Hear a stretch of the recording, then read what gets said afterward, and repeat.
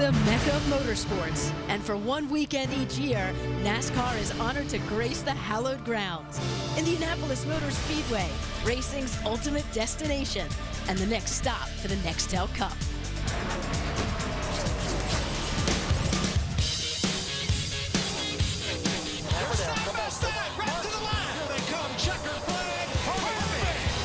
The first car tomorrow race, Kyle Busch ushers in this era.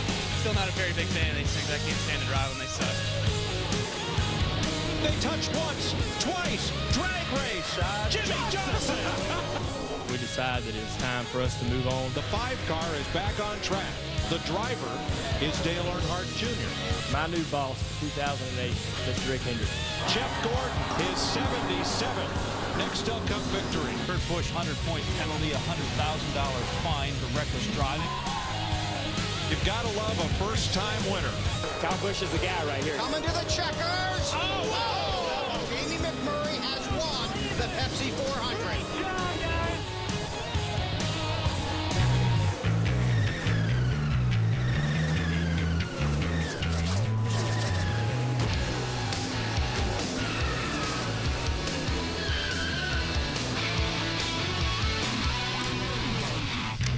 NASCAR Nextel Cup is back on ESPN as we welcome you to practice for the All-State 400 at the Brickyard. Strategy and play because weather turned the usual routine upside down, and every move is critical with just 7 races to go before the field is set for the chase for the Nextel Cup. This year, the top 12 make the chase. 6 of the top 12 are separated by 44 points or less. At number 12, Dale Earnhardt Jr. has a slim 30-point lead on Ryan Newman, holding just outside. So it's fitting because there always seems to be some sort of drama surrounding Dale Earnhardt Jr. at the Brickyard. Last year, late pit strategy in the race helped propel him to a 6th-place finish and onto the chase for the Nextel Cup. He said that was the single most important decision that his crew chief, Tony Eury Jr., made of the whole season to get them into the chase. And with that, welcome to our pit studio here at Indy with Brad Daugherty. I'm Susie Colber.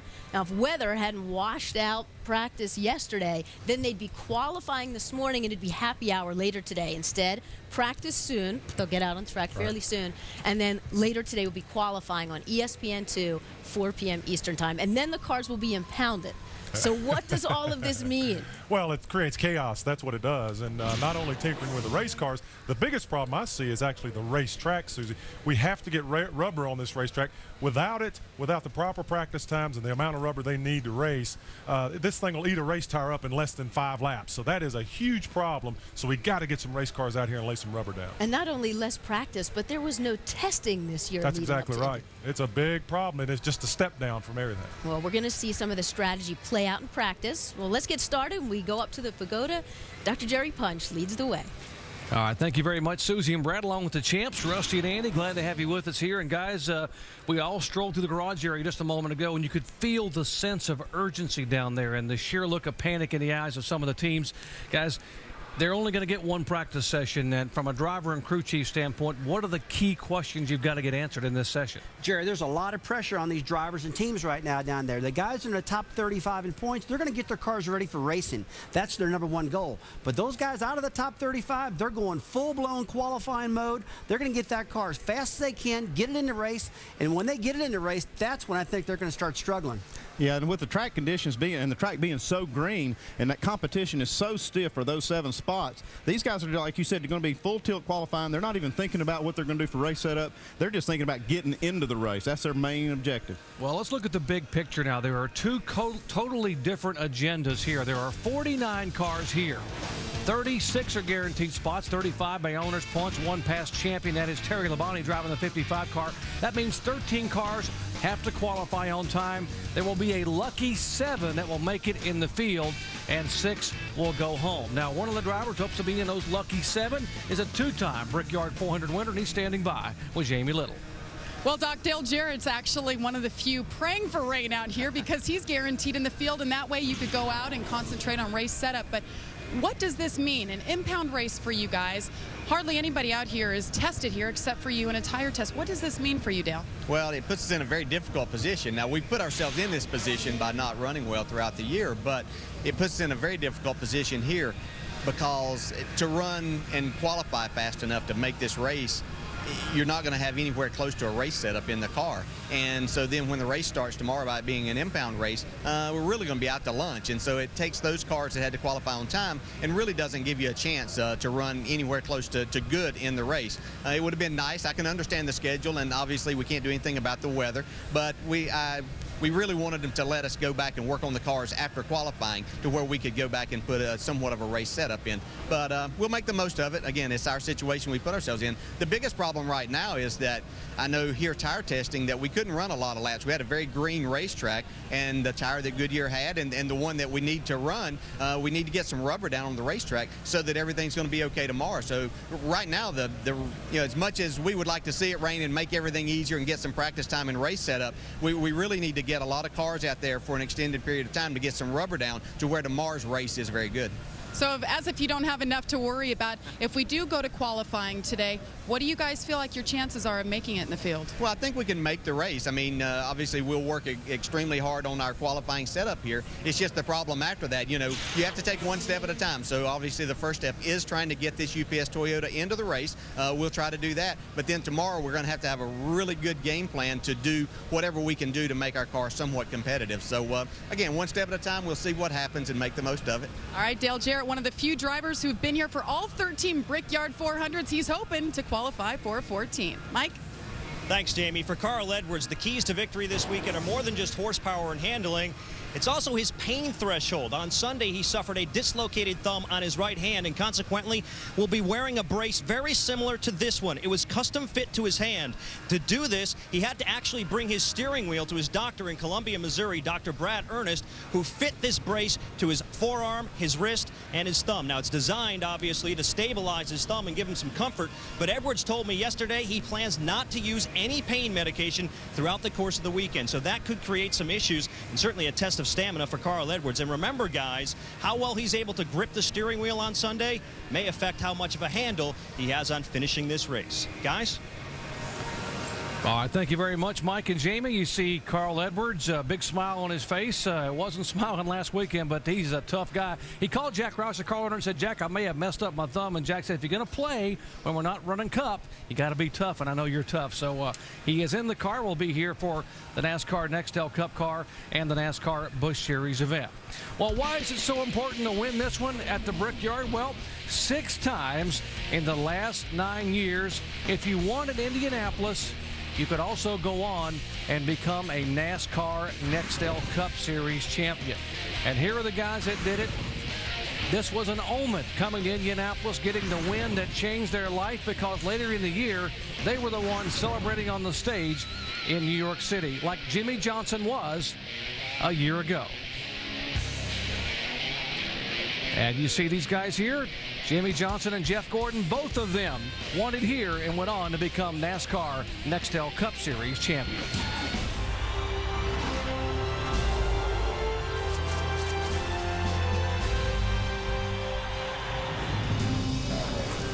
I think any kid that likes auto racing knows and thinks and dreams of racing in the Indy 500. Jimmy Johnson wins the Allstate 400 at the Brickyard.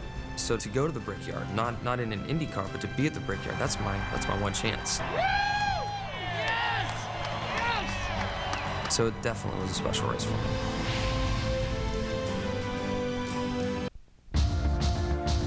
You can be driving down Georgetown and just see the back of the grandstands, and you can look through a couple different holes and see the track.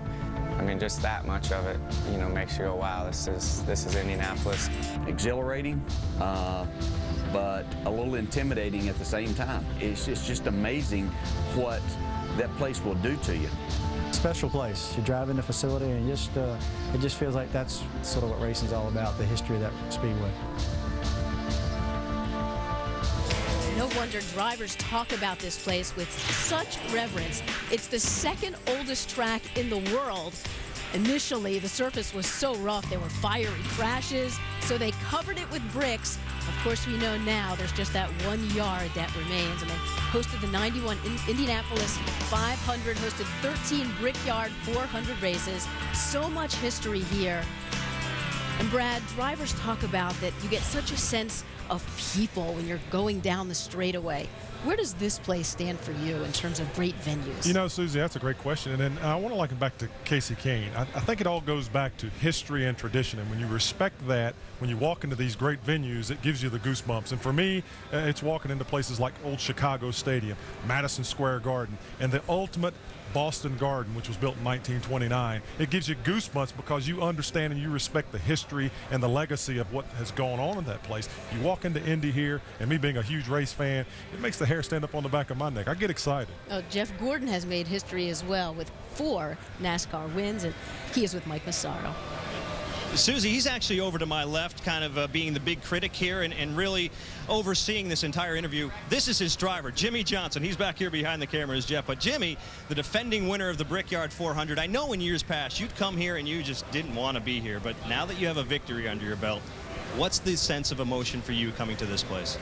As you pointed out, it's been a tough place for me, so I'm just excited to be here and know deep down inside that we've got a chance to win this race and we have a great race car, and also that I've learned my way around this track. It's one of the more difficult tracks on the circuit to kind of figure out and find a few tenths to really be competitive. So I'm very excited. I'm just ready to get on the track. This is horrible, sitting around for 2 days, the most famous racetrack that we have here in the States and maybe even worldwide, and we're sitting here watching the rainfall. Well, you seem to be bouncing some notes off a guy who gets around here pretty well with 4 victories.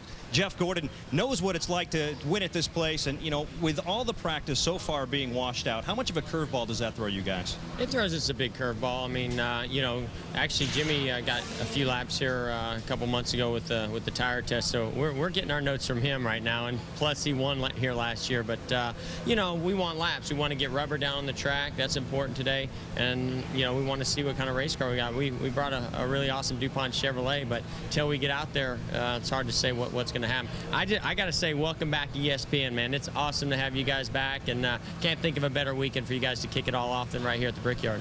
Well, trust me, we're real happy to be back, too. Thanks, Jeff. Doc? Thank you very much, Jeff Gordon. We are excited to be back here. We were here when you won the very first Brickyard 400 back in 1994. Now, guys, none of us were here in 1911 when the Marmon Wasp came across and Ray Haroon won the very first Indy 500, but we were all here in 1994 when NASCAR came here for the first time. Andy, your car with Dale Earnhardt sat on the front row. Your thoughts of coming here the very first time? Well, the very first time I came here, I didn't really know what to expect because I had never been here even for an IndyCar race, but I'd heard about it, and just the history of this place is overwhelming. When you get here, it's just like you look around and it's like, whoa, I don't even know what to say. It's almost beyond words. But then, Dale Earnhardt Sr. had so much intensity every time he got in a race car. You couldn't get any more intense until we came here. And when we came here, his intensity level raised even higher yet. So this is a very special place. Rusty, you had great runs here, finished second 3 times, and drove for a guy who literally owns the record books here at this place, Roger Penske. What about the first time you came here as a driver? Tell you what, Jerry, the first time I came here, I didn't feel like I was supposed to be here. The track is so historical. It's so big, and the corners are so flat. It was just an unbelievable week. And to finish 3 times here was just a great feather in our whole team's cap for doing that. We come close to winning this thing those 3 times, and many times, as a matter of fact. But it's such a beautiful facility, and like Andy said, when you do come to this racetrack, you really get a little extra step in. You feel like this is big. You feel like it's Daytona, and maybe a little bit bigger. Most of the drivers that are in this field today say they grew up coming here with their parents and with family, sitting in the grandstands watching the great legendary Indianapolis 500s. This guy said he came here in a bus with his father at the age of 5. He rode in the luggage rack covered up with coats and blankets because he wanted to be a part of the festival that is the Indianapolis Motor Speedway. How about a guy standing with Jamie Little who remembers the early times and early days of coming to Indianapolis? Jamie? And Casey Kane sure does. West Coast boy living in Washington, growing up watching the Indianapolis 500. Casey, talk about watching this race, this racetrack, and then what it meant to you to come here for the first time. It's just always been an exciting place to watch, whether it was Indy cars or NASCAR. Watching the first Brickyard here was pretty neat. So just always had fun watching it. Had fun the first time I came here and actually rode around in the bus with my dad. And then first laps we made was testing here in 04, and that was pretty neat. So it's just a track that I'd love to win at someday. I know you guys are chomping at the bit to get out there on the track. Let's talk about your car, though. You guys brought the old nose back. You tried it a few races ago at Michigan, didn't go so well. What's going to be different here? Well, it's like the whole old car. I mean, we're back to the middle of 2006 with the whole balance of the race car aero-wise, and made some other adjustments that hopefully will work. We have a lot more horsepower, you know, which I think we are down. So we have some pretty big improvements this week, and I don't know if it's going to take us to first, but it's going to definitely get us inside the top 30, and that's where we were at Chicago. So I think it'll be good. It should be a good weekend for us. With that said, how critical are these practice laps? As soon as we get them in, how critical will they be for you?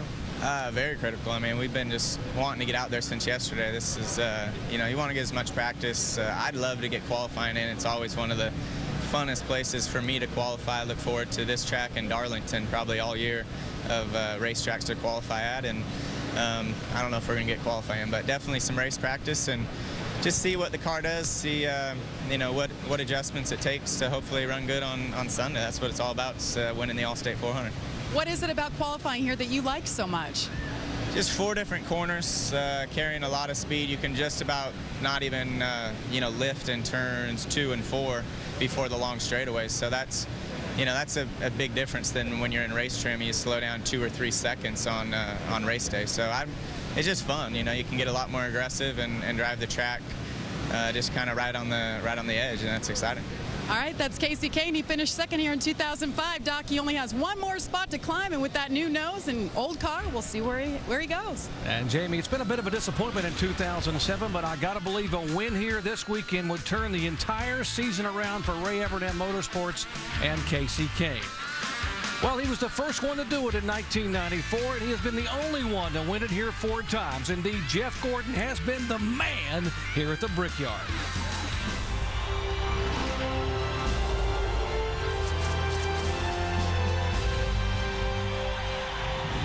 You know, it's just such a great feeling to experience what it's like to win an Indy. Jeff Gordon, winner of the inaugural Brickyard 400. It's awesome. I mean, you know, they're gritty and there's rubber and dirt and sand and everything else, and you don't care one bit. And it's extremely special to get that opportunity. Indianapolis Motor Speedway, one of the most famous tracks in the world. Second oldest track, and so well known for so much history. The Indy 500, and for the last now 14 years, the Brickyard 400. Everyone talks about at this track that you need patience to be successful. On a day like today, you need patience because drivers haven't been able to get on the track. Rain all day yesterday. Practice was wiped out. They normally would have been qualifying this morning, but instead there will eventually be practice and then qualifying later today. What are you telling drivers as they try to make it through a day like today? Well, I think it's whether or not you have an experienced driver or an inexperienced driver. The experienced guys like Jeff Gordon and Tony Stewart who have wins here, they kind of know what to expect. But your inexperienced guys, they really need to be on the racetrack learning and getting the feels for their chassis setups and those types of things. It's a very flat racetrack, as we all know, only 9 degrees of banking in the corner, and there's some racetracks we go to that have 9 degrees of banking on the straightaways. Trying to get these cars to handle, especially when the fuel burns off, is critical. And so for the young guys, they need to be putting down laps on this racetrack so they can get accustomed to the feel and have the knowledge and feedback of their race cars. And even for some of those experienced guys, they just want to get out there. Elliott Sadler, one of those guys with experience. He's raced here 8 times, and he's with Jamie Leonard. And Elliott Sadler talking about his golf game. He was supposed to play later today, but unfortunately the weather is raining on your parade. So Elliott, I was talking to Casey Kane about running the old nose here. How will that affect you guys, and what kind of confidence does that give you here at the Brickyard? Well, Jamie, gives us a lot of confidence. We're just going back to kind of square one. We feel like we need to start over a little bit as a company, and we're going back to what Casey ran very well with last year, and we're going to use that. I mean, this is the last year for the old car, so it's not like we need to build on something for next year. So we'll go back to what we know is what worked. Try it and see what happens, and you know, it's a pretty good racetrack for us, and I think my Charger will be pretty fast. Why did you guys go with the Brickyard of all places to bring that old car back? Well, because we want to run good here. I mean, this is a very prestigious race, and it's a lot of history here, and we want to go with what we think works. I mean, what we have been trying is not working to our standards, and we didn't run very well at Chicago, so we sat down as a company and said, look, we need to do something, and we just decided to kind of start over at square one and come to a track that we feel that as a team, we have pretty good shots at. We got good motors, and Casey and I and Scott have all run pretty well here in the past, so you know, why not try something new in Indy? What we're doing was not working. We need to try something new. Why not come here and do it? Well, here in Indianapolis, best of both worlds. You have one of the most famous racetracks, and then you have the Brickyard Crossing Golf Course. How's your golf game? Golf game's pretty good. I got to spend a lot of time last week at home with my family and Amanda and play a lot of golf and stuff like that. So had a good time. It was cool. So my golf game's good. I'm ready to take you home. So you have a 4 handicap. So basically, that's telling me that drivers have too much time on their hands. I've probably had too much time on my hands the last few weeks. Yeah, I have. It's not like that all the time. Now we got 17 races in a row. We're all going to be pretty busy here. So I'm sure my golf game will go right down the drain. Well, we're going to be busy with you right here, ESPN ABC, back in NASCAR. We will be covering these guys as soon as they get on the track, Doc. And Jamie, there are 9 drivers in the garage area today who knows what it feels like to win at the Indianapolis Motor Speedway. 8 of them won in a stock car, but here's a guy who had a day that every driver could just dream about. May of 2000 as a rookie driving for Chip Ganassi, Juan Pablo Montoya set a rookie record leading 167 of 200 laps to dominate and win his very first Indianapolis 500. And of course, Juan Pablo Montoya joins the likes of Mario Andretti and Dan Gurney as drivers to win in NASCAR, IndyCar, and of course Formula One competition. Montoya, a 7-time winner in Formula One, including the Grand Prix of Monaco. Let's go down to Mike. And Doc, unlike A.J. Foyt and Dan Gurney, one thing Juan Pablo Montoya is trying to do is not only win the Indy 500, but also win the Brickyard 400. What's it like for you to come back to this place, knowing you've won here in open wheel and now trying to do something that no other driver has done? I think it's exciting. I think I have the chance to come here and just be part of it to start with and have, realistically a chance of winning. I think it's pretty exciting. I think we got a really good car this week. It's a shame we haven't really run at all yet, so it's going to make it tough for us because this place looks very different. I know it's very different for anything you run normally, so it's going to be a hard weekend, but, I think my technical Haviland Dodge should be pretty good. When you say realistic, a realistic chance of winning here, what are your expectations going in, knowing that you so far haven't had any practice, you weren't able to test here? How are you able to gauge a baseline for going into this race? Well, it's hard, but, our cars normally run really strong here, so, on base of that, it should be pretty good. The rain, what's the biggest obstacle it's creating for you? A lot of sitting around, it's hard. You come here ready, and we've been standing around for a day and a half, so we'll see. I don't know what they're going to do or how much we're going to even run. They say it's close, and then it drizzles a little bit, and it takes a little bit longer, and we'll see. Guys, the most common question right down here in the garage is, when are we going to get on the racetrack? Doc, maybe you have the answer. Well, we are anxiously awaiting. We got folks on pit road, drivers sharing some stories there. Tony Stewart visiting with the Clint Boyer and Kevin Harvick, as Tony is all smiles. He won the Brickyard 400 here in 2005. And, winning here means so much to anyone, but for a native Indiana boy, it was the ultimate.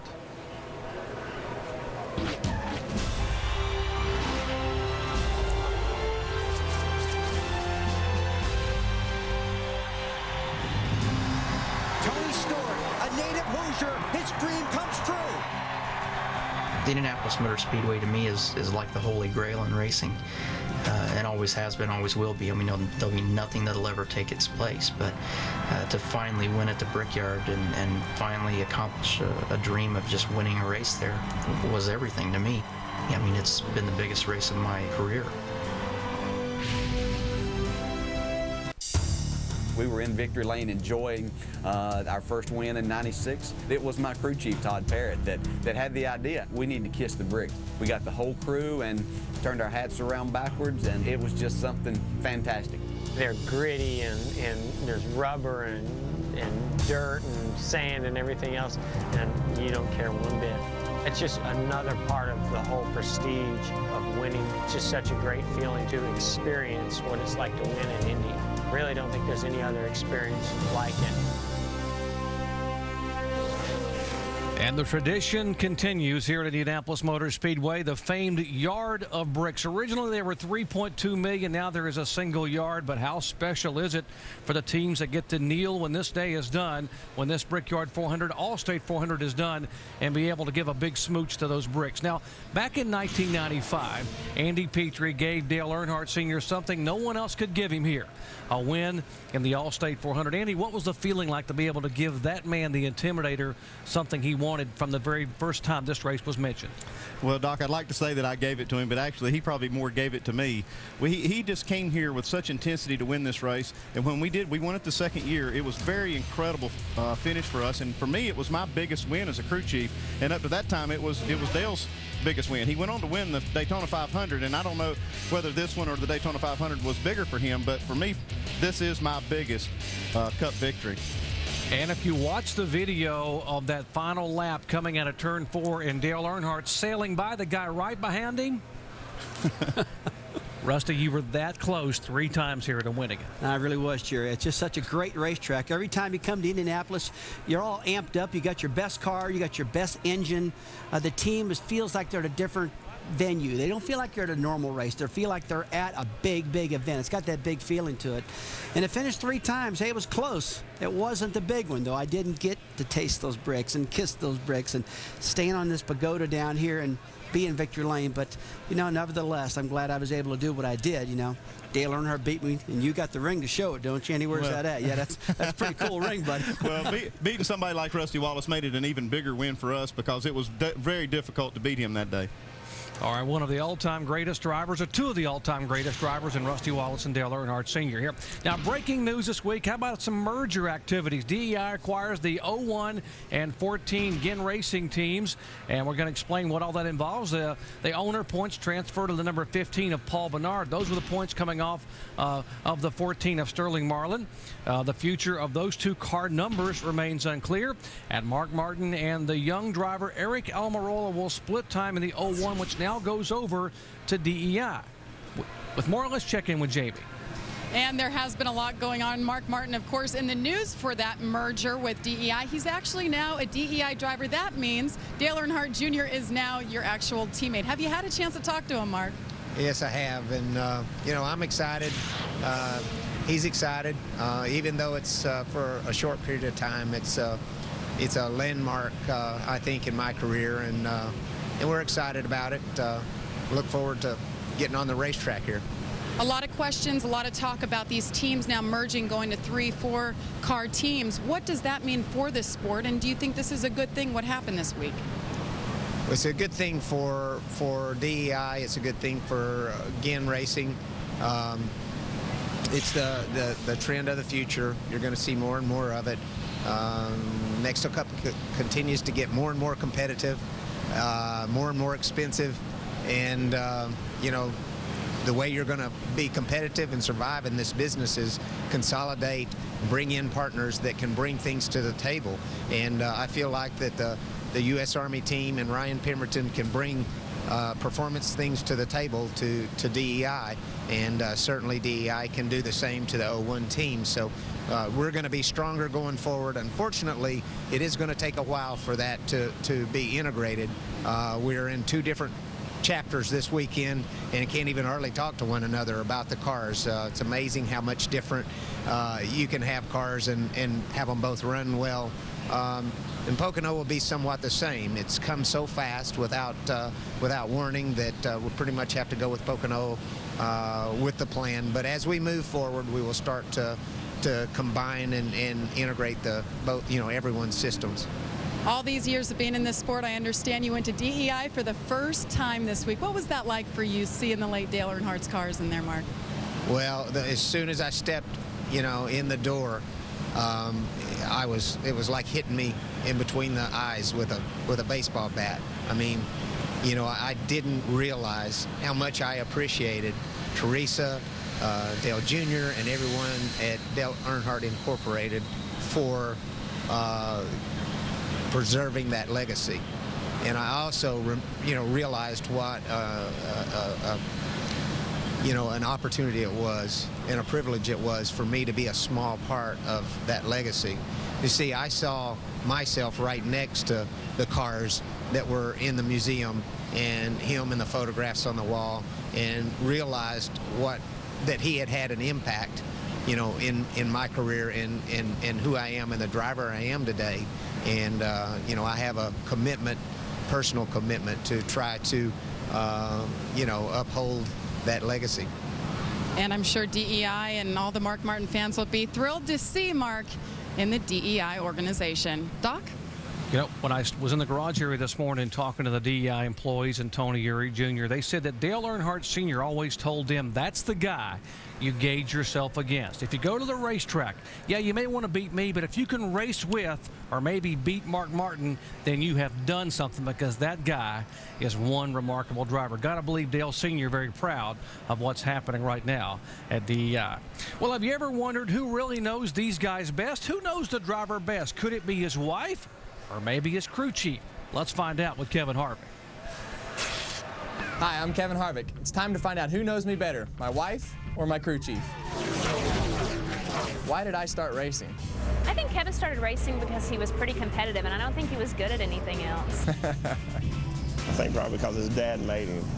I started racing because that was what my father did, and that was what I was always around. What song am I most likely to karaoke? It would shock me if you got him to karaoke anything. He'll sing anything. Material Girl from Madonna. Do I have any superstitions? Kevin doesn't have any superstitions. Some things you just don't want your wife to know. You know, we go through some spells with, like, maybe a watch being bad luck or some shoes being bad luck or something like that. We always used to go out and buy new shoes. When things were going bad, we'd throw our shoes away and go buy new ones. If I were an action hero, who would I be? Superman. I think Kevin would be The Rock. The Rock. Jeez, oh, Pete. So my crew chief knows me better than my wife. So your crew chief knows you better than your wife, huh? Well, that doesn't surprise me. I probably spend more time with him, but that was a pretty interesting interview to see how all that came out. You know, we all learned a lot about you. We didn't know that you were such a big fan of Madonna. Yeah, neither did I until they put the thing up on the screen. So it's I've karaoke'd once in my life, and that was it. And somehow I got to do, I guess my wife calls it the Devo version of that song. Well, the bad news is it's raining. The good news is we're not going to ask you to sing today. Let's talk a little bit about this racetrack, though. I know it holds a special place in your heart. 2003, you were the victor here. That said, how much more confidence do you have when you come to this place? For whatever reason, we've always been pretty fortunate to run well here, and to go to victory lane here is pretty neat. Growing up an Indy 500 fan and growing up in Bakersfield watching Rick Mears win the Indianapolis 500. So to go into victory lane here is a special feeling, and to win at the Brickyard, just to come to the Brickyard anymore is just pretty cool to be a part of. And with limited practice here, how much of an advantage do you think it gives you and other guys across the board? You look down here, you see Tony Stewart, Jeff Gordon, guys who have won here before. How much of an advantage is it for you guys knowing the real winning setup here, although nobody else really has much practice here? I mean, how much of an advantage does that give you? Well, not much. I think things have changed a lot since 2003 with all the setups and bodies and springs and things that we do now. So, you know, with the Monte Carlos that we run and with this style of car, I think, you know, we have a lot of things that we can do to the car, but you don't ever know what the tire is going to do. So that's the main reason we need to get on the track, just to see what kind of tire we have. Yeah, speaking of the tire, we heard about the tire test with Goodyear, tires running down to the cords in about 10 laps. How much of a concern is that if we don't get rubber on the racetrack this week? Well, we have to get rubber on the racetrack. I mean, you know, every time that we come here, the tires wear down to nothing the first few runs, and things the tires just wear out. And after we get some rubber on the racetrack and filling all the little cracks and crevices around the racetrack, the tires seem to be fine by, you know, the first part of the race. So we need to practice today and lay a bunch of rubber down.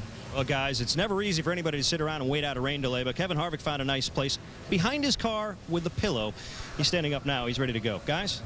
And Mike, take a look at the hood of that the Chevy, the Reese's. That's Elvis Presley on the hood. You know, it was back in 2003 that Kevin was the king here at the Brickyard. He sat on the pole and won the race, but carrying a special paint scheme, you know, celebrating the introduction of the banana peanut butter and banana cream cup for Reese's. How about that? Elvis loved peanut butter and banana sandwiches. Well, we're here at the Indianapolis Motor Speedway. Coming up following our coverage, We'll go across town to O'Reilly Raceway Park for NASCAR Busch Series final practice. That coming up later on today.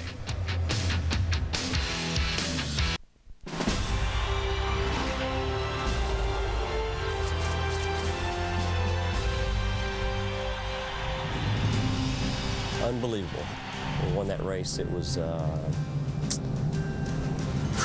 Bobby Labonte is the bridesmaid no more at the Indianapolis Motor Speedway. I could see myself in victory lane shots, and I'm like, stand on top of the car, just screaming and hollering type of deal. I'm like, yeah, I usually don't do that in front of people like that, you know. So obviously, it really, the emotions came out to win that race. Man, what a satisfaction to put in the cap. And you can see how emotional Bobby Labonte still is about that win. He went on to win the Cup Championship that year. 6 of 13 winners have gone on to win the championship. So certainly it's one of those races that can really take your career to the next level. He says maybe not the prestige of the Daytona 500, but still it means so much to win this race. And that's what drivers talk about, that what it can do for your career. 8 past Brickyard 400 winners in this field. Lots of great competition.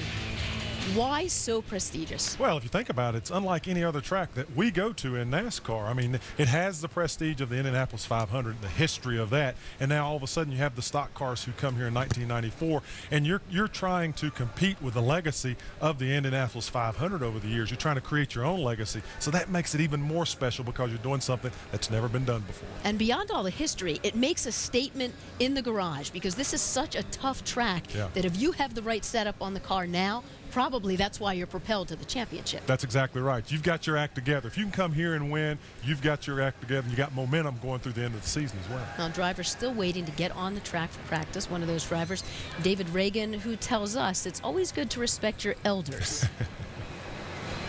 I am David Reagan. I've become good friends with Humpy Wheeler. My dad works for him at the Lowe's Motor Speedway. About 2 years ago, he said, come over to my house and, we're going to start boxing. We'll see how tough you are, and it's going to toughen you up, strengthen you up. You'll be ready to run 500 laps at Bristol before you know it. I don't want to say Humpy's an old guy, but he's 64, 65 years old, and he throws some pretty hard punches. He's kind of pumping me up. Good shot. 50 laps to go, Bristol, you're running third. You got to go for the win, and so that gives you a little extra drive. It's a lot of fun, and it's a good time to hang out with Mr. Humpy. And that boxing will come in handy here in Indiana as you're running 2 races. And I know Busch practice is going on and you're not in the car and you're standing here waiting to get in your Cup car. David, big weekend ahead. You've never raced here. What's on your mind and what are you thinking of right now? Well, I just need to get out on the racetrack and make some laps. I mean, the biggest thing here is just making laps. I haven't been here before. They took away our test. So, the biggest thing now is just to get out, make some laps so our AAA Ford can get up to speed. And then at the same time, I'm kind of wishing I was over at IRP running some. My Busch car is fast over there, so we're going to have fun tonight. It's going to be a fun race there tonight, and then hopefully we can get some laps in here and have a good race tomorrow. You're leading the Rookie of the Year standings over in the Busch side. You're second over here. Nobody's ever won both. How much are you thinking about that, and what kind of honor would that be? Oh, that would be pretty cool. I'm racing Marcus Ambrose, Montoya. Those are exceptional drivers and great equipment, and it's been a lot of fun racing those guys. So, we're working hard on trying to win both of them, both in Cup and in the Busch side. So we got a little bit of work on the Cup side. We need to see if we can win a race this year, but the biggest thing is just going to be get some good points and finish these races on the lead lap and get some good top 10s. But I see the sun starting to come out a little bit, so we might be getting close. David, you're such a nice guy. We just saw in that piece you're boxing. Where'd that come from? Well, that's a good workout. I mean, we got 500 laps at Bristol, in the heat of the summer sometimes. Indy's usually a hot race, and so it always helps. I like to go out and ride a mountain bike some, or I'm not go to the extremes like Carl Edwards does, my teammate, riding, 100 and something miles to a racetrack. But, that was a good opportunity for me to get to spend some time with Mr. Wheeler. He's certainly a very cool guy in our sport. He's the president of Lowe's Motor Speedway, so he's a pretty cool guy to be around and just learn some from, and plus that's a good workout. So my mom told me that I couldn't knock any teeth or anything out or I'd be in trouble, but that was a lot of fun. All right, that's David Reagan eagerly awaiting his first time here at Indianapolis Motor Speedway. Doc? A first time for an impressive rookie who leads the rookie standings in Busch Series and is second currently in Nextel Cup. Speaking of first, when we come back, we're going to walk you through ESPN's brand new Dish Tech Center. Wow, all the parts and pieces. And our crew chief emeritus, Tim Brewer, has got one incredible playground to show you all kinds of stuff. That and more when we come back.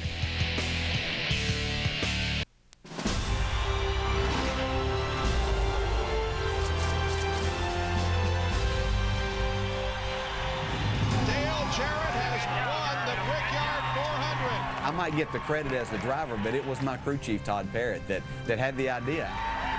He said, come on, let's go. He said, we're going to the start-finish line. We need to kiss the bricks. He said, this is pretty special.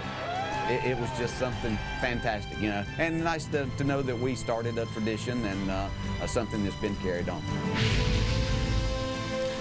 One of the great Brickyard 400 traditions began with Dale Jarrett's first win here in 1996, and of course he did it again as a two-time winner. Well, last year's Rookie of the Year, Denny Hamlin, finished overall third in the NASCAR Series points. Right now, folks, he is second in the points with already one win this year. That's coming at New Hampshire. Boy, what would a win here at this racetrack this weekend mean to this young driver? Mike?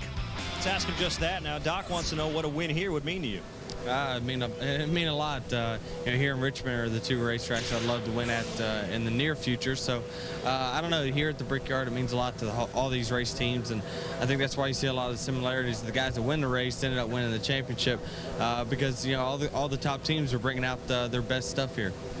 Last year, you were as high as third on the racetrack until you had a little bit of a mechanical malfunction with the spark plug, ended up 10th, but it seemed like you adapted pretty easily to this racetrack in your first time here. How were you able to do that? Well, we had a great race car. This is, the car that we had last year was the same car we won both Pocono races with, and we're choosing a little different race car here. We think on paper it's a lot better, and we tested it, and it was a lot better than our Pocono car. So things should work out in our favor. Hopefully, if we get out on the racetrack, we'll have an idea where we're at. We're kind of anxious to see how good this car is. A couple things you can't control, Doc. Of course, the weather and, as we mentioned, mechanical malfunction. I know you've got more on that. And, Mike, if we have a problem this year with something breaking on a car during the race, during qualifying or practice, we got exactly the place to take the fans and show them. Let's go down to our brand-new ESPN Dish Tech Center and visit with our Tim Brewer. Timmy? Thank you very much, Jerry. Welcome to the Dish Tech Studio. Crew chiefs today, they're going to rely back on notebooks that they've earned in the past. We're going to have a spring selection. We've got tungsten, which is ballast in the car. We move around in the car front to rear. Shock absorbers, world of difference in the shock absorbers here. You have to get compliance to the racetrack because it is so temperature sensitive. This place, when it goes up 15, 20 degrees, it is absolutely phenomenal to the racetrack changes. We have air pressure. We have spring rubbers. ESPN has enabled us to put this tech studio together, and we have all the technology, all the tools in the world to work with. Glad to be a part of it. Back over to you guys. All right, thank you very much, Timmy. All the parts and pieces that race fans wanted to see during a race, if something goes wrong, if something breaks or doesn't break, how it works, we'll be able to go to the Dish Tech Center and have Tim Brewer show you how the function or malfunction took place.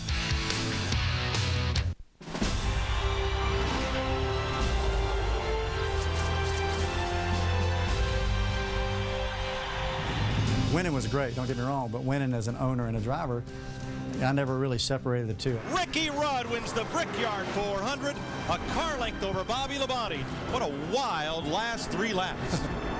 Now, looking back, to me that's especially rewarding because not a lot of people can claim that, and that's a unique thing that I'll have with me the rest of my life.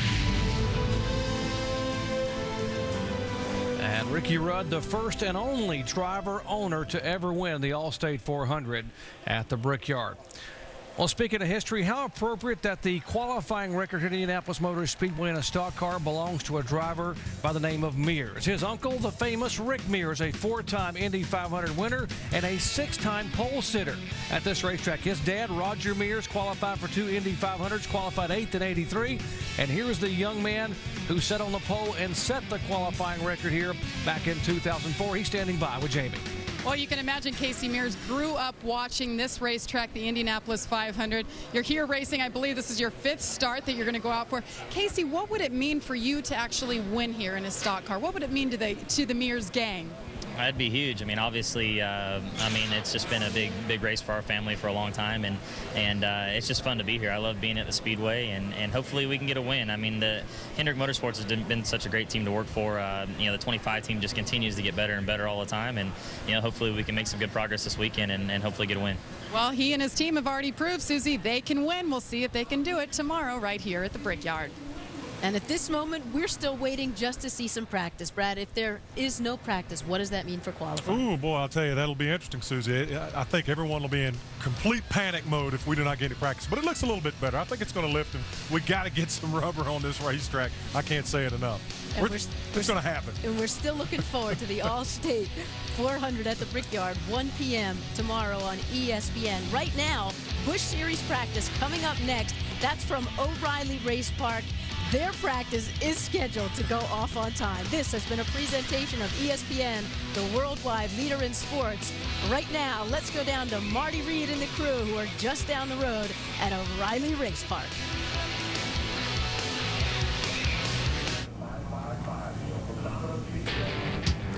Thanks, Susie, and just a few miles west of you at the Indianapolis Motor Speedway as we pull back from the fields of corn to O'Reilly Raceway Park. That's right, we're in America's heartland here in Indianapolis, getting ready for race number 22 on the NASCAR Busch Series, and this is final practice.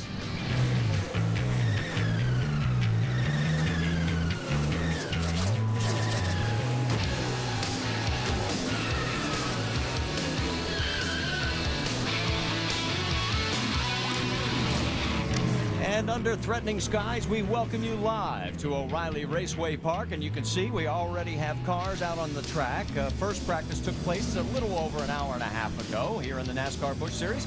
And this is final practice as we get ready for tonight's 200-lap affair. And we have several replacement drivers because of the fact that we've got all the action going on over at the Indianapolis Motor Speedway. 7 of them to be, in fact, on that list. But the most important name, Carl Edwards. He's got some other issues. Let's bring in Jack Arute.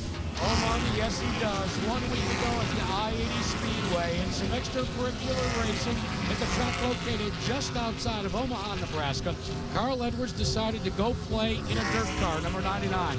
An accident well in front of him. Ended up getting himself collected in the ensuing debris. And the result for Carl Edwards was a painful injury to his right thumb, to his thumb. An injury that sometimes football players experience. He'll be wearing a brace, but he won't be here for either of these practice sessions. Now, I talked to Pierre Cattell, and he told me he hopes that he'll have Carl Edwards here in time to qualify later today. But he says if he doesn't, well, hey, this isn't his first rodeo. Let's check in with Vince Wells.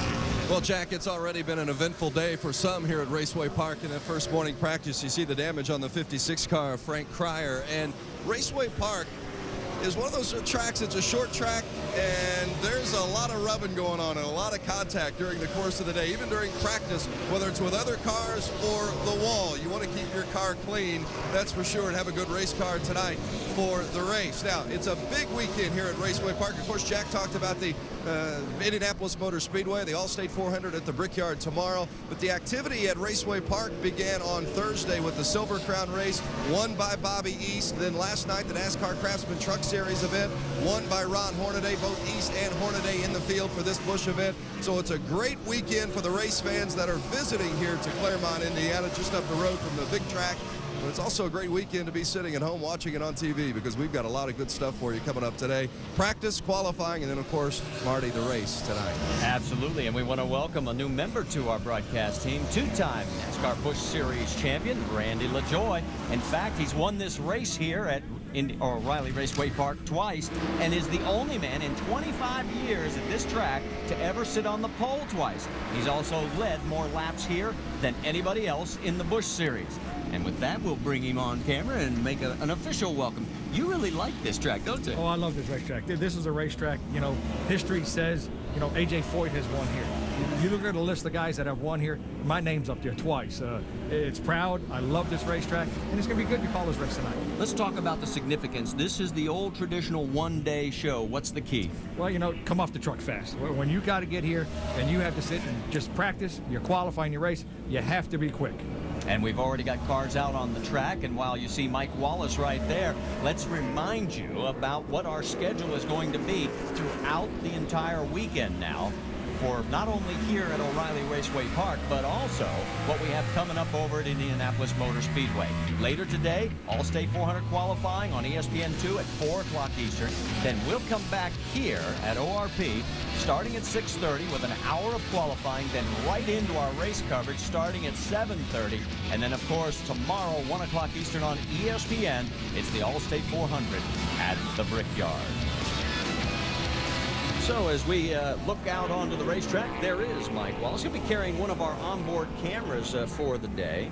And so far, only 17 cars have jumped out into this final practice session. We go on board, looking out the back. One of the things that is special about this track, I know you wanted to talk about, was the fact that there are 2 good race lines. Absolutely. This is a racetrack that, you know, it gives the drivers options. You could run the high side, you could run the low side.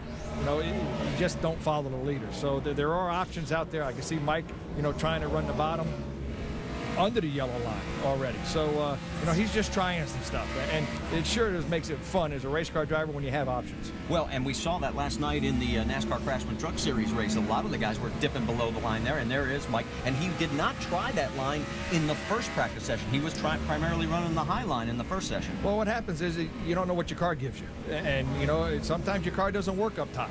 And you have to search for lines that your car works best in. And that's what Mike's doing. I mean, he's won a race here, one of the most exciting races.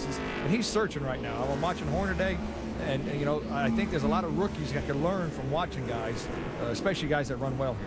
And Mike's going to bring it back in. He is right now 12th quickest at 23.3 seconds, a little over 105 miles an hour. Vince, you've got more?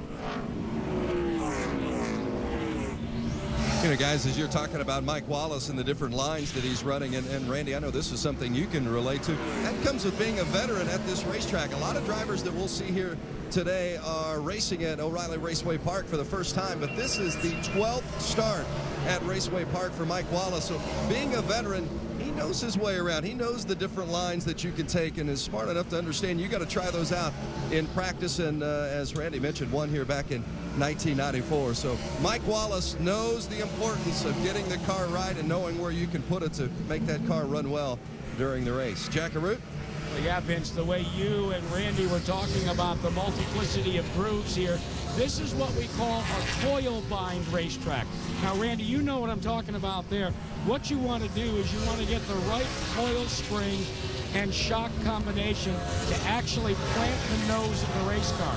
But the key, as you know, Randy, is not to have it compress too quickly or to twist. And all of a sudden, the feel is a lot like driving a go-kart. Absolutely, Jack. These cars with this coil bind, what these guys are doing, they're almost making a front suspension solid. So you used to drive off the right rear here. You get in there, and once you get the car rotated, you just drive off the right rear. Well, now with this coil bind, you're driving off the right front. You get in there, it's very similar to go-kart racing. You get in there, once you feel that right front tire hook, you're aggressive on the throttle. You're looking at Brandon Miller right now, second quickest here in the final practice at 22.8 seconds. Now, we have had several incidents. Remember, this is the second and final practice. Earlier today, take a look. This is Stephen Light in the 90. Ouch. Which I've done that before, coming out of 2. And then there's the 56 you saw at the very beginning of the show, Frank Cryer with the damage that he did. And then here is the 18-year-old Landon Castle as he almost turned it around. Yes, he did. I was coming right out of the pits, and he done a good job last year, and here's a 41 car. Scott Lagacy as he crinkles the left front corner of the car, and so they'll pound it out and put it back out on the track. Somebody once described a successful short track race as staying on the lead lap and keeping all 4 fenders on the car. You have to. It sure does make it a lot easier. When you look at guys that have won this race, 9 times out of 10, they have no damage on the car at all. Even if you do come from the back, if your car's good enough, you don't have to touch anybody. Well, there's Brandon Miller. He's making his way back towards pit lane. He's taken 16 laps so far, and he's second quick at 22.8 seconds. Who's number 1? Kevin Hamlin right now. and he's running at 108 and change. Stay with us. We're coming right back.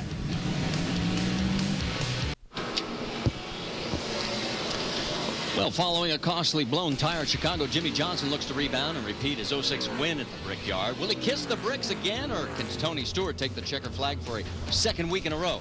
The NASCAR Nextel Cup comes to ESPN Sunday with the All-State 400 at the Brickyard. Coverage begins at 1 Eastern with NASCAR Countdown. Back here at final practice at O'Reilly Raceway Park, although the clouds are overcast and looks a little gray so far, everybody has been moving around this racetrack very well, as you get a look there at the 30 car of Danny O'Quinn as he continues a final practice session here. And while he continues, we get a report that, Jack, you've caught up with Stephen Light. Yeah, take a look at the City Financial Special. It reminds me, Randy and Mark, of the old days at Darlington. But if you're Stephen Light, what you want to do is help your crew get this thing back together as quickly as possible, because valuable practice time is waiting away. Stephen, what happened when you got into the wall? Just a normal short track deal. Only second time on the track. Brakes didn't have enough heat in them, and I went in turn one. Tires were cold. Locked the front brakes up, and the car took off for the wall. Nothing I could do about it. Just a rookie mistake. I guess that's why I got a yellow stripe in my bumper. But we got an awesome hot rod. Our City Financial Ford is really good. We ended up 5th in practice, and we only got out there one time. So these guys are doing a great job. We'll get it back out here at least for a few laps in second practice and get it dialed back in. How important is it to get a few laps before you go out to qualify to assure yourself that you've made good fixes? It's pretty important. I mean, if we can get back out and run it probably 10 or 15 laps and make sure we got the car back where it was, it's critical. But if we can't, these guys are smart enough, they'll get it back to where it was. Randy, you know firsthand there's nothing worse than taking a car that you haven't shaken down out to turn a quick lap to qualify. Well, one good thing, Jack, is he was quick. That car was quick. He overdrove it, locked the left front brake up, and he slid into the fence. So he feels confident that once they get it straightened back out, he'll still have a good car. Because when he come off the truck, he had a good car to be 5th on the first board. You're looking at Ron Hornaday, last night's winner in the Craftsman Truck Series race, his 32nd career win in that series. You saw his stats here at O'Reilly Raceway Park in the Busch Series. I want to ask you about fatigue factor. That race didn't end until after midnight. Is he going to be tired? I don't think so. Adrenaline kicks in, and, you know, until you get out of the car, you're not tired. The adrenaline, it just gets you so pumped up. And he's a seasoned veteran. And what did Dick Trickle say? You don't need an hour of sleep for every 100-mile race. Well, he's 15th right now on the speed charts. But you said, I loved what you said. In fact, it was he does better when he's got people around him. That he does. When he's in traffic, you better look out for Hornaday, because you know, he's up on a wheel, and he's a hungry dog you throw a bone to. You better look out. Somebody that Dale Jr. is keeping an eye on, Brad Keselowski in the Navy machine, and number 88 right now out making a couple of laps here in the final practice. He's 17th quickest, his best lap at 23.1 seconds. Well, what a lot of times these guys do, you know, some guys change tires to go to the second practice. So you don't know what kind of tires these guys have on, and tires do make a difference. So you don't know what tires they have, and if you can stay in the top 10, top 15, get the car handling right, they don't really worry about, you know, their overall speed, because some guys can bust a quick lap. Finished 14th back at Chicagoland in his first start. In fact, one of only 2 non-Cup drivers to be on the lead lap at that race in the top 13. There is Jason Leffler. This is a hometown event for him. In the Great Clips car is he's got this Toyota. His father-in-law has done well here, hasn't he? I'll tell you what, we were trying to figure out between his driving and the cars he's built how many wins that the East family has here with the Beast chassis and all of those kinds of details, but we haven't come up with the exact figure. That's how high it is. And Jason's in the top 5 right now, so, or 7th, but you know, that race team, he's been the best Busch team all year, himself and Dave Blaney. So now we take a look at Tim McCready in the Camping World Chevrolet, one of Richard Childress' machines. And as this continues here, we're getting word that action is continuing over at the Indianapolis Motor Speedway. Let's go to Jerry Punch. Well, thank you, Marty. We are back across town here at the Indianapolis Motor Speedway in Speedway, Indiana. And the good news here is the rains have stopped, the track is dry, and the crowds are moving in and we're going to show you not only is it the final practice, it is the only practice session. There comes the four-time Brickyard 400 winner, Jeff Gordon, pulling out. NASCAR officials making sure they check these cars on the way out for window nets and seat belts. As you see Denny Hamlin pulling out. And guys, a lot of pressure on these drivers right now in this practice session. They're only going to get one, and they got a lot to accomplish here in a short amount of time. Well, the first thing we got to do is get some rubber on the racetrack. These guys are going to go out here with these tires and run maybe 3, 4, 5 laps is all they're going to get out of them in the beginning. So we're waiting on the track to rubber in, and then the guys are going to go to work on these race setups. And Andy, what about the guys that have never been here before? You're talking about David Reagan, never seen this place. Juan Pablo Montoya in a stock car. They really needed this practice time to get out in this racetrack. Because let me tell you what, this is one intimidating track going into turn 1. It has such a different feel to it and a different rhythm than any other racetrack because these are 90-degree turns. They're not 180-degree turns like we normally have. You just make this flat 90-degree, go down to the next turn, make another flat 90-degree, and it's hard to get used to if you've never done it. It's very intimidating. Well, Andy, you know, this place is really tearing up the racetrack right now. It's so green. We're talking 5 to 6 laps before the right front tire is in the cords. So you're going to see some short runs right off the back. So let's take a look at this track, and we'll show you these grooves. Look how rough it is right now. This is like a cheese grater, folks. When you go in the corner, it'll actually grind the tires right off. But later on in a run, these grooves will start filling up with rubber, and this track will get totally different. Yeah, back in April when they had the Goodyear tire test here, Jimmy Johnson said that even though Goodyear brought a different tire and a really tire that had more durability, more reliability in terms of being there longer, still in 7 laps they were showing cords on the right side. So as you said, critical right now. Jimmy Johnson, last year's winner here at the All-State 400, said they're going to go out and run about 4 laps and come in and check those tires. And the good news is that Goodyear has given these teams extra sets of tires. Normally you get 6 sets. Andy, they've added to that here this year. Yeah, they've got 9 sets of tires available to them now just so they can get more rubber down on the racetrack. The neat thing about this, though, this year is it's predictable. They had the same situation last year. They've learned how to deal with it. They know they're going to go out there and wear out some tires early, but the track is going to get better as we go. Well, one key thing to note, guys, that everybody's always tested at the Indianapolis Motor Speedway for the Brickyard 400 since its inception. There's not been any testing at all during the off season or weeks or months prior to this race right now. So this is new to everybody. In fact, the NASCAR announced this morning that the qualifying procedure has been changed to an impound rule. Now, guys, that's big. Here's why.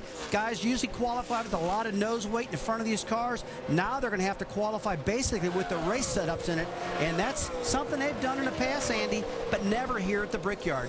Yeah, that is going to be kind of unique qualifying in an impound mode here because these guys would really like to have a lot different setup for qualifying than the race. We might explain what impound means. It means that once the cars qualify, they are impounded.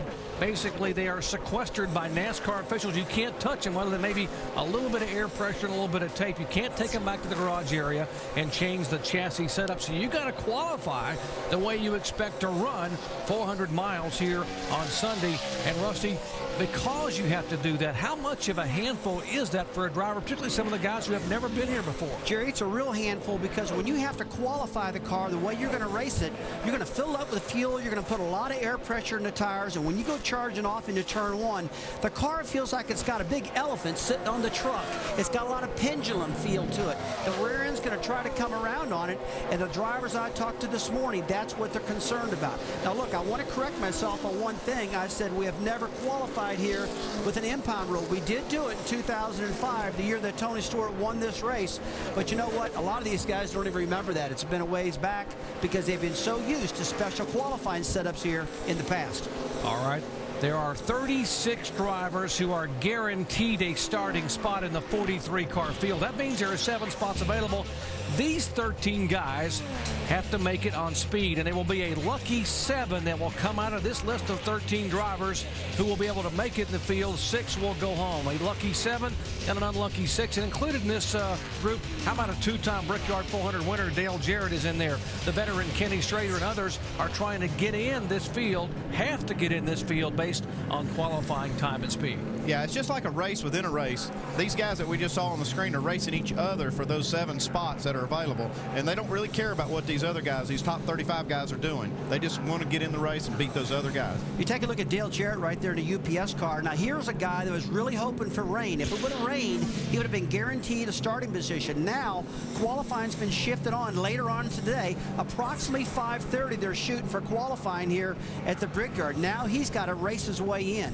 And since this is an impound qualifying procedure, he is going to put a qualifying setup, Jerry, in this car and probably just stay with it.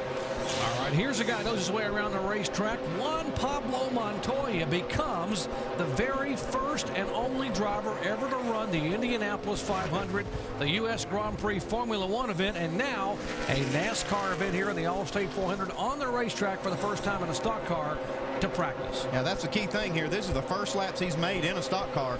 Although he has been on this track before in an IndyCar open wheel car, that's a lot different than running one of these stock cars on this track. Andy, I guess the closest racetrack he can compare this to is Pocono, Pennsylvania, a long front straightaway where he did run there and ran pretty good. So, but still, Indy is a whole different animal. When you go down this front straightaway, you feel like you're going into a 90-degree turn, and you can't see around that corner until you get farther down into it. So it's very intimidating, just the look of it.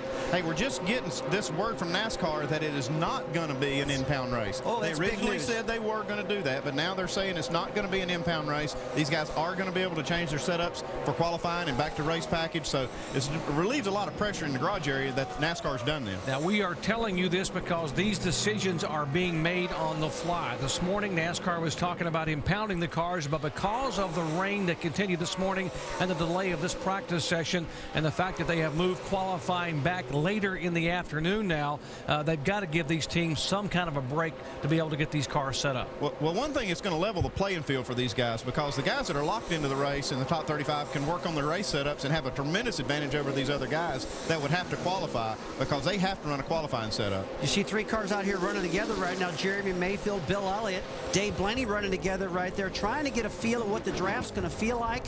You know, this is something they're just focusing 100% right now on race setup. This is what these guys are concerned about. But let me explain the difference between qualifying regularly and impound right now. These guys are going to work on race setups. A little bit later on in practice, they're going to put a qualifying setup in this car, do a simulated qualifying run, then take that out or leave that in, and after qualifying, put the race setup back in. A lot of the drivers I talked to, that's the way they prefer it. That's the way they want to do it. And NASCAR heard the majority a little while ago. Evidently, Jerry made that change and went with it. As you watch the 22 car, whoa, the 38 car of David Gilliland. So he got four flat tires, may have spun the car. Real lucky he hadn't torn it up here. There's not a whole lot of places to spin one and not hit the wall. Coming off of one there. First couple laps it was tight. Then it got a little free coming off there and came around, but we didn't hit anything. Yeah, this is probably the first time he's been on this track too, so these rookies that have never been here are really just trying to get to know this real strange racetrack. It's a lot different than a normal racetrack. And you saw the red flag being held in the air a moment ago by Rick Monroe, the NASCAR flagman, indicating that they have these guys that are coming onto pit road to check tires. And let's show you again what happened to David Gilliland, who had never been to this racetrack until today in a stock car. Jerry's really low on entry into turn one. He pinches it off on the entry, loses it, spins, and Andy, just like you said, you hardly ever spin in turn one and miss it. And he missed the wall, and boy, I tell you what, that is a real good save because usually that wipes out a car. Yeah, and the thing is, we used to come here and test a lot of laps before. I mean, we'd always have a test session before this race. This is the first year, I believe, they've ever come here and not had any testing beforehand. So these guys, especially these rookies, have never had any laps on. Well, he didn't melt the M&Ms, but those four tires you're going to have to throw away because at 180 miles an hour sliding sideways, he just ruined four good Goodyears. He'll come in and get some fresh rubber, and they'll be going back out with more practice. It is the one and only NASCAR Nextel Cup Series practice here at Indianapolis Motor Speedway. We're covering it when we come back.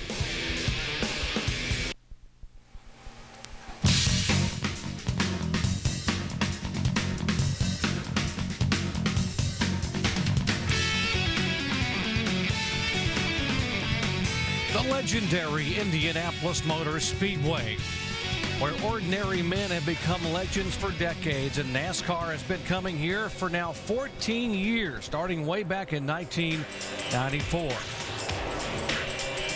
Opened in 1909 as a year-round automobile testing facility. Had a balloon race in the early years, nicknamed the Brickyard. 3.2 million bricks, what they used to pave it initially. 1911, of course, Ray Haroon and the Mormon Wasp, and NASCAR came here in 1994 and won. Jeff Gordon was the first one to win it. He has now won this race 4 times.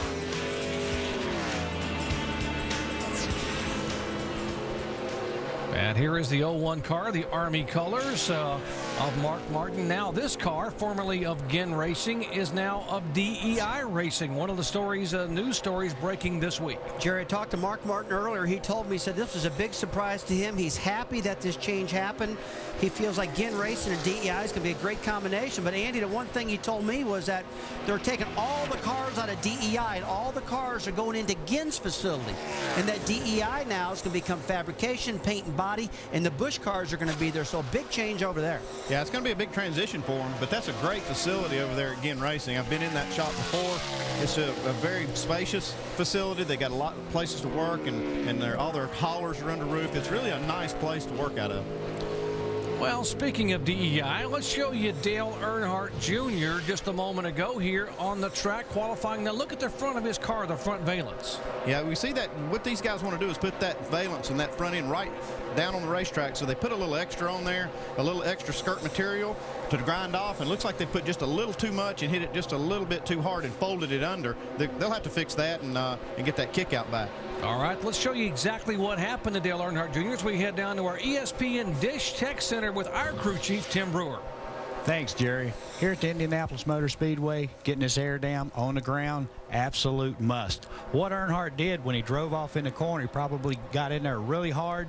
Car came down from inspection height all the way down on the ground. Like Andy said, we always put a little additional material right here, but what it did, it broke the thing, folded it back up under the car because the car traveled too much in the front. He'll go back to the garage area. They'll straighten out the air dam, make a couple of adjustments as far as maybe the height of the car, maybe a little bit more compression, meaning holding the car up just a little bit more with the shock absorbers, getting in the corner. But hey, it'll be fine at the end of the day. Earnhardt will be back out in just a few minutes. Back to you guys, Jerry. All right, Tim, thank you so much. That's just one of many times today we'll be able to go inside the Dish Tech Center and show you what happens. And here they are now back in the garage area. Tony Urey Jr. and company, the Budweiser crew, working on that front valence. Well, this isn't a bad thing, Jerry. As we're taking a look at Matt Kenseth's right here, let's take a look at his air dam, Andy.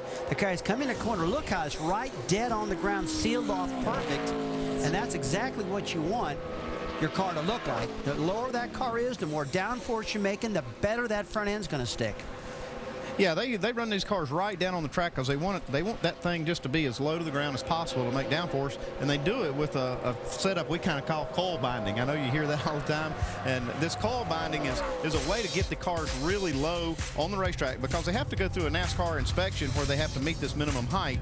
They want to run the car much lower when they get on the racetrack, and so they run these really soft springs, so when you take the car onto the track and you get the forces from the banking and the aero, pushes the car down, and then that shock absorber just holds that thing, what we call coil bind, right there as low as possible around the racetrack, and that makes more downforce because the car is lower in the front, and you got all that pitch, and that air pushing down on the hood holds the car down and makes the car run faster through the corner. You know, we hear about coil binding all the time, and it's not easy, folks. These crew chiefs and drivers down there, they work their brains out to figure this out because it's just not that simple. I mean, it's so many pieces of parts come to this to make it right. Now, this guy right here, Jeff Burton, he's one of the best at it. Richard Childress Racing, they've got what they call a 7-post machine in their shop. They're working like crazy. Richard told me they feel like they're ahead of most teams because they spent so much time on this machine, Jerry, working on it to get the front end down where the car handled. Well, they certainly got it right with this guy a year ago. He sat on the pole here a year ago and led 87 laps. He was the car to beat in the first half, and then the car got tight. He got back in traffic and couldn't get it to turn.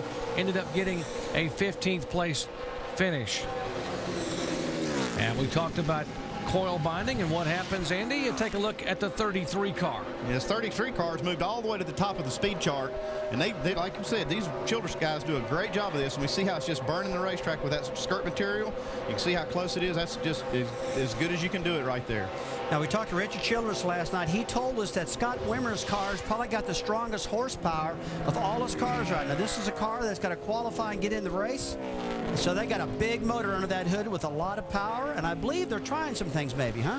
Well, they've got a big-time motor in that thing, but look at this right here. You see that how that thing pops right back up once the car comes off the racetrack. Now they can go right through the NASCAR Tech inspection and still pass all of the inspection rules they have. And when it goes on the track, you saw how low that was. So these guys are doing it right. All right, well, these guys are certainly got to get in on speed. How about what's going on down in the Earnhardt Jr. pits? They're trying to get it right as well with that front end and the valence. Jamie?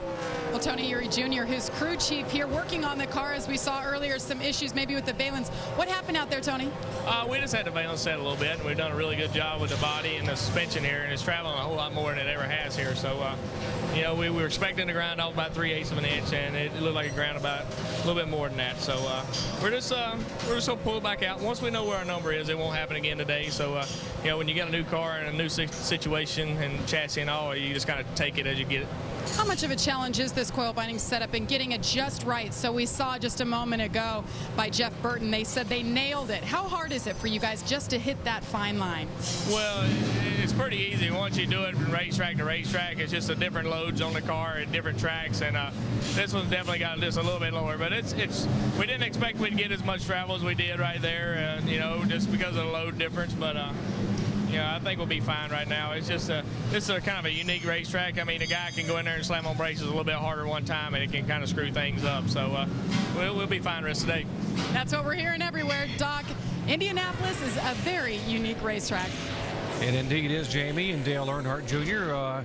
Has yet to win this year.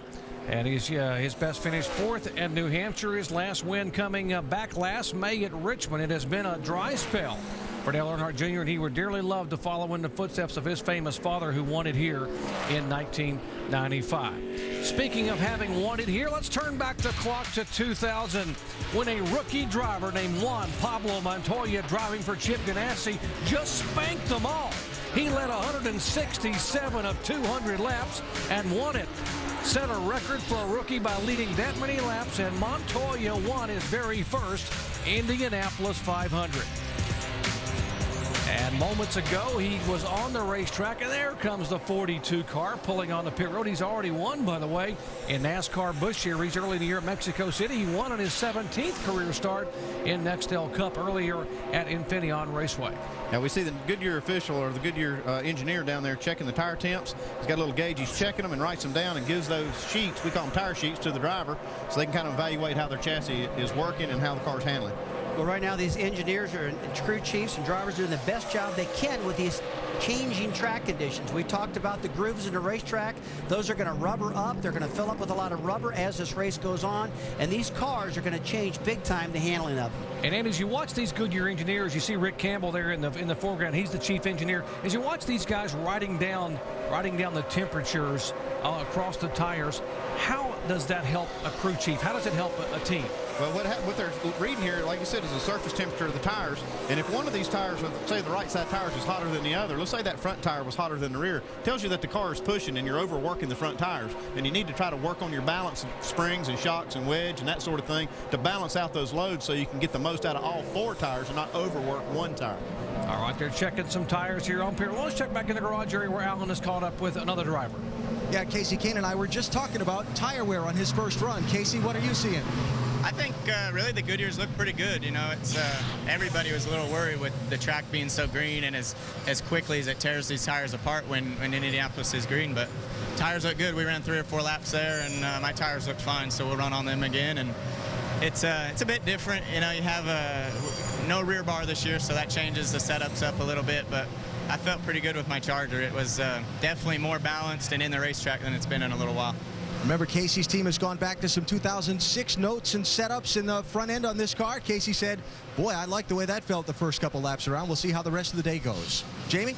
Well, Alan, back home in Indiana with Ryan Newman. Ryan out of the car making a spring change right now. I heard you guys say you're going to put on some scale tires. Ryan, talk about scale tires and what that does for you guys setting up for practice. Yeah, they're a specific set of tires. NASCAR only gives us so many tires to practice on, so we have a set of scale tires, which we cannot use on the racetrack. They're strictly for when we want to put the cars on the scale, and brushes are set so it doesn't change the weight, so that we have a good baseline for when we put the car on the scale every time.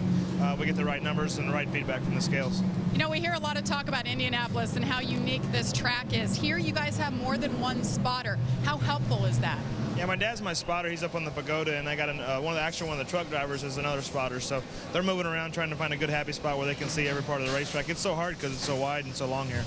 All right, well, with more on tire wear, let's go to our Dish Tech Center and check in with Tim Brewer. Thanks, Jamie. Got these interesting little gauges right here. We can reset the gauges. Come back down here. When the tire's brand new, we simply monitor each and every hole all the way across the tire, getting accurate measurements to the thousandths of an inch all the way across it. What we're going to do, we're going to record that line, go out and run as many laps as we want. When the car comes back down pit road, like Andy says, we're going to monitor the tire temperatures. We usually monitor them on the inside, the center, the outer edge on all 4 tires, put it in a memory bank, come back, give it to the crew chief. He makes an evaluation as far as camber adjustments, whatever he needs to do. The crew chief will make that decision. He'll make the fine adjustment and go back on the racetrack, see if it helps the performance of the car. Back to you guys. Hey, Tim, that's great. What a great way to understand the measurements and the temperature and what they're trying to do there to be able to use those temperatures to their advantage in setting up the car and tilting the tire inside or outside. Practice ongoing here at Indianapolis Motor Speedway. Scott Wimmer atop the speed charts, followed by Ward Burton and Reed Swords, and we'll also update ORP in the practice over there in just a moment.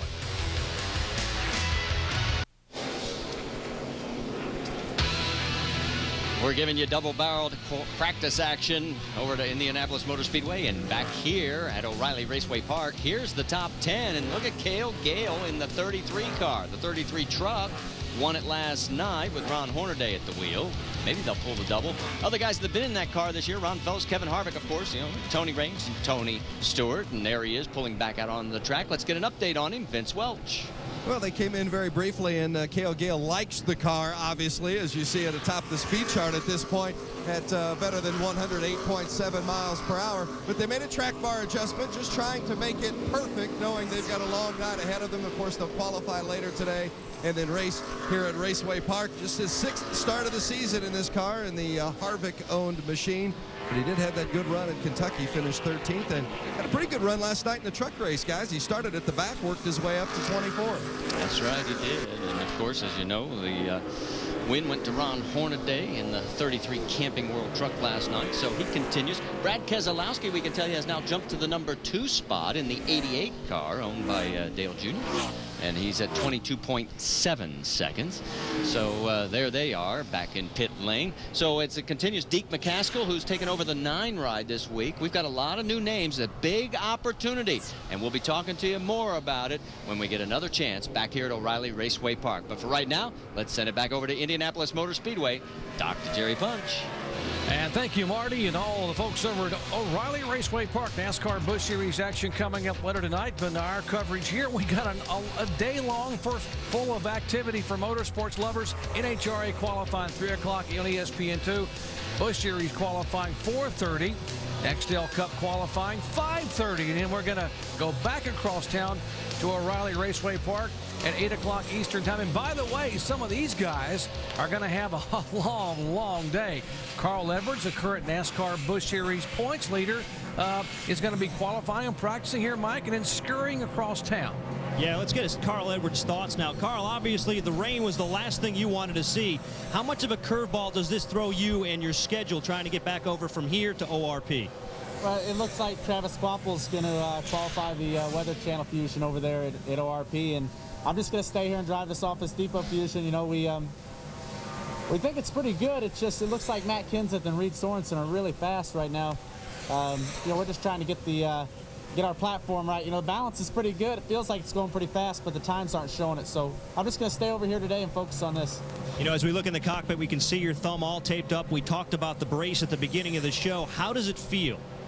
It feels fine. Just feels like I'm driving like a trucker, you know, just kind of moving this whole hand together. But it's good. It's you know, I drive most of my left hand, so you know, it really feels fine. It's not as bad as I thought it was going to be.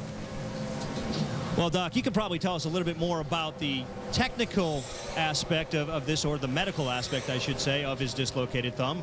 How comfortable do you think Carl is inside this race car? Well, I mean, I know he's an athlete. He's in great physical shape, and mentally he'll probably be able to overcome it for now. As long as he's in the car, it's a great medicine for the drivers. But if you want to understand what happened to Carl, we'll turn back the clock to this past Sunday night. It was Carl Edwards night at I-80 Speedway just outside of Omaha, Nebraska. But on lap 3, a 10-car pileup, and Carl just gets punched from behind. He's in the blue number 99. The steering wheel jerks around and dislocates his right thumb. Just popped it completely out of joint.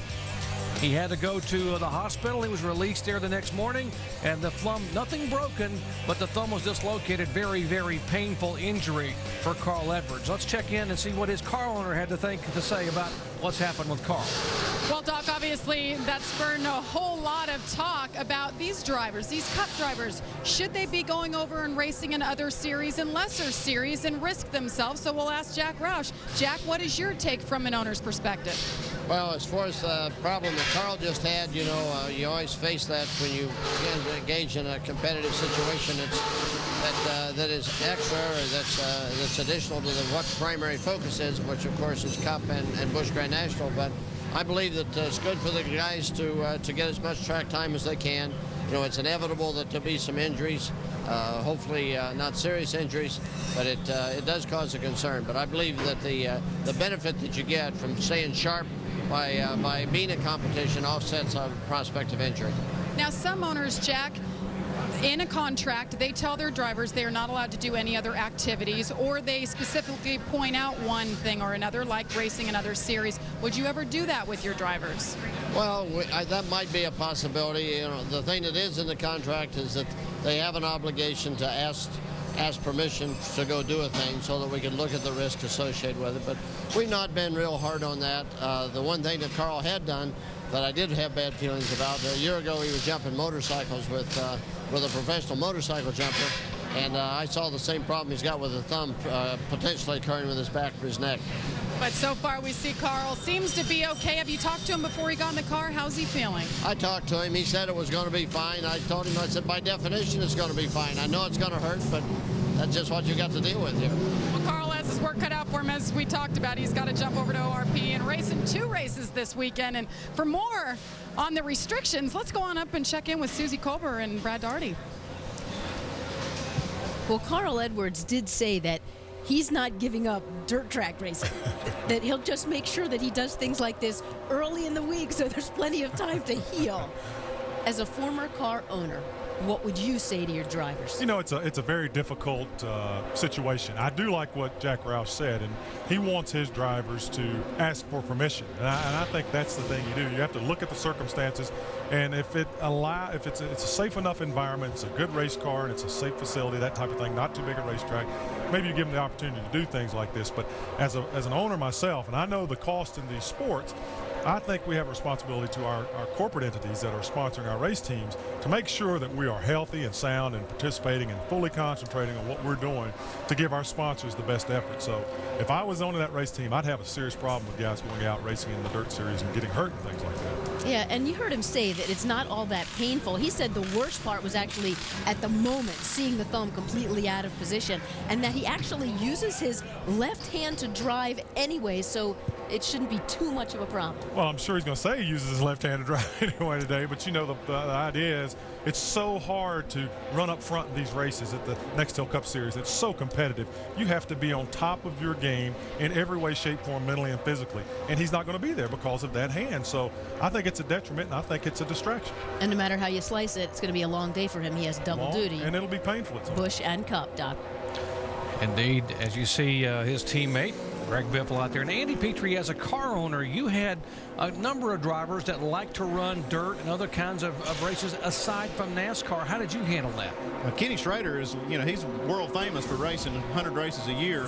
And I had in his contract that he would have to ask me for permission to go do any other kind of racing other than the cup racing we were doing. But it said that that permission wouldn't be withheld unreasonably. But I think if I ever said no to Schrader, he would have considered that to be unreasonable. So he really never asked. He just kept racing. Tell you, right along with Denny Hamlin right now, guys. Take a look at he's getting down in the corner. They're going to run a real low line entering. Now the short chute. Not very long through here. Now, guys, you want to carry all the momentum you can right back on the bottom of the track here. Now, coming down the front straightaway towards a yard of bricks. I'm going to stay with Hamlin a little bit. I guys want to show you the entry into turn 1, how tight this is. Look how narrow it is in this front straightaway. And on race day, there'll be fans everywhere. Deep in the corner, out of the throttle, left front wheel right down on the very bottom. They'll pick the throttle back up, as you hear, up against the wall, back down to the bottom, up towards the condos, and you're trying to not get out of the throttle. You're trying to roll out about 70% back in it and not use much brake at all. And down this long back straightaway. And as a driver, when you get into turn 3 feels much wider than the entry of turn 1. So you hear the drivers talking about the major differences between the entry of 3 and the entry of 1, guys. Sure looks intimidating. It looks intimidating driving down those long straightaways, and it looks so narrow getting into the corner. Can you imagine being able to trying to turn left in to your driveway off the highway at 170 some miles an hour? These guys are doing it and making it look easy. Well, the fastest guy on the speed chart, Scott Wimmer, standing by with Dave. And this isn't his first rodeo here, Doc, at the Indianapolis Motor Speedway. It'll be his 4th start. But by far, it seems like the best opportunity so far is his neighbor, Joe Nemechek, pulls in at just the right time. Scott, you were on this track in this car in qualifying trim and set a great time. What did that feel like? It felt pretty good. You know, it's the first time I've been here in a RCR car with all the latest technology underneath it. So the car felt really good. It stuck really good. Kind of surprised me a little bit. I think I could go a little bit better than that, but Dan and the guys are doing a great job. We're just trying to get in this race, so got a good start on it anyways. And you guys are going to stay with qualifying trim all day long and try to go even faster? Yeah, you know, we got the luxury. If we make the race for Sunday, we just go over and get Kevin Harvick or Jeff Burton or Clint Boyer set up and throw it in our car and be pretty close. So I think we're just going to stay in qualifying trim, try to get as much speed out of it as we can. And then I think our teammates will lean on us for that. So kind of the best of both worlds over here. It's interesting here in this garage area, Doc, because it's almost like a May Indianapolis. They have one shot to get in this race. It's a fast qualifying run, and that's what Scott and his team will be working on all day. All right, Dave, thank you. It is go or go home. Guys, what's happening here with the 42 car? Yeah, the trim in that valence we saw on Dale Earnhardt Jr.'s car, this is on Juan Pablo Montoya's. They're going to put this skirt on there and cut it and try to predict just exactly how much that thing's going to travel and grind it exactly level with the racetrack. And it looks like they're probably putting a new one on here and then making the first cut on it. They'll go out there and make a run and see how it grinds up and how it finishes off. Now the driver will drive down the corner with that extra long air dam in the front. He'll feel that touching a little bit. He'll tell his crew chief, yeah, I feel the air dam touching. And then the next lap it'll grind some more off. And then pretty soon he won't feel it at all. They'll come in, the team will measure the air dam to a given point on the front of the body so they know where it's at right now. And they're just topping off the fuel. You see right here, they're just trying to keep a certain amount of fuel in this car. They have to qualify with full tanks, so they just keep that fuel tank filled up so it's consistent for the driver each run. And with more, let's check in with Alan. And just to add a little bit on what Andy and Rusty were talking about, the crew chief, Johnny Wingo, just radioed to Juan Pablo sitting in the car to make sure he was aware that when you go out there, you're going to feel that front end dragging on the ground through the corners. That's what we want. You're going to try and get that as tight to the racetrack as we can for you, so just be ready for it. So not only the crew doing what it needs to do, but making sure the driver's aware of what they've done to the car before they send it out. You don't want any surprises entering these corners at 190-something miles an hour, huh, Rusty? And, Jerry, I tell you what, and Alan, good point. You just said down there, one thing the driver's got to remember, though, if he drives in too hard and that air dam bottoms out really hard, it could put him in a wall, so he's got to be very careful. He's got to ease into it. Back with more live practice from Indianapolis in a moment.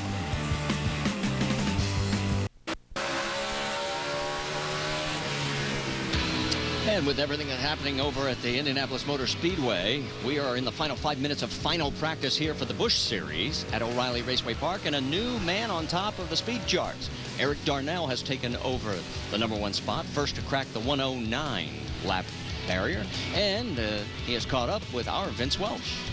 That's right. While David Reagan is running the Cup car over at the Indianapolis Motor Speedway, Eric Darnell getting the Busch car ready for David tonight. What specific instructions do you get as a substitute driver to get the car ready for the guy that's going to run it tonight? Well, basically to go out there and get the car comfortable for him, you know. Not necessarily go out there and run as fast as you can, as hard as you can, but to get the car driving well for race conditions. And I just think it goes to show that Mike Kelly and all the guys in the Discount Tire team put together a great car because the car's been good all throughout practice, and hopefully it'll be good in the race for David tonight. What's the challenge in getting the car comfortable enough for you to find out what it's like and also make sure that it's a car good for David tonight? Well, fortunately for me, David and I have similar driving styles. We were teammates together last year in the Truck Series, and I've done this for him once already this year. And I found out if we can get the car close for me, it's usually pretty good for him too. Yeah, Eric Darnell, he knows what good's like. He had a good truck last night, finished 7th in the Craftsman Truck Series race here at ORP. Jack Caruth? Well, yeah, Vince, for some drivers, it's not trying to get the car comfortable for their replacement regular chauffeur. Consider the case of Jason Leffler, who carries on his shoulders the hopes and aspirations of maybe gaining the first win for Toyota. Here's what this team is doing. They've been replicating a qualifying run. The car has been stopped up the way it should be, and they've been trimming the front valance here. It's a little piece of plastic. They don't trim it a lot. It's kind of like when I go in to get a haircut. You just take a little off the top. What they're trying to do is get the car, when it's in the coil binding situation, Randy, right flat on the pavement, but not dragging. Absolutely. They're still doing it inch by inch. Well, what happens is not only do you want to get that thing down on the ground, but you want to keep it there. And that's one of the things that maybe Jason should go to your barber. But, a lot of guys scrape the ground, but the good cars stay there throughout the corner.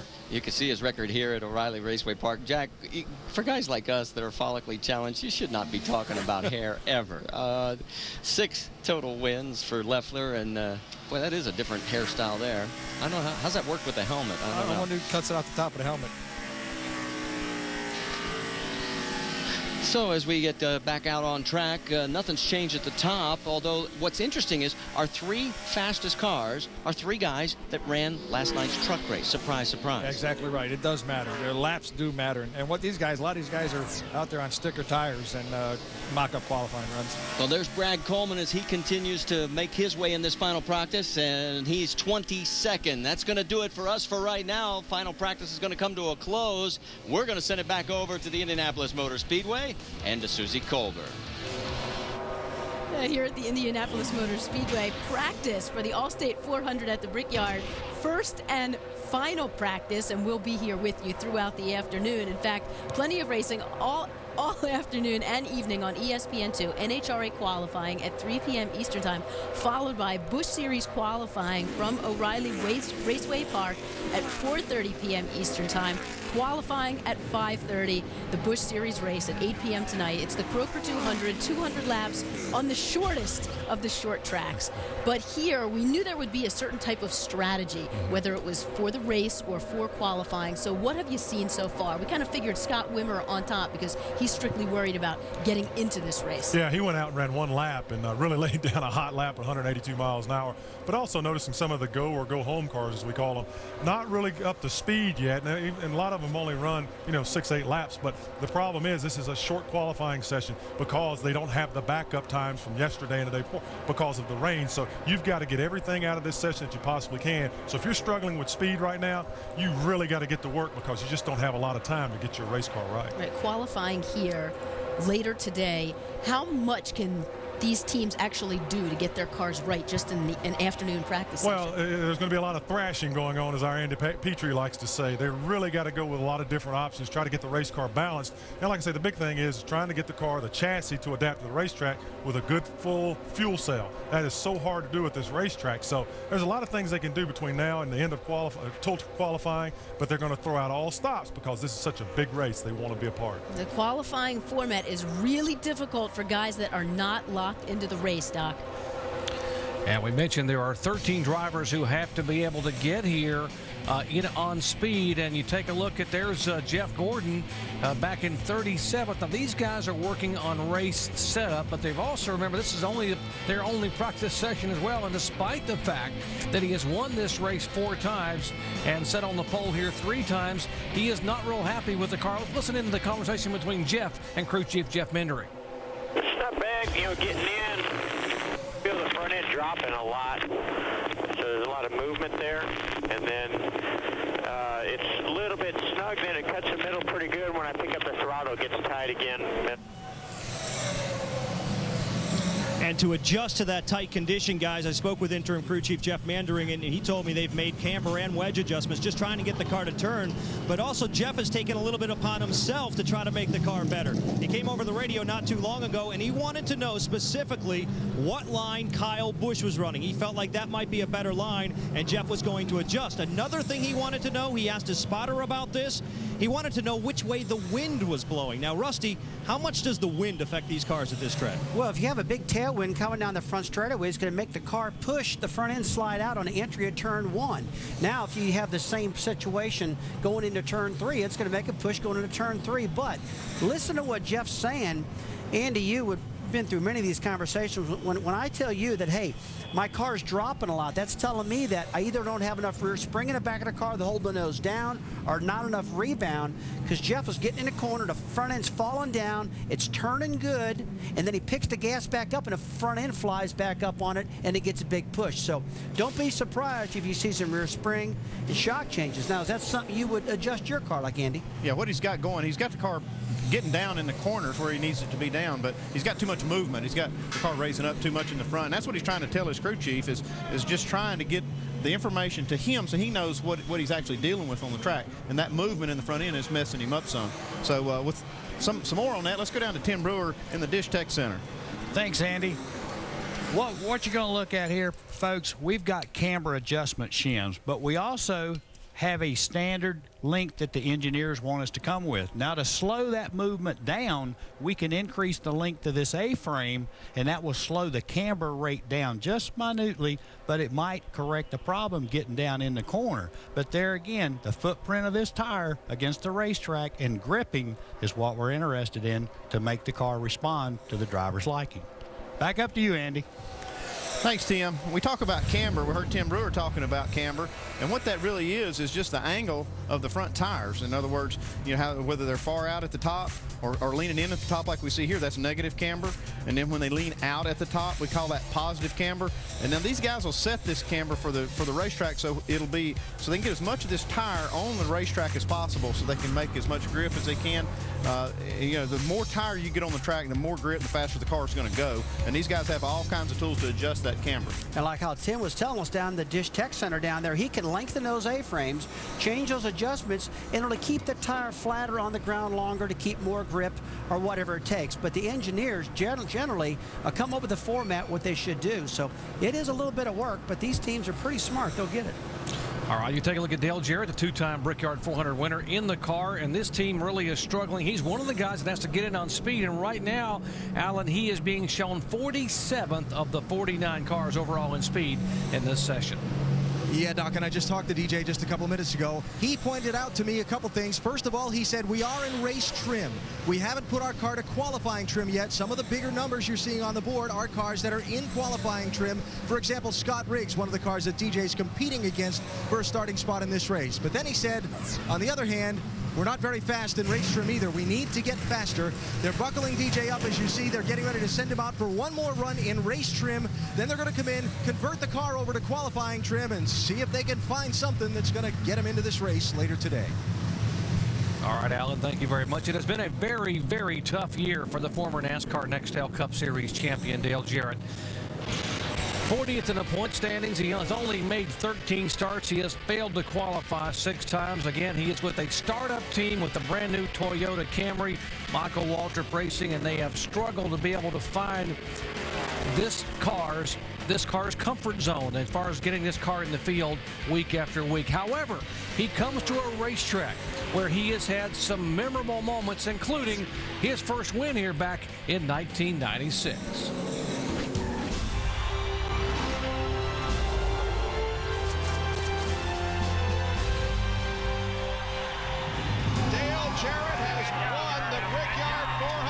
I might get the credit as the driver, but it was my crew chief, Todd Parrott, that had the idea. He said, come on, let's go. He said, we're going to the start-finish line. We need to kiss the bricks. He said, this is pretty special. It was just something fantastic, you know, and nice to know that we started a tradition and something that's been carried on.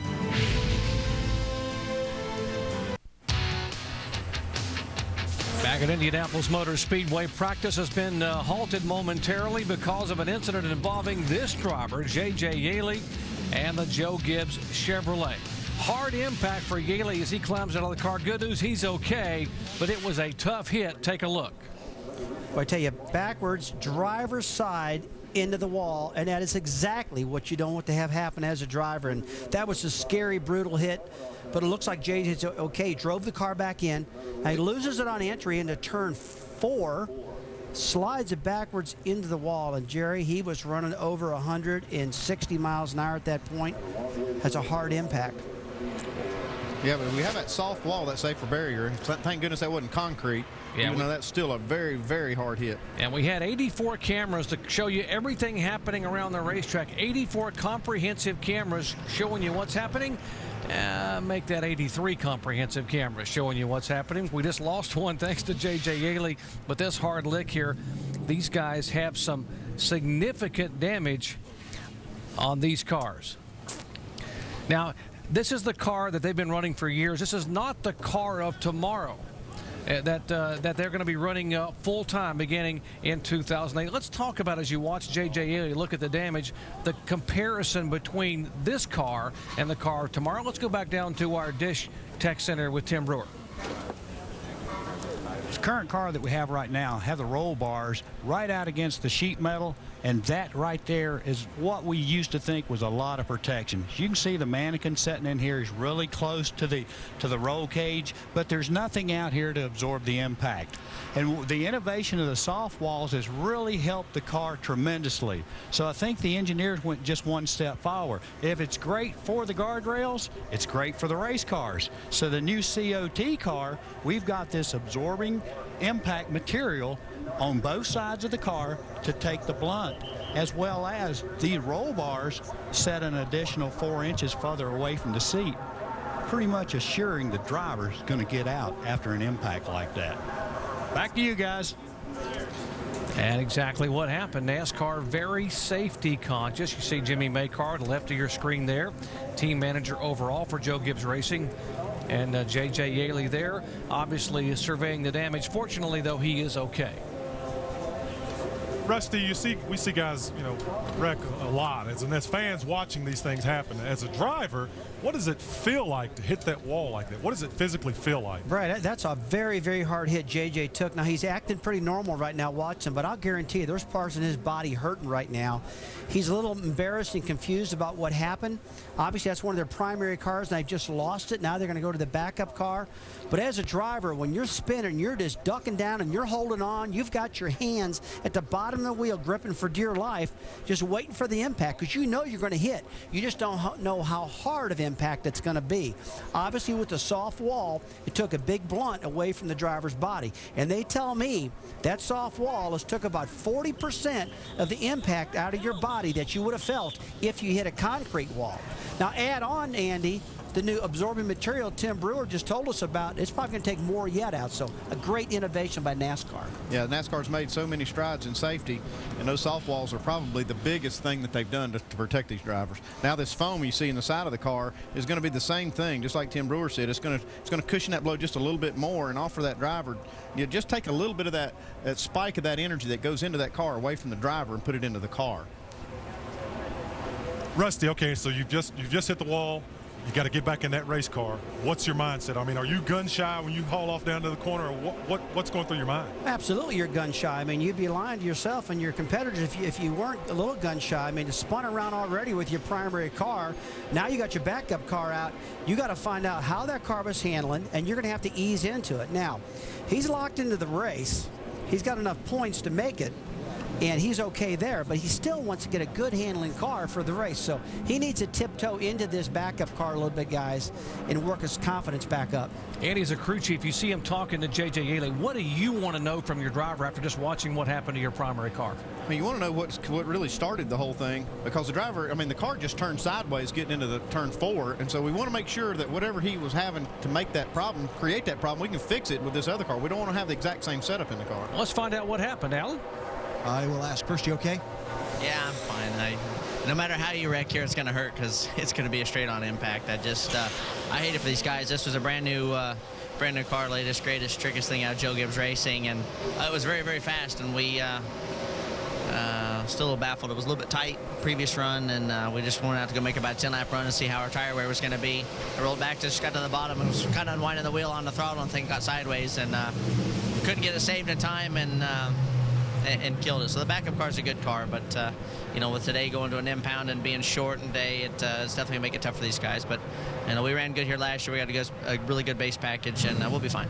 All right, JJ, thanks for the word. All right, a tough beginning here in afternoon for 30-year-old J.J. Yaley, trying to make his second ever All-State 400 start at the Brickyard, and he will have to get into a backup car. Here's a look at the speeds thus far. Scott Wimmer, the 4th Richard Childress racing car, but he's the one that has to make it on speed, and man, does he have some speed here in this session. This copyrighted telecast may not be reproduced, retransmitted, or used in any form without the authorized written consent of NASCAR Broadcasting. NASCAR would like to thank all of our loyal fans for your continued support, and we hope you enjoyed today's broadcast.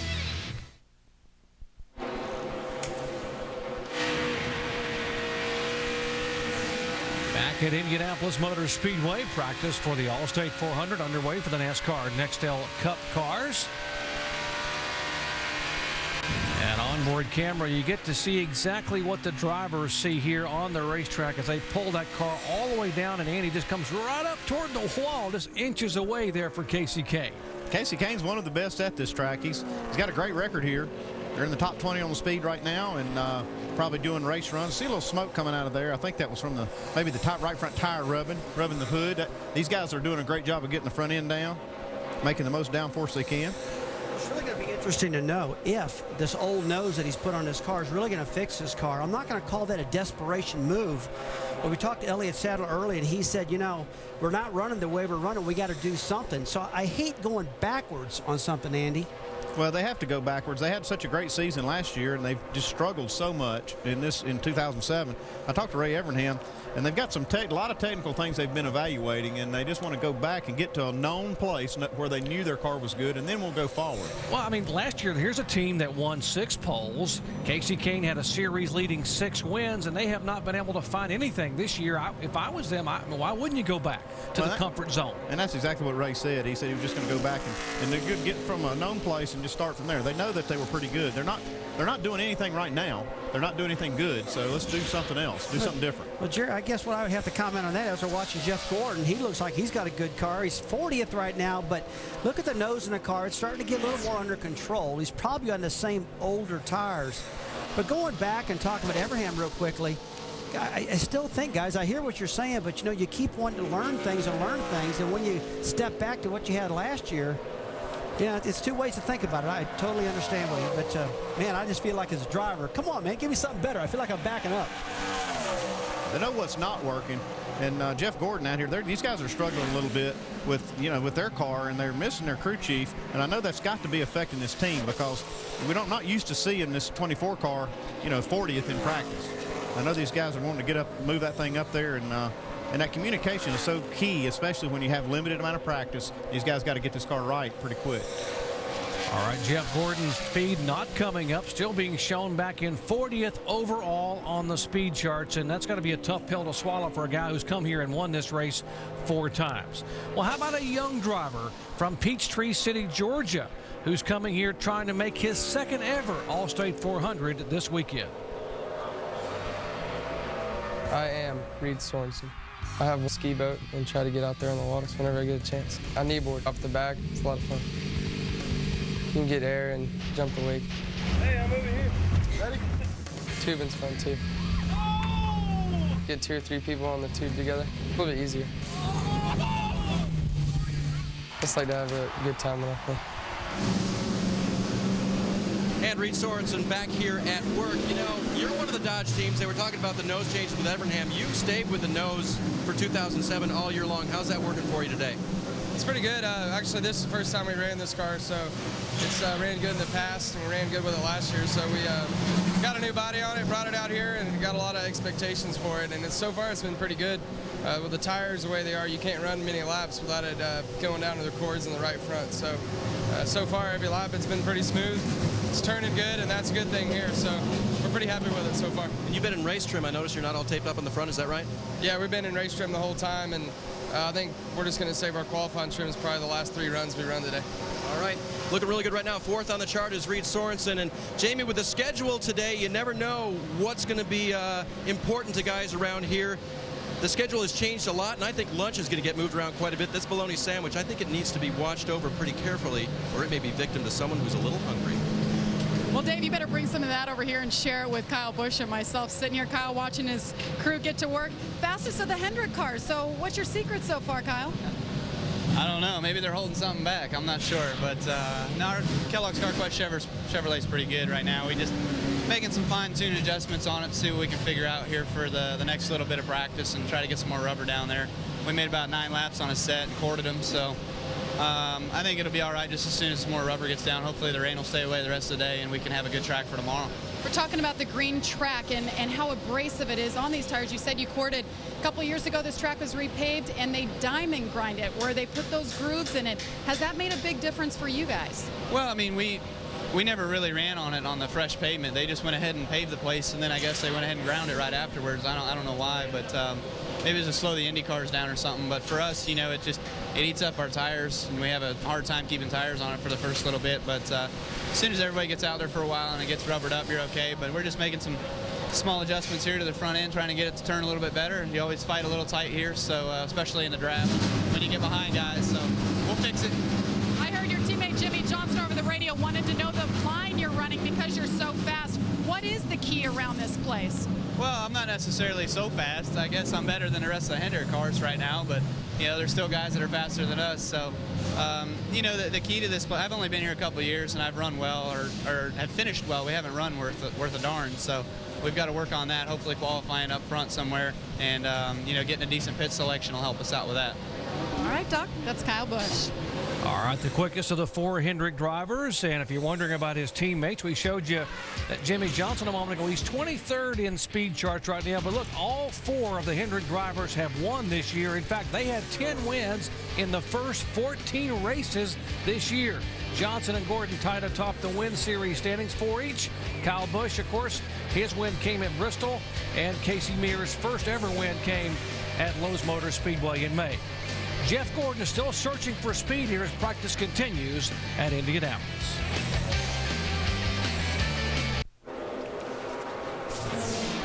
The famed Indianapolis Motor Speedway hosting NASCAR for the 14th consecutive year, the All-State 400 at the Brickyard. This is the one and only practice that the NASCAR Nextel Cup drivers will get. And Scott Wimmer in the 33 car, Richard Childress Racing atop the speed charts. Scott Riggs is second and Ward Burton is third. And guys, those 3 cars have run 5 or fewer laps only in this practice session. Wimmer has run 3 laps, Riggs 3, and Burton has run 5.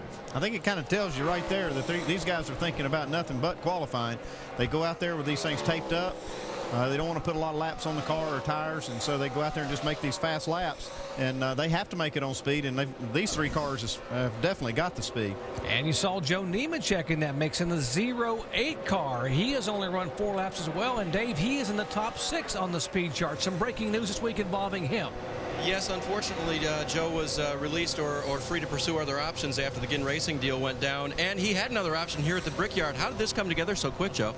Well, it happened Tuesday. I got a call and wanted to know if I could drive the race car, and I said I'll check on that, but I think I can, and got a release to come and do it. They brought the car up to my Busch shop on Wednesday. We put a seat in it, came here to the track. So it happened in a matter of 2 days. Things were happening, but John Carter and this whole EM Motorsports group, just thank him for the opportunity. I mean, I want to be at the racetrack trying to race, and the car's driving pretty decent. We got to find a little more speed, but I mean, we've only made 2 runs, and we're 5th or 6th on the board, so I think we're pretty decent. To that last question, you know everyone else is going to be coming out in qualifying trim later on, and you're going to see your time go down the board. But how confident are you right now that this show can make the Brickyard, or that this car can make the Brickyard 400? I think I'm pretty confident. I mean, you just have to hit your marks. You can't have any mistakes. And so far, the things we've been doing, we're going to try some shocks now, but just new group of guys. I mean, it's very interesting. I mean, we're just kind of learning as we're going right here, but Ernie Elliott's motor's in this thing, and it seems to be running pretty good.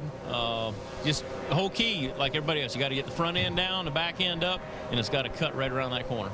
For this weekend anyway, it's great to see Joe Nemechek racing, and we'll hope for the future we see him continuing to compete in Nextel Cup, guys. Yeah, we hope so too. The nickname Front Row Joe is because he has a propensity for qualifying on the front row, but this week he was released, as you say, the Ginn DEI merger. Here's what happened earlier in the week. Dale Earnhardt Incorporated merged with Bobby Ginn Racing. They acquired the numbers 0, 1, and 14. That's Mark Martin, by the way, in the 01. The 14 was Sterling Marlin. They transfer the 14 points to the 15 car Paul Menard. The future of those two cars remains unclear. And, of course, Mark Martin and Eric Almirola will split time in the number 01. But Martin and Almirola become teammates with Martin Truex, Dale Earnhardt Jr., and Paul Menard at DEI. And Joe Nemechek, Front Row Joe, here with Ernie Elliott horsepower, showing some speed toward the top of the charts, trying to continue what has been a very successful NASCAR Nextel Cup Series career. My name is Joe Nemechek. I just built a new house. And in my front yard, I have a full motocross track. How cool is that?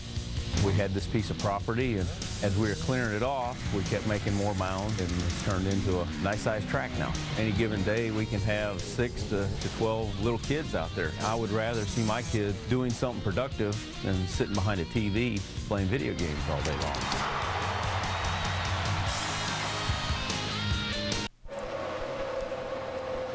Back at Indianapolis Motor Speedway, first and last practice for the All-State 400 at the Brickyard, qualifying later today. And right now, topping the speed charts is Scott Wimmer in the Holiday Inn Chevy. He's attempting to qualify for his first Nextel Cup race of the season. His last race, Homestead last year.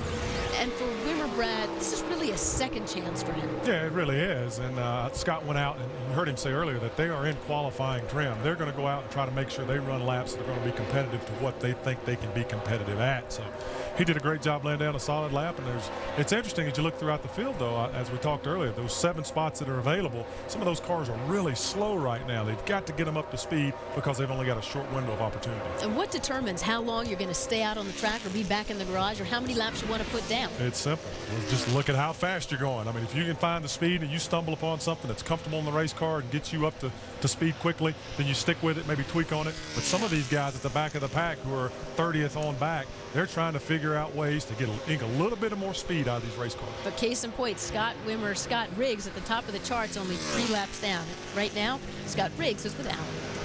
Yeah, Susie, and I saw Scott Riggs do something I haven't seen him do much of this season when he climbed out of his race car just a minute ago. Big smile. Must feel pretty good, huh? Yeah, it's really good. It's good to get back in a car that really responds to what you do, and it's a lot easier to drive. You know, we still need to be faster. You know, we got everybody here that's trying to get themselves into the show or in qualifying trim, and just like we are, and we still need to be faster than we are. But it just feels good. All the guys finally went back to what we had last year that worked, and right now I'm really happy with the way the car's responding and driving right now. So it's pretty cool. I would love to see everything you know, transpire. We can qualify and, like we're going to do. We're going to qualify with qualifying trim and be able to change our car back to race trim. So I look forward to it, man. I'm happy. Let me just confirm a couple things. You have not been in race trim yet today. Will you be? I don't know. You know, the bad thing about if you're out of top 35 and you go into race trim and you spend time in race trim and then you miss the show, you know, everybody looks at you like you've got 3 eyes, and we got to make sure we get this Stanley Tool Dodge in the field. I'd love to get out there. I've been begging to get out there and make some laps consistently and really find the line. But, you know, right now I've made 3 laps on a racetrack, and you got to hit your marks. You get about a lap and a half to figure it out, and if you don't figure it out, you got to go back in and try to do it again. So we're going to stay in qualifying trim right now. All right, Scott, thanks for the time. Good luck in qualifying later today. Jamie. Well, and Martin Truex Jr. out of the car because they're changing some things, he says. So let's just ask you about it. This week on the cover of NASCAR's Scene, the face of DEI. What does that feel like to see that and hear that, Martin? Well, it feels good. I'm real excited about the future, all the things we've got going on here at DEI, and hopefully I can be that guy for a long time. I love working with all these guys. I love working with everybody back there at the shop, and having fun right now. So concentrating on our Bass Pro Chevrolet today. It's a little bit too tight right now, and just trying to get it better. Let's talk about the merger. What does that mean for you and your future with DEI? Well, I think it's just part of, the building process to build the company to be stronger for the years to come. Bringing Mark in and bringing in, another number for Paul to run was a big deal for that team to get them some experience, get them in the races. They've got a great shop over there. Putting all 4 cars in one shop is going to help us a bunch. I know it did when we just put the 8 and 1 together. So just building for the future, trying to get things in line to be able to work as efficiently as possible and have our cars be the best they can be. What a transition it's been just 5 years ago, looking for a ride in the Busch Series. You go and win the championship, come back here, and now you're the face of DEI. Are you amazed looking back? Yeah, it's all happened kind of fast. It seems like yesterday when I just started. So it's a lot of things have changed, but I'm having a lot of fun. Obviously, I wouldn't want to do anything else. Having a really good time right now, and hopefully it keeps going the way it's going. All right, that's Martin Truex Jr. We'll let him get back to work, Doc. All right, thank you, Jamie. And his teammate, Paul Menard, who got the word this weekend that he will get the points from the 14 car and be able to get guaranteed starting spots here. Now, we talked about the impound race. Maybe it was going to be an impound race. Now it's not going to be an impound race. What does that mean? Impound versus not impound. What can and can't they do? With more on that, let's check back into our ESPN Dish Tech Center and Tim Brewer. Thank you very much, Jerry. When they say impound race, folks at home, you can't change oil in the engine, which you put a thinner oil in the engine, you're going to run faster. They eliminate that perspective. Springs, whatever you qualify with to run real fast, you can't go back and change. Shock absorbers, everything on that race car, when you go on the racetrack to qualify, with the exception of untaping the nose and just putting a little bit of fuel in it, that is where you're staying. NASCAR's not going to let you change anything other than a little bit of air pressure. That puts you in a situation to where it might run real fast for a short period of time, but in a long run here at Indianapolis, it's not going to be too good. But whatever you qualify, that's what you're going to race. Now you can go back and change the whole package, get the best of both worlds. It's a very complex situation. Back to you, Jerry. And that explains it. I mean, that's you're very limited with the impound race, but with a non-impound race, which is what we have now, these guys can do whatever they want to do, but it could be a tremendous amount of work for everyone involved. Jerry, it is a lot of work, but right now it is not an impound race, so you can change anything you want. And you can put the qualifying setup back in, you can put the race setup back, you do anything you want. So it's kind of a lot of work, though. Yeah, one thing they're changing here in the 18 pits you saw a moment ago was going to the backup car. J.J. Ely had some contact with the wall. Also working here on the 17 car for Matt Kenseth.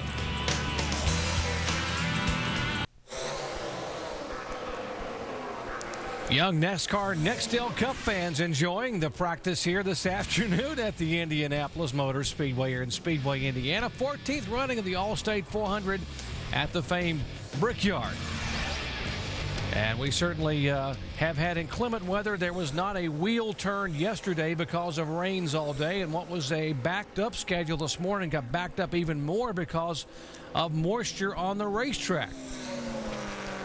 And here is a car that needs to get in, Ken Schrader, and a guy that used to drive for Andy Petrie. And I know, Andy, you think the world of Kenny, and he just jumped way up on the speed charts. Yeah, he's really good at this track. He qualified really good last year, and talked to him in the garage area yesterday. He was pretty confident he was going to be able to make this race on speed. Didn't seem to be worried about it at all, and he's in the top 10 on speed right now, so he's making headway. All right, take a look at the 13 cars that need to qualify on speed. Remember, only 7 of these are going to make it in the field. 7 of these 13. Here's where they are. You see that Rudeman just went out a moment ago, Rusty, and he jumped up from like 38 to 6th overall. Ward Burton is there. Boy, Riggs, Wimmer, those guys are the top 2 on speed right now. Yeah, those guys are looking pretty good right now, but take a look at Ward Burton. He jumped up to 3rd quick, and that's pretty fast. The 4 cars struggled all year long that he's been driving, but right now he's 3rd quick. And like we talked earlier in the show, obviously these guys are in full-blown qualifying mode. The guys that really need to pep it up, though, take a look at Kevin LePage, Dale Jarrett, Kenny Wallace, Vickers, and Almendinger. They're in trouble right now unless they could pull something out of their box real quick and get going. And what's going to happen here later in this practice, these other cars that are locked into the top 35 are going to be in that qualifying mode, and then you're going to see these speeds really pick up. All right, Ward Burton is third quickest. His brother Jeff Burton, who was the pole sitter here a year ago, is 12th quickest. He's standing by with Mike. And of course, last year Jeff Burton led several laps, but then faded a little bit. Reading some of your quotes in your release, it said that last year's race is still sticking with you. How much do you still think about what happened a year ago? Yeah, last year hurt a lot, really. We ran really well for the first half of the race, and we weren't good on long runs, but the way the race ordered out, we would have worked out pretty good. We just got off, and we just didn't. We finished 15th, I think. We led a lot of laps out on the pole and kind of went downhill. So it unraveled pretty quickly, and we're nervous about that. So we're working hard to not do that again with AT&T Chevrolet. The really difficult conditions here. No rubber on the track, tires wearing out, which means that you really can't get any runs on the tires. You have no idea what it's going to be like on lap 15, lap 20. You can't get that far right now. So really difficult conditions. The rain's really throwing us a curveball. We're trying to combat that right now. Throughout the difficult conditions, how would you assess the car right now? We're really good. I mean, in race trim, we haven't made a Q run by any means. We're in race trim, and our speed's really good.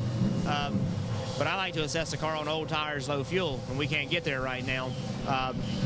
Indy always has an issue of wearing tires out for a period of time. Then as the race goes on, it gets better and better and better, and eventually becomes no problem. But we've lost a lot of practice. We also didn't have testing here, so between not having testing and not having practice yesterday, we're rubbering the track up now. So every team in here is up against trying to figure out how to set their cars up so they're good, not only for the long runs, but the short runs as well. And it's pretty tough. It seems like depending upon where you are in the standings, it really dictates what your strategy is in this practice. Some guys going out in qualifying trim, other guys just in race trim. What are you doing? Well, I mean, obviously, if you're in the top 35 in points, the biggest thing you're worried about is racing. You have that luxury of doing that. The guys that aren't, they've got to pay attention to the qualifying more. So the teams that are Matt Kenseth, he's always been like that. He'll never grow up. But I know his son's watching. Please mature quicker than your dad does. But anyway, I don't know. The only thing we're going to work on race stuff. We're going to work on race stuff. We'll probably make one Q run, see what we got. But we're focusing on the race. That's for us. We have that luxury of doing. It's much more fair doing it like this than the impound procedure that we were talking about doing, and also like what we do at Daytona, because at least in this situation, everybody can run in the same configuration, and the guys that aren't in the top 35 don't have to race the qualifying stuff. They can switch back over and race a real race setup. So not being an impound helps everybody in the garage, helps people in the top 35, helps people out of the top 35. So I think that was a really good decision on their part. Well, Jeff Burton has reason to be optimistic. This is the car he won with in Texas. Dave? And Mike, here's a guy who has no longer to worry, at least for the moment, about being the top 35 in points. That's Paul Menard. When his team bought the Ginn Racing outfit this week, he got the points for the 14 car. That took off the pressure. Let's discuss that first. What was it like, Paul, when you found out, hey, we're in now? I have to keep reminding myself because, we're trying something totally different right now for race runs. We don't have to worry about qualifying, and that just allows us to open up and try more unique setups on our race cars. And we're trying one right now, not that happy with it. We're going to kind of go back to conventional and see what we have. Yeah, that's what I was thinking about. I mean, now you get to play with all this stuff, but it's not going well right now. You're 40th on the board. Yeah, I mean, a lot of traffic out there and stuff. I mean, we probably didn't get the cleanest lap, but we're not as good as we need to be. We need probably 3/10. I'd be pretty happy. So like I said, it's a totally different setup. It's like nothing we've never tried before. So going back to kind of tried and true and see if that picks us up. So how does the rest of the day go? You and Dave Charpentier try different setups, and then are you going to make a mock qualifying run at the end? Yeah, we will. Eventually, we'll just see how loose it gets when we tape up. See what we got. All right, very good, Paul. We get back in the car here pretty quick, guys. They're changing a bunch of stuff on the front end of this car. The word that Paul used that hit my ears was attitude. He didn't like the attitude of the cars that entered the corners, and that can be a big problem here. All right. Thank you very much, Dave. There's the 8 car, the Budweiser Chevy for Dale Earnhardt Jr. We saw earlier today he had the front air dam. The valence there had been puckered back in and came back in. Tony Eury Jr. and company made an adjustment, and he is now back out 5th quickest overall in this practice session. A lot of people wonder right now, with him moving over to Hendrick next year, is he still the #1 car in the camp at DEI? As Martin Truex moved up and took it over, Martin's had some wins, and so there's a lot of questions. And so we'll be talking to him tomorrow during the Brickyard 400. He'll be our in-race reporter, so we'll have a lot of conversations with Dale Jr., but the question still is out there. He looks pretty good right here. He's 5th quick on the speed chart. So at least at this racetrack, he's getting good stuff. The one car of Martin Truex is 31st, and we just saw Paul Menard. He was in the 40s. He's like 44th right now. Not real happy with his car, but they at least have something to go by on this 8 car. They can go over there and see what kind of setup they've got under it. So they're very fast with it. I don't know if you could make a case for him being a lame duck driver, because he certainly isn't limping at all here in practice. He has been out there 21 laps. So you heard Jeff Burton talking about how difficult it is to get laps on a racetrack and be able to get the car comfortable because of the rain and having a green track and it just sort of braiding the rubber. How tough is it on a driver? I mean, how do you know what you're going to have for the race at 1 o'clock tomorrow? Well, it's real frustrating right now, Jerry, because the track's got those grooves like we talked earlier, and they're tearing the tires up, and they haven't had any practice. Now, let's say this. The test session here, or the practice session, has been condensed. And we still have a lot of time left in practice. So it looks like we're looking close to an hour and 45 minutes, something like that, before it's over. But still, as a driver, you don't know where you're going. Are we going to concentrate just on qualifying, or is it all race? And if it's all race, we know as the track rubbers up, it's going to get different. And here's Tony Stewart, and I'm sure he's in race trim. You can see he's making laps. He's 32nd on the board right now, and he's just logging laps. They're having to put, these tires are wearing out pretty quick, so they're having to change these tires. Tony Stewart's got 23 laps that he's logged so far. And they just want to keep making laps and then uncover maybe little issues with their car, make a few changes, see how the car responds, and then when the weather changes, they'll be able to make a decision on how they start with their race setup. As you watch, Tony, let's check in with Mike Massaro. And to answer your question, guys, yes, he is still in race trim. No problems there. A lot of reason for Tony Stewart to be excited and optimistic about this weekend. The car they're running is chassis 143. Now, last year, that car was pretty much a backup car. Never was run in a race. It actually debuted in a race 2 weeks ago in Chicago, and of course, it ended up in Victory Lane. They're extremely happy with it. They built this as a clone to chassis 120, which is a car they won 3 races with, and they feel like they've mimicked that almost to a T. Feel like they've got a pretty good race car here this weekend, guys. Well, I'll tell you what, if you look at the car, watch the way it's getting around the racetrack, I mean, it's got the right look to it. It's definitely on the ground, and it looks like it's turning real well in the corner. We know right now Tony's in full-blown race run, and so it's going to be interesting to see how it turns out, because they do know that car is a good car. Looks like we got a few drops hitting the camera lens right there. Hopefully we don't get any more rain on the racetrack. That's the last thing we need. We've had plenty of that so far. I was talking to these guys in the garage area, some of Tony's crew, and they're talking about that car 120 that they love so much. And they may be saving that baby for the chase, what I'm hearing. They want to try to find another bullet or two for their gun, like this car here, and they've got another one, too, that they want to try to get all tuned up for the chase when they come to those last 10 races. Well, why do a driver want to win here? Obviously, it's great to win at Indianapolis, but 6 times in the last 9 races, the driver who's won the Brickyard 400 has gone on to become the NASCAR Nextel Cup Series champion, going back to Jeff Gordon in 1998, Dale Jarrett in 99. It just seems to be magic. You win here. 2000, Bobby Labonte just beat Rusty Wallace. Jeff Gordon again in 2001. And, of course, Tony Stewart in 2005 and Jimmy Johnson a year ago. Winning here means a lot to a lot of people, but for a native Indiana boy, it was the ultimate.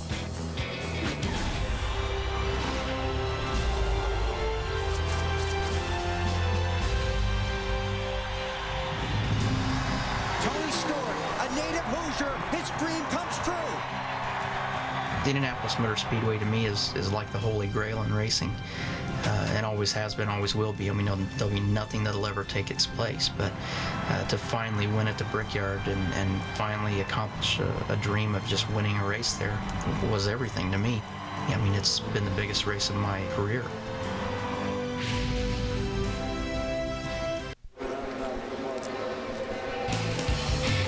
Back at the famed Brickyard after a few moments to check the racetrack and a few raindrops. We are back underway with practice. Motorsports continuing today. NHRA qualifying coming up at 3 o'clock Eastern Time. NASCAR Busch Series qualifying across town at O'Reilly Raceway Park, 4:30. Back here for NASCAR Nextel Cup qualifying at 5:30. And then tonight, the NASCAR Busch Series cars, 8 o'clock Eastern Time for the Kroger 200 across town. And, of course, the big one tomorrow, coming back to the Indianapolis Motor Speedway, ESPN back with NASCAR Nextel Cup. the 14th running of the All-State 400 at the Brickyard. We'll kick it off at 1 p.m. Eastern Time. Here's a guy who's been struggling on the racetrack. His time is way down. He's 40th in the points right now. A little while ago, he looked like he was picking it up, might be getting better. Speeds are coming up a little bit, but he's still staying 40th in the points. Yeah, he's 40th on the speed chart. In terms of speed, Jeff Gordon, current points leader, but, four-time winner here. And how can a guy, Rusty, I mean, the question is, people say, well, how can this happen? This guy has had more success here than anybody else in the history of stock car racing in a NASCAR. How can he be 40th on the speed chart? Well, that's a good question. I mean, I don't know the answer to that. I do know, his car doesn't look bad. The air dam's up a little bit on the front, and as he was going by earlier, I was noticing the back of the car looks a little low, too. Like, he just doesn't have enough wedge in it. We talked to drivers earlier about you got to get the back of the car up and the front of the car down. Well, this car doesn't look like that right now, Andy, and I think there's something to that. He's 40th right now, but I don't expect him to stay there. I expect to see this car rise on up on the sheet as soon as these guys go into qualifying trim. He's trying some things right here, but they still got a lot of time to get this car right. As you watch this car on the racetrack, one guy we told you we're going to hear from a lot tomorrow as our in-race reporter. It's standing by with Jamie right now. And that's Dale Earnhardt Jr. He's joining our broadcast team starting tomorrow. You agreed to be our in-race reporter, Dale. So what do you think? Are you excited about your debut as a reporter? I reckon so. I don't think I got to worry about quitting my day job, but nor would I want to. I'm pretty excited about it. It should be a lot of fun. Get for ESPN and everybody on board. Thank Rusty and everybody for asking me to do it. So it's kind of cool. Let's talk about what's happening here. We hear your boys, they're having to push you out, and you're making them work pretty hard out here because you're starter. You're having problems with it. Are you going to go to a backup starter? We'll probably change the starter or look in the wiring harness. It hangs up and won't turn over. That happens every once in a while with these old cars, but our car is handling really good. I'm pretty happy with the way we've been practicing. We got our car returned a little bit better, and we need to work on it just a little bit more for the entry. The entry's a little tight, but we helped the center and the exit quite a bit, and I'm pretty happy with how the car is getting around the corner. My brother-in-law, Jimmy Elledge, has got the 41 car. Looks like it's the best one out there. I followed him a little bit, and Jimmy's setup looks really good, so maybe I can pick his brain a little bit and see what they got. But I'm pretty happy with the way my car's working out, and looking forward to it. So if you guys can't get back out on the track today, no more practice, you pretty good with your race car? I'm always good when it rains. That means we get the day off. But I'm glad we got to turn some laps today, and I'm glad these other guys are going to get a chance to qualify this afternoon. There's a lot of guys here without points that need a shot, and it's pretty cool. It's really bad. You always feel bad for those guys when they show up for big races like this and don't get the opportunity to qualify. So I don't know. It's been a good day, and we got a couple 3 hours there in the middle. We can work it out and talk it out about what we're going to do after practice in between qualifying. So, we'll just see how it goes. We got to work on it a little bit more. We got about an hour and 30 minutes left, so we'll see. All right, Dave, that's Dale Jr. If he likes rain, Indianapolis is certainly the place to be. And Jamie, I'm with two-time Cup champion Terry Labonte right now, stepping into the 55 this weekend. Junior had 2 out of the 3 in the corner done. He liked his center and exit, not the entry. Where are you on corners right now? Well, I'm a little bit too tight on exit right now, and we're not bad, though. We're just making some changes, trying to get a little bit better in our race trim, and we're fixing to switch it over to make a qualifying run. So, but I'm pretty happy with it. These guys have really worked hard, and they've done a good job, and we've made some big gains on it in our race trim, so it feels pretty good. And how do you feel? I know you've done this a long time, but things change each year, and going from qualifying and taping up and going right to race trim in this deal, you okay with that?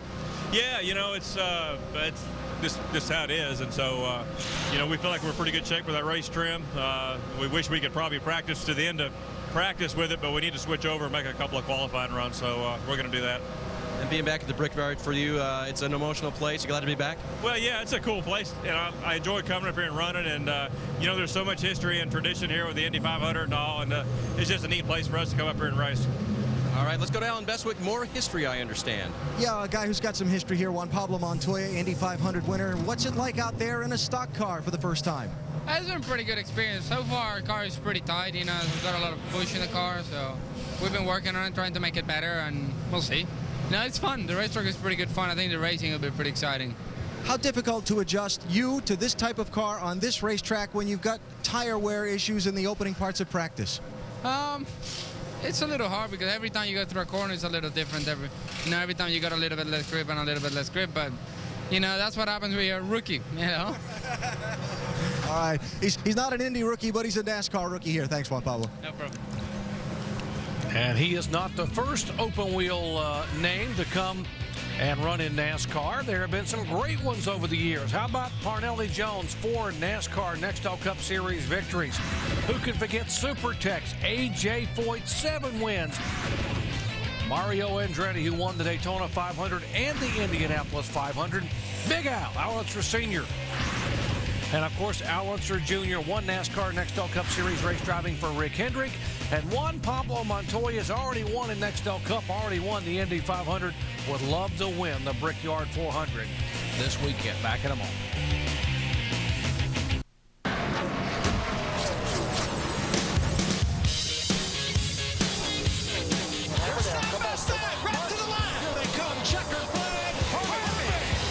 The first car tomorrow race, Kyle Busch ushers in this era. Still not a very big fan of these things. I can't stand to drive them. They suck. They touch once, twice, drag race, Jimmy Johnson. We decided that it's time for us to move on. The 5 car is back on track. The driver is Dale Earnhardt Jr. My new boss, 2008, Mr. Rick Hendrick. Jeff Gordon, his 77th Nextel Cup victory. Kurt Busch 100-point penalty, $100,000 fine for reckless driving. You've got to love a first-time winner. Kyle Busch is the guy right here. Coming to the checkers. Oh, whoa! Jamie McMurray has won the Pepsi 400. And stop number 20, Indianapolis Motor Speedway, the 14th running of the All-State 400 at the Brickyard. And this afternoon, practice. Of course, all eyes on the chase for the Nextel Cup. Just 7 races to go. And a lot of time, this race can propel drivers to success for the rest of the season. Why is that? Well, I think once you get to this point in the season, Susie, you're looking at that chase format. It's just right around the corner. So you're on your A game. And guys come into this race bringing their best stuff, their best equipment, so they're going to be on their A game for this race. It's just a momentum situation, which this whole sport is about, momentum. And all eyes on Dale Earnhardt Jr. He holds on to that 12th spot. He seems to sound very confident, though. He says even if they were just outside in 13th, he would still believe that they could make it. And of course, this race last year was a huge part of him making the chase because pit strategy is so important here. And they made the call, Tony Eury Jr. did. They wound up placing 6th, and that helped him to make the chase. Oh, absolutely. And if you look at Dale Earnhardt Jr., Ryan Newman, and Kurt Busch, who are all kind of mired right there in 12, 13, and 14, their stats are so similar. And they've all completed about 94% of their laps. They all have some top 5 finishes throughout the last 10 races. So it's going to be interesting. Whoever wavers a little bit over these next few races is going to miss that chase. And Dale Earnhardt Jr. needs to stay up on the wheel. What have you seen from those guys? You just mentioned today, this is a difficult day, and it's complicated because you have one practice session to figure it all out. I think the thing that's caught my eye is I didn't panic when I saw Jeff Gordon and those guys really struggling with speed earlier.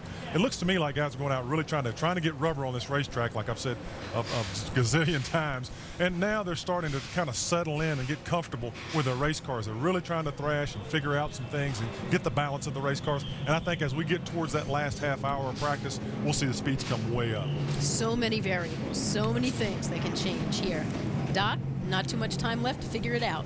Exactly, Susie. And we talk about the go or go home guys. There are 13 of them, and they're starting to gradually, fellas, move their way up in the speed charts. Kevin LePage up to 4th overall in the speed. Brian Vickers from way back in 48th spot is now 6th quickest. Nemechek down to 10th. Dale Jarrett, remember he told us earlier they have not put the qualifying setup under DJ's car. He's now showing in the top 13. These guys, the fastest 7 of these guys in qualifying are going to make the field. And right now, those 7 guys are on the left side of the screen. The guys on the right side are trying to pick their speeds up, move themselves over there. And they've got just a little bit more time to get it done. And again, for you to understand why these guys can make it, remember there are 36 spots that are guaranteed, 35 by owners points, 1 by past champion. That would be Terry Labonte. That leaves 7 spots to fill out the field for those 13 cars that need to get in on speed. There's a 78 car, little brother Kenny.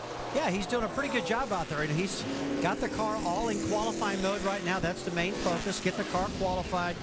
As the cars go by, I take a look at the track bar that's in the back of the car and how much tape's on the front of the car. You can pretty well tell what they're doing, but he hasn't made the race the last 3 or 4 times, and so this is very important to him to get in this race. It's about an hour and a half left here of practice, and these guys trying to get these cars maybe even switched over into the qualifying mode.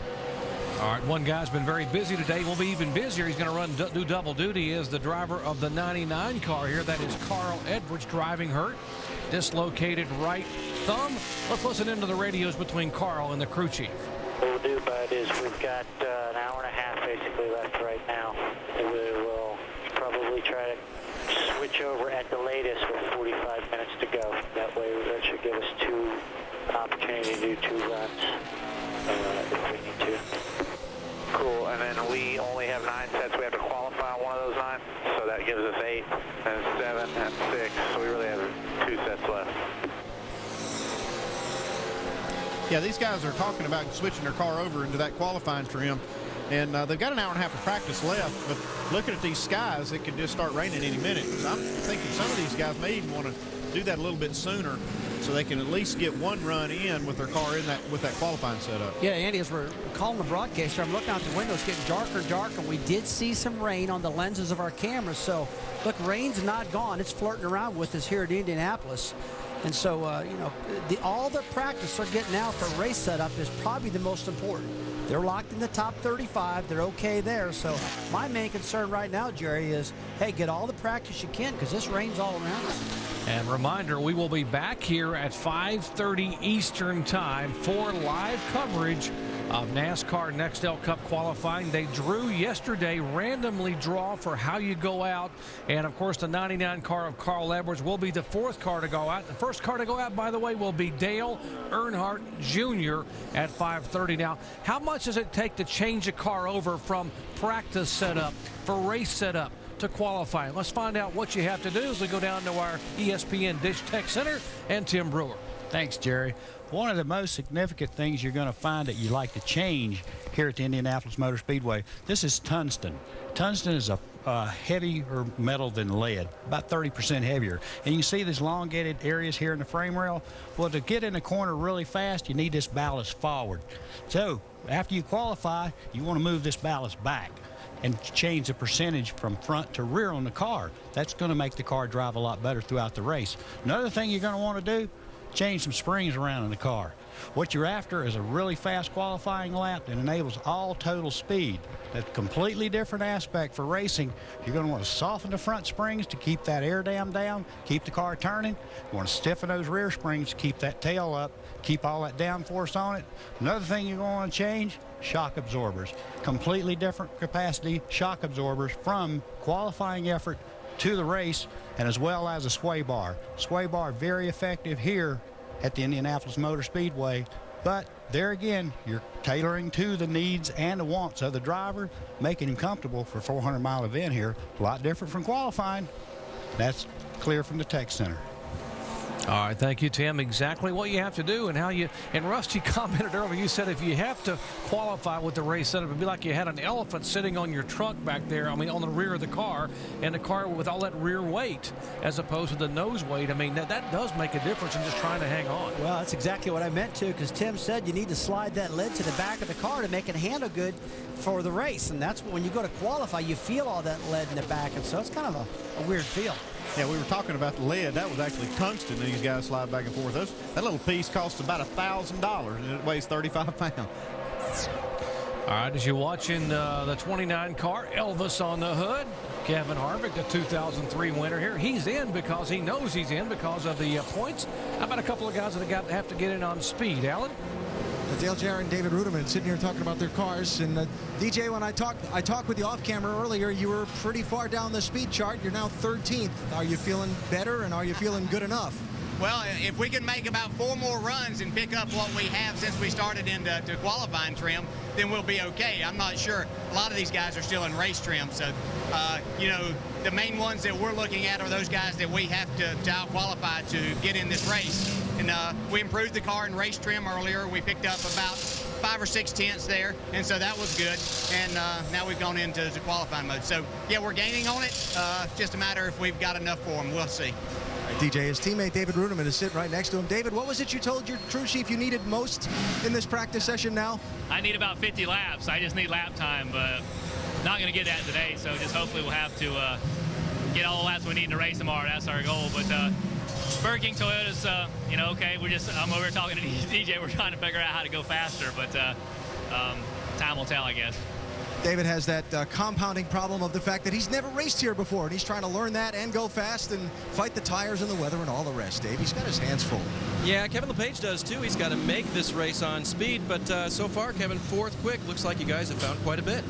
Well, you know, my hat's off to Scott Eggleston, who came aboard here in New Hampshire, and just trying to turn this team around. And Ernie Elliott Engines, they built a special motors for us for here, knowing that we have to make this race. And you know, it's been a tough year for Bob Jenkins and the whole Front Row Motorsports team, but you know, this is a big race, and you know, that's just one lap right there, and I've got to do it one more time.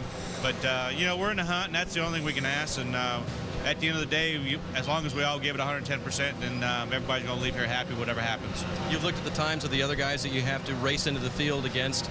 Can you make your 4th Brickyard 400? I hope so. I mean, that's why you see all those names up there that I highlighted. You know, that's our race. You know, we don't care about what Gordon or Stewart or any of those guys run. We got to look at the guys who are outside top 35, and you know, it's just it's a tough deal every week, and that's why we've made only 2 races this year, but we've been right there knocking on the doors. I mean, if we'd been in top 43 every week, we'd been in 2/3 of the race because of our speed, but it's just the way the rules are, and we got to play with it. But you know, like I said, Scott Eggleston's really turning this team around, and I'm looking forward to qualifying this afternoon. All right, Kevin LePage trying to make one of the biggest races of the year, guys. And if you want an ultimate underdog to cheer for, Kevin LePage would be somebody to just stand up and just shout, because what they have done with so little is just amazing. 4th quickest right now. Here are the 13 guys, again, that have to get it on speed. You saw Jarrett's climbing up. Ruderman's already in that group. Jarrett needs to add some speed. LePage is there, Warburton, and the guy they're chasing is Scott Wimmer. They want to qualify, and what they really want to do is win this race on Sunday, so when it's all over, they can lean over and kiss those bricks. We were in victory lane enjoying our first win in '96. It was my crew chief, Todd Parrott, that had the idea. We need to kiss the brick. We got the whole crew and turned our hats around backwards, and it was just something fantastic. They're gritty, and there's rubber and dirt and sand and everything else, and you don't care one bit. It's just another part of the whole prestige of winning. It's just such a great feeling to experience what it's like to win in Indy. Really don't think there's any other experience like it. And we welcome you back to Indianapolis Motor Speedway. The 18 car back on the racetrack. It is the backup car, if you just joined our coverage, for J.J. Yaley. They had brought a brand new race car here, and Yaley was climbing quickly up through the speed charts earlier today until he had troubles coming off the corner. The team now rolled the backup car out. Here's what happened to Yaley about an hour ago. JJ said the car was feeling good before that, lost it on the entry of turn 4 and driver's side first right in the wall, and guys, that was one big impact, but thank gosh that's where he hit the soft wall, so that really saved him right there, guys. The bad part, this was for them, was this was a brand new car. Said it had all the latest tricks in it. Said they had a good backup car, but you always hate to lose a brand new race car. And he is back on the racetrack. Let's check in down in his garage area with Alan. Yeah, Doc, and this car that he's out on the racetrack in now is the car that he finished second in the race at Charlotte on Memorial Weekend. In a couple things to think about here. When a team rolls a backup car off the truck, their ability to get some practice laps on it depend on how well prepared that backup car is. If the team's got its act together, and Andy Petrie, you can certainly comment on this, what state of readiness that car is as far as is it set up for this track determines how quickly they can turn it around. And then, Rusty, the other thing is, what must he be thinking these first couple laps on the track in this backup car? Well, he's just got to be real careful. He's probably a little timid getting in the corner, but, you know, one thing I must say with these and Andy might agree with me on this, these guys are so prepared now, Andy, that this is really not a backup car. It's just another car. It's just another race car. These guys and these teams, they prepare these things, these backup cars, just like you would a race car.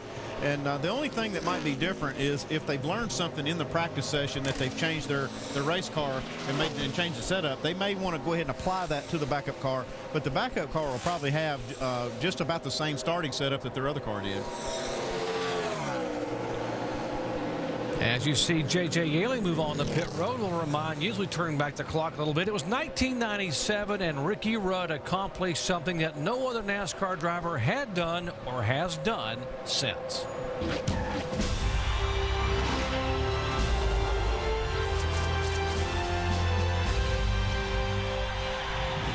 Winning was great, don't get me wrong, but winning as an owner and a driver, I never really separated the two. Ricky Rudd wins the Brickyard 400, a car length over Bobby Labonte. What a wild last 3 laps. Now, looking back, to me that's especially rewarding because not a lot of people can claim that, and that's a unique thing that I'll have with me the rest of my life. And standing by here in the garage area now with that winner, Ricky Rudd and David Gilliland. They are the new, let's see if I can get this right for the first time on the air, Yates, Newman, Haas, Lanigan teammates. Was that right, Ricky? And is this the kind of thing that Robert's been needing all along? Well, you said it well, first of all. You're saying it better than I am. It takes me a little while to get used to that. But, yeah, I knew Robert was looking for investors for a while, and he kind of got the best of both worlds. He got a group of racers that understand racing, that are bringing financial support, and, you know, with the Newman, Haas, Lanigan situation with the technology. The money's going to allow Robert to buy technology like 7-post shake rigs and, you know, all the computerized programs it takes to go racing to be competitive today.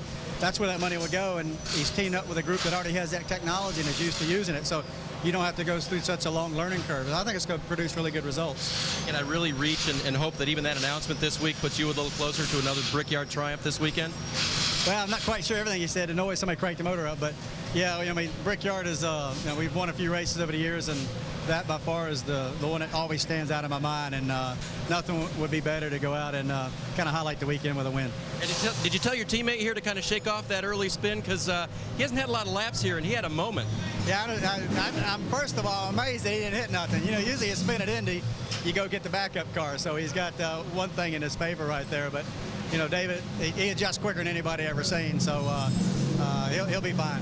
Okay, thanks, Ricky. David, I know that was, you were kind of lucky there. You didn't hit anything, but tell me about trying to save that race car when it got out from under you.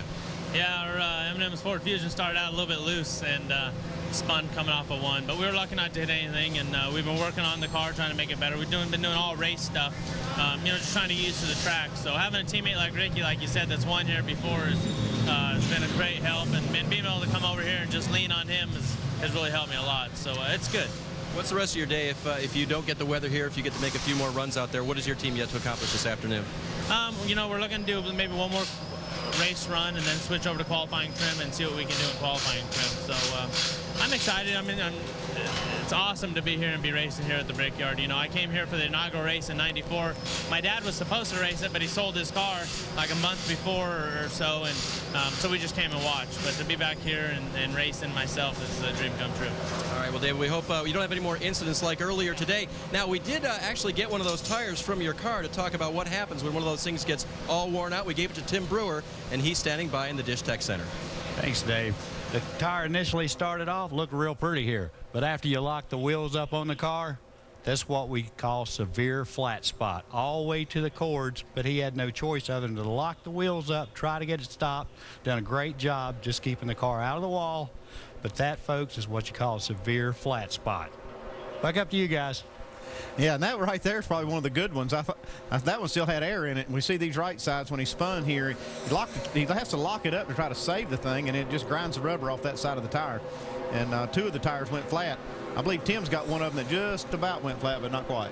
Tell you what, it doesn't take much of a flat spot tire at a place like Indianapolis. In fact, a lot of guys will come down pit road, you know, just trying to slow down coming down pit road and hit the brakes too hard and actually flat spot them. But that was a severe case. And when they get a little farther along, then they blow out. All right, practice ongoing here. If you just joined our coverage, we've had rain all day yesterday. This morning, this is the one and only practice the NASCAR Nextel Cup cars will get. They will be qualifying. We will have that coverage at 5:30 Eastern Time. Casey Kane ran well a year ago. Still looking for that first Brickyard 400 win.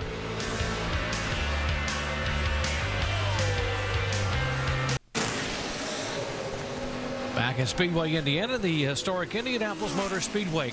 Practice continuing for the All-State 400 at the Brickyard, as we have had rain throughout much of the morning, and now they have one practice only, albeit a lengthy one, to be able to get rubber on the racetrack, get speed in the cars, and find out who can make it on speed. And some of the drivers that had really good speed here a year ago, in fact, the guy who started third in this race a year ago, standing by with Jamie. And that would be Kurt Busch. And, you know, he hasn't made a qual sim run yet. You guys are getting ready to do that. How's your car so far, Kurt? It's been pretty good. We feel like we spent a little extra time with the Miller Lite Dodge and race trim, and so we're thinking that's going to help us long term. Track's still rubbering in, and we don't want to go out there and qualify with the track being too green. So we're going to be crunched for time, but we still have 3 sets of stickers, and we'll just thrash through it. We usually have a pretty good qualifying setup. Kurt, your boss, the man, Roger Penske, this is his place. He has more wins than anybody in the Indy 500, 14. What would it mean to give him a win here at the Brickyard 400? It would be incredible. I mean, the objective obviously is to win at any racetrack, but Indy's very special, and he's won here 14 times in the open wheel side, and to be the first to give him his cup side of it, that'd be a pleasure. It'd be a treat. But we've got some work to do, and we're starting to see things come together with Pat Tryson and the whole gang. We're feeling comfortable, and we just need to gain some points the next few weeks. Big picture, but this weekend it'd be great to drive into victory lane. And that's actually what I was going to ask you about. Last year after this race, the points in the top 12 really shuffled around. How much are you thinking about points? You're right on the outside looking in 14. Yeah, we've got 70 points to make up. That can happen on one good pit stop where you come in 15th and go out up ahead and then run good with pit strategy. We'll see. We're not doing anything different. We're not trying to stretch ourselves thin. And just the way that the team is gelling, and this is Indy, can't really stretch yourself out in any direction. You just got to run hard and run consistent. All right, good luck in your qual run. That's Kurt Busch. Let's go over to Dave, who's with the man who knows all about Indianapolis in both an open wheel car and a stock car. That's right, and a lot of people think that just because you've raced here in an open wheel car, that automatically makes you great in a stock car, but the differences, Robbie, are vast. And talk about the line a little bit, because that's something that we've touched on today. How are the lines so much different, and how you take this car into the corner? Heck, when you get an Indy car handling right, you're wide open pretty much around the whole racetrack. It's just a nice free balance. Stock cars, you got to use the brakes, you got to use the throttle. You know, you roll out of it, you roll back into it. It's really important for stock cars how good you come off turn 2 and how good you come off turn 4 to be able to produce good laps. And right now our car is just way too loose getting into turn 4 and getting into turn 2. And that then kills your speed down the straightaway and back around the next lap. Yeah, it just slows the whole lap time down. But we've been working on race setup. We'll work on it for about another 15 minutes and then put it in qualifying trim. Okay, it's been a long day for them so far. They've been changing a lot of things, trying to get that loose out of the race car, guys. And how about guys that are here to run the Brickyard 400 and have also run the Indy 500? We've already talked about Juan Pablo's win in 2000. Tony Stewart finished 5th, sat on the pole here, 5 starts. Yaley had a 9th place finish and fastest rookie in 98. And of course, Robbie Gordon, 10 starts, came so close a couple of times. His car owner ran him out of fuel one time, coming for the white flag, or he'd have won the race. But Robbie's had some really good runs. A 4th place finish here, his best in the Indy 500. Also, his 4th was his best here in stock car racing back in 2002. And here is J.J. Yaley and the 18 car. And if you just joined our coverage, we'll again update the fact that this is a backup car. His primary car, a brand new Joe Gibbs car. Caution's out for debris on the backstretch somewhere. His primary car, contact with a wall, heavily damaged, and we are being told, as you just heard a moment ago, there's the red flag that Rick Monroe will wave, and that means that the cars must come off the track so they can go on and check for debris on the backstretch. Yeah, it sounds like it's a bolt on the backstretch laying on the track. These guys here at Indianapolis, they keep this track meticulously maintained, and they can spot any little bit of debris. If there's a bolt out there, they're going to find it. I'm telling you what, if you hit a bolt at over 200 miles per hour here at Indianapolis, it's going to blow the tire out, and you're going to have one big wreck. Not to say it might even blow all the fenders off as the tire blows out. So good thing they threw the caution flag. Take a look at Scott Riggs right there. Right now he's currently 4th. He's one of those go-or-go homers that's concentrating really hard and qualifying. He doesn't have many laps on a racetrack. In fact, our board's showing 3 laps he's been on the track. That's it. So he's pretty confident in his qualifying runs right now, but he's also said he's just scrapped, Jerry, almost all of his race runs, just solely concentrated on qualifying. All right, one driver who's really jumped up in the speed charts in the last 15 minutes of this session, standing by with Alan. Brian Vickers just sitting here making some notes on his notebook computer as he just got out of the car. Brian, for a guy that has to get in on time, you guys are fairly well up in the standings, but how comfortable are you with where you are? To be honest with you, after what we've gone through this season, you're not comfortable till it's over. You know, we've definitely made a lot of gains. We started out and the nose was way high. We were really tight. Just didn't have, you know, we were way off. And we went through some wholesale changes, found a lot of things in the car that helped. Right now, we're pretty happy. You know, we're going to put a set of stickers on, see where we end up. Just a little free in off the wall and a little tight right in the center. You've talked about what you've gone through this season and just trying to make races against this top 35 locked-in system. How difficult is a day like today when you know you have to practice and qualify to get in at Indianapolis? That's tough. It's really tough. You know, I mean, everybody at Team Red Bull and Toyota has worked so hard, and you know, we've made so many gains, but so does everybody else. And you know, there's so many things that are out of your control. The draw you get for qualifying, you know, can determine a lot of things. And it's tough, but we'll get there. You know, it just takes a lot of hard work. The hardest thing right now is knowing that even if you do get in, you spent the whole practice and qualifying trim, and you got to guess at the race.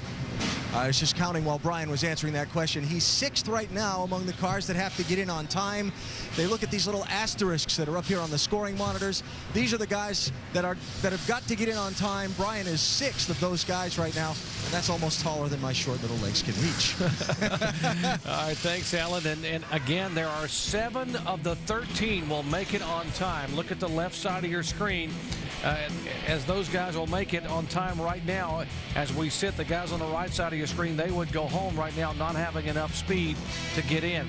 And the big discussion among the guys who have to qualify on speed this year is the fact that in a 2-hour qualifying session with a random draw, somebody could go early and get a good time to qualify. Someone would go late when the track is hotter and be at a disadvantage. But NASCAR has been looking into that, maybe going to consider putting all those guys together in one group so they qualify at or about the same time of day. Well, these are the guys that are competing against each other for those 7 spots.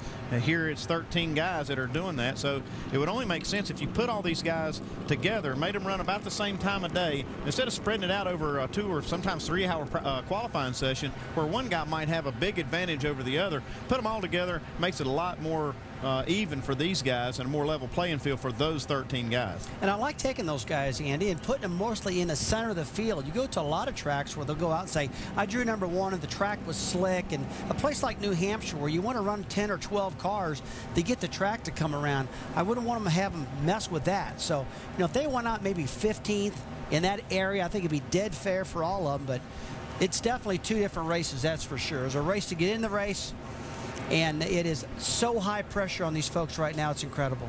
Now, on Monday of this week, the 21 car was going to have to qualify on speed, but he got a bit of a present because when Ginn Racing and DEI merged, they decided to drop the 13 car, which was 35th in owners' points, and that moved this guy up to become an automatic. Bill Elliott in the Wood Brothers car, the Motorcraft Ford there, he suddenly is in the field. And what does that mean, folks? Last year, just to start the Brickyard 400, the Allstate 400, $130,000 just to make the race. And that's for last place. Yeah. You don't think this is a high-paying race? Yeah, nice little gift for the 21 there for Bill Elliott, the former winner here of this race.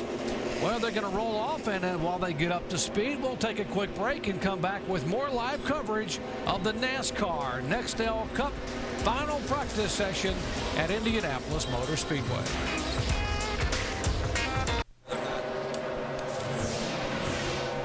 Back at the Indianapolis Motor Speedway here in Speedway, Indiana, the Allstate 400 at the Brickyard final practice session. And there again is the 29 car of Kevin Harvick, who won this race from the pole in 2003. And there you see where he is currently on the speed charts. And we keep talking about these guys that are working on race setup, and there comes a time you got to wonder when they're going to make the switch to the qualifying setup, you would think. Yeah, that time's now. These guys are starting to switch their cars over. and they at least want to get one qualifying run, simulated qualifying run in, and some of them may want to get more than that, just in case their car doesn't handle the way they predict it will in their qualifying trim. They can come in and make a change and make another run. So these guys are going to start switching over here. We'll start seeing a lot of these runs coming up. There's about 50 minutes left in practice right now, and this has been a fairly lengthy practice session. It started at 11:15. It's going to 2:30, so they've had a lot of time to practice. Everything's been compressed, but it's about time, like Andy said, to see what you really got for qualifying. All right, we showed you these guys back in the garage area working, and we just showed you a moment ago Kevin Harvick, who had been in the garage, and I've got to believe they have now switched his car over to the qualifying setup. He's now going out and trying to get this car up to speed. Interesting that in this sport, the drivers know that there are inherent dangers, and before they get in the race car on Sunday morning, they go and attend a church service. They also go to the car with their wives and share some special moments. Let's eavesdrop with his wife, Delana Harvick, and Kevin on the moments before a race.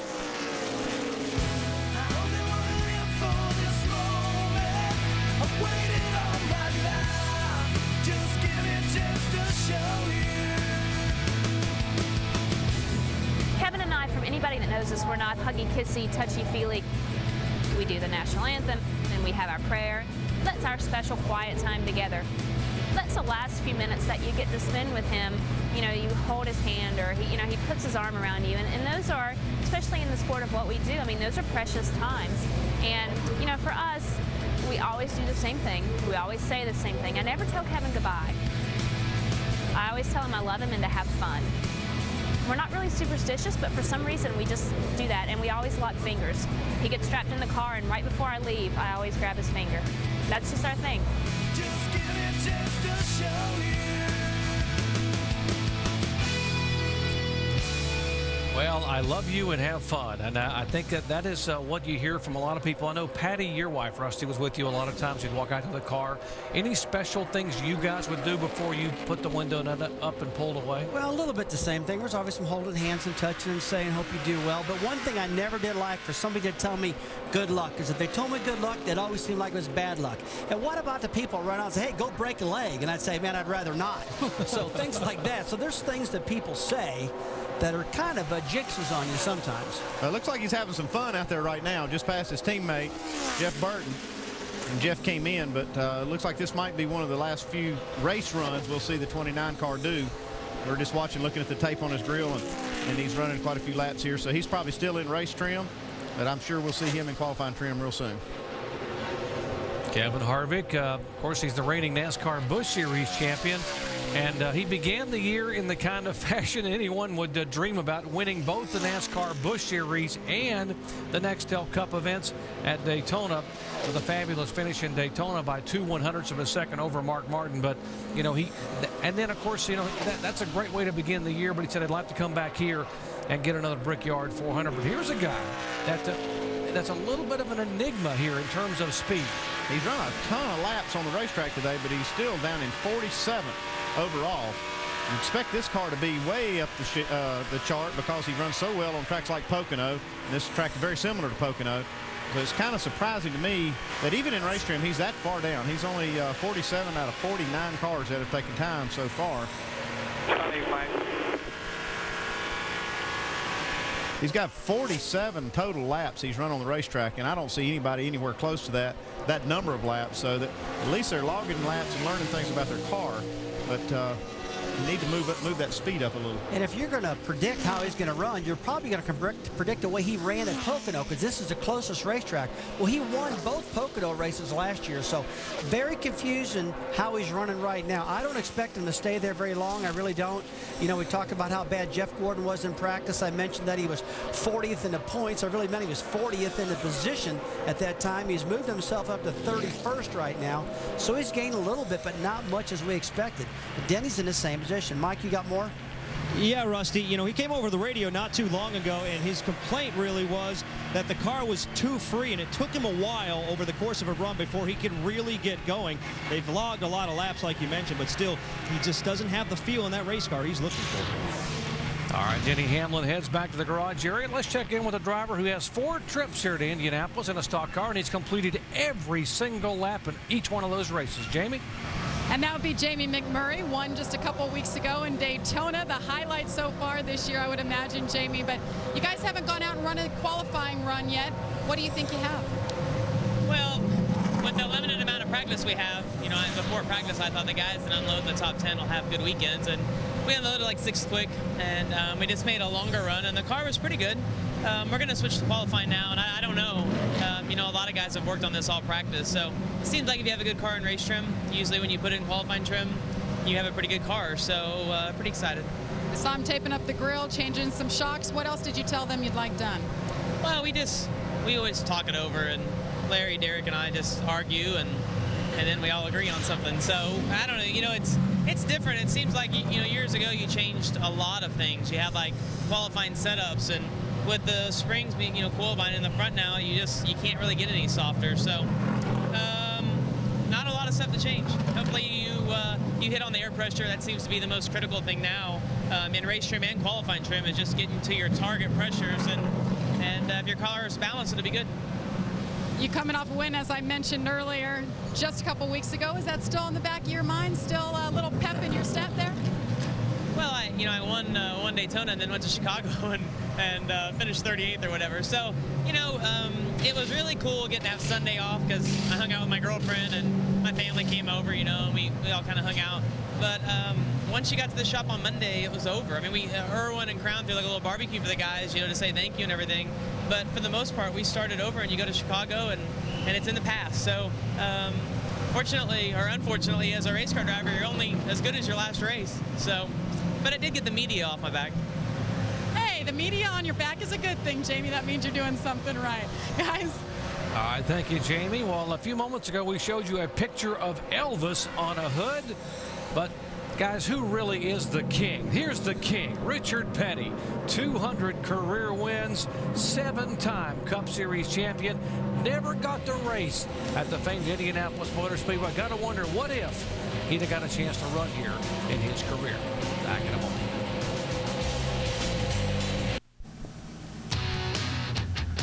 Well, while practice continues over at the Indianapolis Motor Speedway, we are getting ready for qualifying over here at O'Reilly Raceway Park for the Busch Series, race number 22 on the 07 schedule. Give you an idea as we take a look at Google Earth. There is the Indianapolis Motor Speedway, and let's just go a little to the northwest, and there's O'Reilly Raceway Park, where we'll be with all the action tonight. Let's talk about the 7 guys that are trying to race in both locations, and because of the rain and the rescheduling of everything, it's really thrown a wrench into the works for these 7 racers. Of course, one guy who doesn't have to worry about shuffling is the man who's going to be working in the booth with us for the first time tonight. 2-time Busch Series champion and a 2-time winner here at O'Reilly Raceway Park, Randy LaJoie. He's led more laps here at this track in the Busch Series than anybody else, a total of 314. So he knows his way around this place. Let's talk about the 7 double-duty drivers. What kind of disadvantage are they going to be at? They haven't practiced. It looks like many of them aren't even going to get a chance to qualify over. They're going to jump in these cars cold. The only thing they're going to have a disadvantage is a little bit of track position. These guys are good enough. These cars are probably good enough, that they're going to jump in this thing and they're going to be okay. They might do a little pitch strategy work like we seen last night in the Truck Series. I say 6 of these guys are going to be the top 10 at the end of the day. Oh, that's interesting. Hold on to that one. We'll mark that one down. What about Carl Edwards? Remember, he had a problem last Sunday when he was running in Greenwood, Nebraska in this dirt race, and the crash ended up dislocating his thumb. Now, he has been quoted as saying he's more worried about it shifting than he is as far as making the turns. What do you think? Well, you know what? At the big track, you have a lot of time to relax. You could stretch your arms. You could get some blood going in your fingers. Here, you're always busy. You're always up on that wheel. So he might be in a little bit of discomfort. Well, we're going to find out. Remember, this is a 5/8 mile track. The straightaways at Indianapolis are 5/8 each. Let's talk about practice speeds right now. You'll see at the top of the heap, it's Eric Darnell and Eric Almirola with Cale Gale, Ron Hornaday Jr., and Brad Keselowski in rounding out the top 5. Anybody jump out at you there? Well, 3 out of the top 5 ran a truck race last night. So obviously they had a heads up in practice anyways. Yeah, surprise, surprise how that seems to work out, isn't it? It's wonderful when you're a race car driver to get. Okay. Well, as you take a look at the top 10, we also want to remind you that we will be coming back at 4:30 Eastern Time with qualifying, and then we'll be going back over to IMS for qualifying there, and then our race here at ORP at 8 o'clock. Let's send it back to Susie Colbert. Thanks, Marty. We're looking Looking forward to more from ORP throughout the evening. And here we're counting down toward the end of practice for the All-State 400 at the Brickyard. Scott Riggs has moved up the speed charts. But what I want to know is if you're Scott Riggs or you're Scott Wimmer, why don't you spend more time on the track? Well, I think what they've done, they've got a great qualifying setup. They like where the car is at. They think they can get a little bit more speed out. They don't want to take any chances of going out and scuffing up their race car, knocking the fenders off that thing, because they need to qualify to get into this race. So they're just going to sit on it right now. So you have to balance out getting more experience, more time on the track with absolutely knowing you can get in? That's exactly right, because you only have one shot. And if you screw up that one shot in any way, shape, form, you go home. Well, you never know. All the different variables, what can go wrong at any time, right, Doc? You're exactly right, Susie, and talk about what can go wrong on the racetrack. And we talked earlier with Robbie Gordon, the 10-time Indy 500 competitor. There's his car. Oh, bounces it off the outside wall there and just keeps bouncing it off the wall. Yeah, that's a strange looking wreck, actually, because it looks like he almost drove the car into the wall. You see him come through here, didn't really no problems. It's just like he just drove it right up to the wall and right into the wall. You know, Andy, it looks like as he left the corner, it looks maybe the right front tire was down because the car took off and it was just kind of bent under looking and sliding up and hitting the wall. So it was pretty unusual. Here, let's see what Robbie's got to say about this. Yeah, Dave, what actually happened with Robbie there? Well, we're going to check with him right now. The damage to his car looks pretty severe. They're talking with NASCAR right now about whether or not they might go right to the backup. Robbie, what happened that you could feel? I've been loose in the whole time, and I got in the corner. I got off into the marbles. The track is really abrasive. I got on the marbles and just wouldn't turn. You didn't feel like you had a tire going down or anything at that point? I don't think it is even flat when I got in here. Maybe it was. I don't know. All right. Again, the process, of course, is NASCAR would have to approve that they need to go to a backup, and they're still discussing that at this point.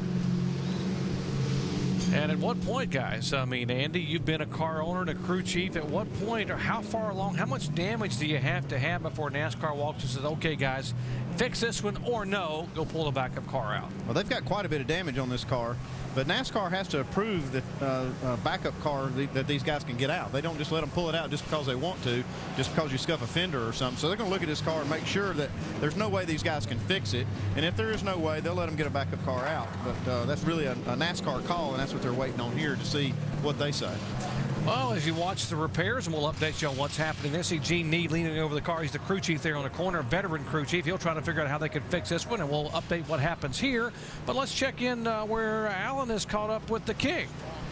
The King's just telling me about his trip on the Kyle Petty charity ride there a minute ago. I'll ask you about that in a second. First, Richard, did you ever wish you had raced here at Indianapolis? Yeah, we would have really loved to race here. We run at Ontario, and there was a track like this, but it wasn't Indy. And in fact, we'd come up here 2 or 3 times and talk to the powers that be, trying to, do something or say, hey, can't you do that? And they, I guess once they had a little bit different management change and stuff, they changed their mind, and here we are. But a couple of years after I'd done my thing.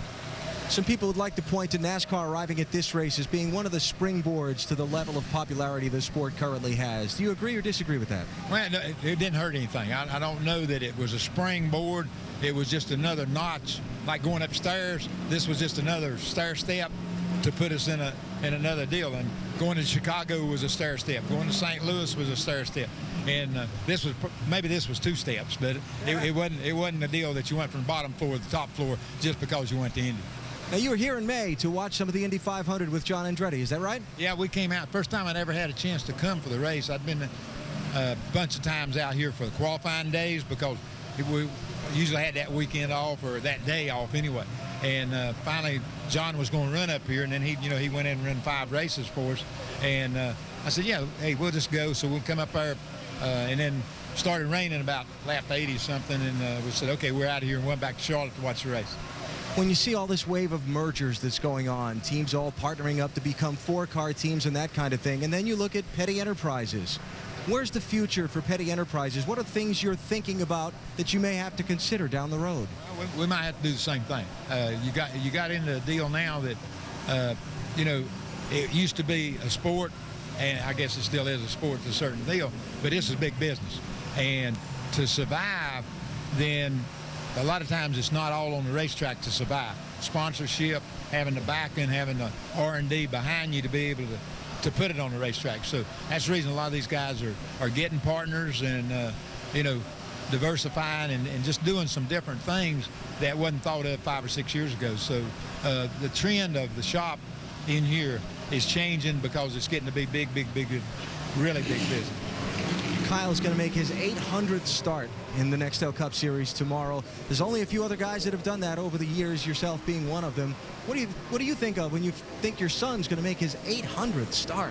That means he's been here a long time, that's for sure. You know, it's just another deal. The Petty crowd's been here since they took the first green flag at 1949, and they're still here. And we don't really think about stuff like that. You don't think about records. You don't think about how many races you won or lost or whatever. You just come back and do it every week. That's our life. And just all of a sudden they said 800, and I said, wow, that's a bunch. But you got to figure he's been doing since 18 years old.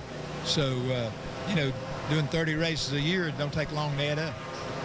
You were on the Kyle Petty charity ride, the Chick-fil-A charity ride, raising money for the Victory Junction Gang Camp and other charities over the past week or so. How was it?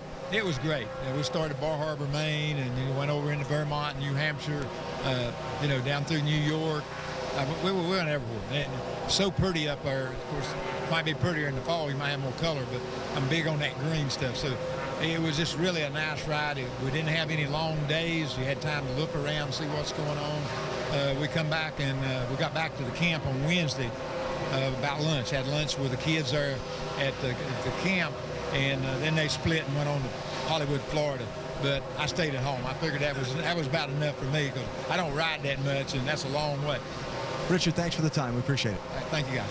The King, Richard Petty. Doc? All right, thanks, Alan. Petty Enterprises, founded in 1949 by the family patriarch Lee Petty, and of course the King, Richard Petty. Since that time, 268 wins for the company, 155 career poles. The last win for Petty Enterprises, John Andretti, back in 1999 at Martinsville, Virginia. Maybe that could change here with the landmark 800th career start for Kyle Petty. Well, practice continuing here. Cars headed back out. As they push him back toward the garage, work continues on the 7 car. Robbie Gordon will update his status when we come back in just a moment.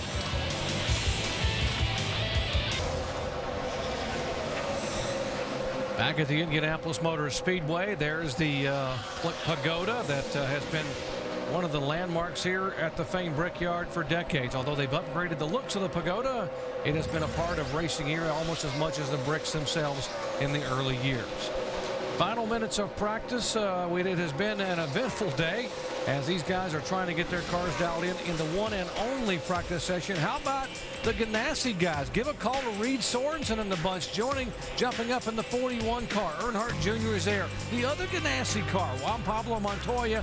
So you got Chip Ganassi's got to be pounding his chest right now. He's got 2 of the 3 fastest cars here in this session. And Jimmy Elledge, the crew chief on this 41, knows how to make a car go fast here because he's been on the pole with Casey Mears in that 41, and they've always been fast. I talked to him before they came up here, and he was very confident they were going to have a fast car. Looks like he's right. But how goes Juan Pablo Montoya? Has never been here in a stock car, and he's 3rd quick. Jury, that's really good for a driver. That's how good this guy really is. Wow. What about Montoya? Can he win this race? I mean, with never having been here in a stock car, can he become the first rookie to win the Allstate 400? Well, he did it in the IndyCar. He won the Indy 500 the first time he came here. I think it could be a little tougher to win the Brickyard 400 the first time, but he could do it. All right, here's the politicking going on down there in the Robbie Gordon pits there. Gene Need, the crew chief. Officials have been over talking to Robbie. I'll show you what happened here just moments ago in the practice session. Yeah, he comes off the corner. Everything looks to be okay, and really nothing that I can see would have made that car go in the wall right there. I don't know if he just misjudged the corner or why he did that, but that didn't look like any real incident that caused it.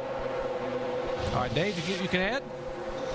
Yeah, they're working on this car right now, Doc, and it appears it's just to get it rolled back to the hauler because the NASCAR officials confirmed with me that they've allowed this team to go to the backup car. They will roll that out and get that ready for Robbie. The question remains is how much they'll be able to get on the track before this practice session is over. Well, wow. Now, if you can't get a backup car on the racetrack, I mean, boy, what do you do? I mean, your next lap is qualifying at 5:30. Yeah, they got 30 minutes to try to get that backup car out and get a lap or two on it. But if they don't, I mean, Robbie's had laps on the track, and they know about what setup they need to put under it. They'll just do that and go out there when it's their time to qualify and get the best out of it. Yeah, one thing's for sure, they brought the best car they thought they had. I mean, they obviously wouldn't have brought a car they didn't think it was good, so they brought their best car, and now they're going to their other car, I call it, or a backup car. So, as a driver, you sure do want to have some time in that car before you got to go out and qualify or race. So, this is the situation he's in right now. Dave, you got more? Well, and Rusty, one of the things that they are doing here is they're basically taking the setup off of this car. Even though it was a loose setup, it's the one that they've gone with this weekend. So that'd be my question back to you. When you ever had to go to a backup, how many pieces and parts did you want from the original car on the backup car? Well, generally, you got to go with the best setup you just ended up with. So if you only had 4 shocks that were on that car that were special built shocks, you would, if they weren't injured, you'd take them off and put them on your primary car, and maybe even the 4 springs that are under the car. But the A-frame settings and the spindles and all that stuff, everybody, they all have plenty of that stuff. So you would basically go back to the setup that you had and maybe add on a little bit of what you think could make the car better yet.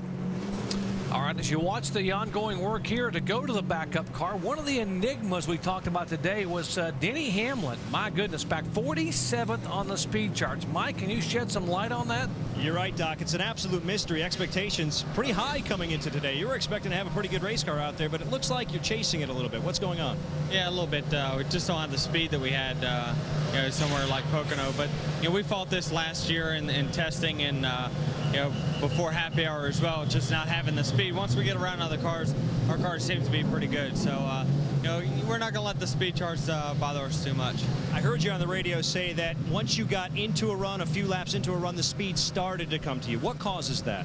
Yeah, well, we just are starting too free on our front side, and as the fuel burns off, it's starting to come to us, the feel for it. And I think we're going to have to be a lot freer than what we are right now to probably be good in traffic. But I think with the sun coming out, the conditions are heading in our favor.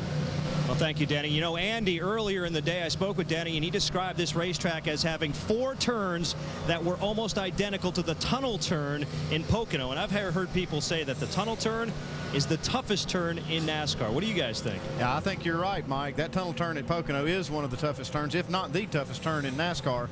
And these turns are similar to that, because what he's talking about is that most of the tracks we go to have 180-degree turns. These turns here are 90-degree turns and a short straightaway, then a 90-degree turn and a long straightaway. And that's kind of the way Pocono's tunnel turn is. It's not a 180. It's not quite a 90, but it's very similar to these turns. When you talk about Pocono, this guy we're watching right here, Ryan Newman, he finished second at Pocono last time, and a lot of people are judging how you're going to run here at Indianapolis off of how you ran at Pocono. So I guess, Jerry, if I was the guy who had to predict something, I'd predict that Ryan Newman's probably going to run pretty good, because he was happy with that car there.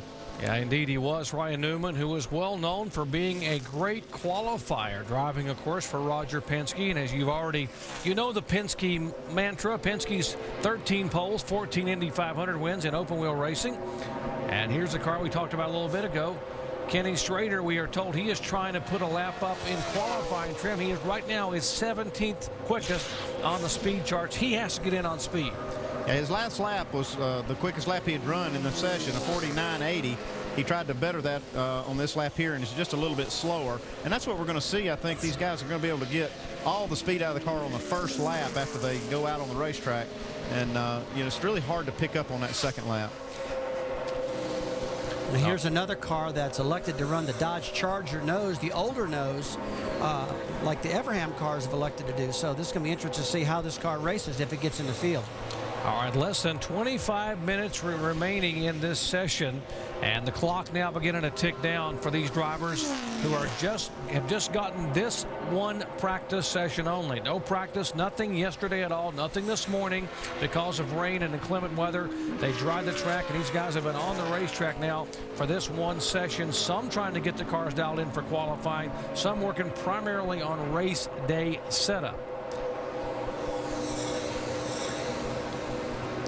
Now, I tell you, the guy that looks like he's in the most trouble at the moment to me between Denny Hamlin is Jeff Gordon. Jeff has just not got up there at all. Take a look at Greg Beffel. He looks like he's changed his car over. You see sticker tires on that car right now. Probably the setup tires, I'm sorry, but it's the same. There's a lot of adjustments going on right there. So here's a guy who's been in a rut for a long time. We got to see how he's doing. Now, Casey Mears, also that we're looking at here, he's a guy that's qualified real well here in the past. And he's a guy going for the pole position. Biffle, I was talking about earlier, guys, he's in trouble also. He hasn't been where he needs to be. But Casey Mears, now here's a guy that's got a good pole run possible. Yeah, they're getting ready to make a qualifying run. They got sticker tires, like you said, on the car. Making a lot of changes. They have to make some suspension changes. They move the track bar around. They do some things with weight and to get the car where they can make a fast qualifying lap. And they need to pick it up. They're 43rd on the sheet right now. All right, Alan, you can add? I could try and sneak in here and get a word with Casey here, Doc. He's sitting on the stool, very calm. You look at this computer, and you look at the computer, Casey, and it doesn't look like you'd be all that happy, but you and I were just talking a second ago. You seem pretty calm. Yeah, I mean, we were just working on race trim there, and the tires are wearing out so fast, you know, within about 4 laps. So each set that we put on, we're just trying to make some big changes and get some direction on where we want to go. Felt like we made some huge gains there a couple runs ago and found out where we wanted to be. The car felt like it was really good in race trim, but like I said, you can't run much past 4 laps and the right front tires wore out. So happy with race trim. We're switching over right now to qualifying trim. Hopefully we can get a number on the board where everybody can see that we're up and okay. You see that smile, you know he's up and okay, though. It's Casey Mears. All right, guys, he holds the track record here in qualifying at the Indianapolis Motor Speedway in a stock car, over 186.2 miles an hour. And he was 1 year old when his Uncle Rick won the pole in 1979 and went on to win his first of 4 Indianapolis 500s. Final minutes of the only practice for the NASCAR Nextel Cup cars in a moment.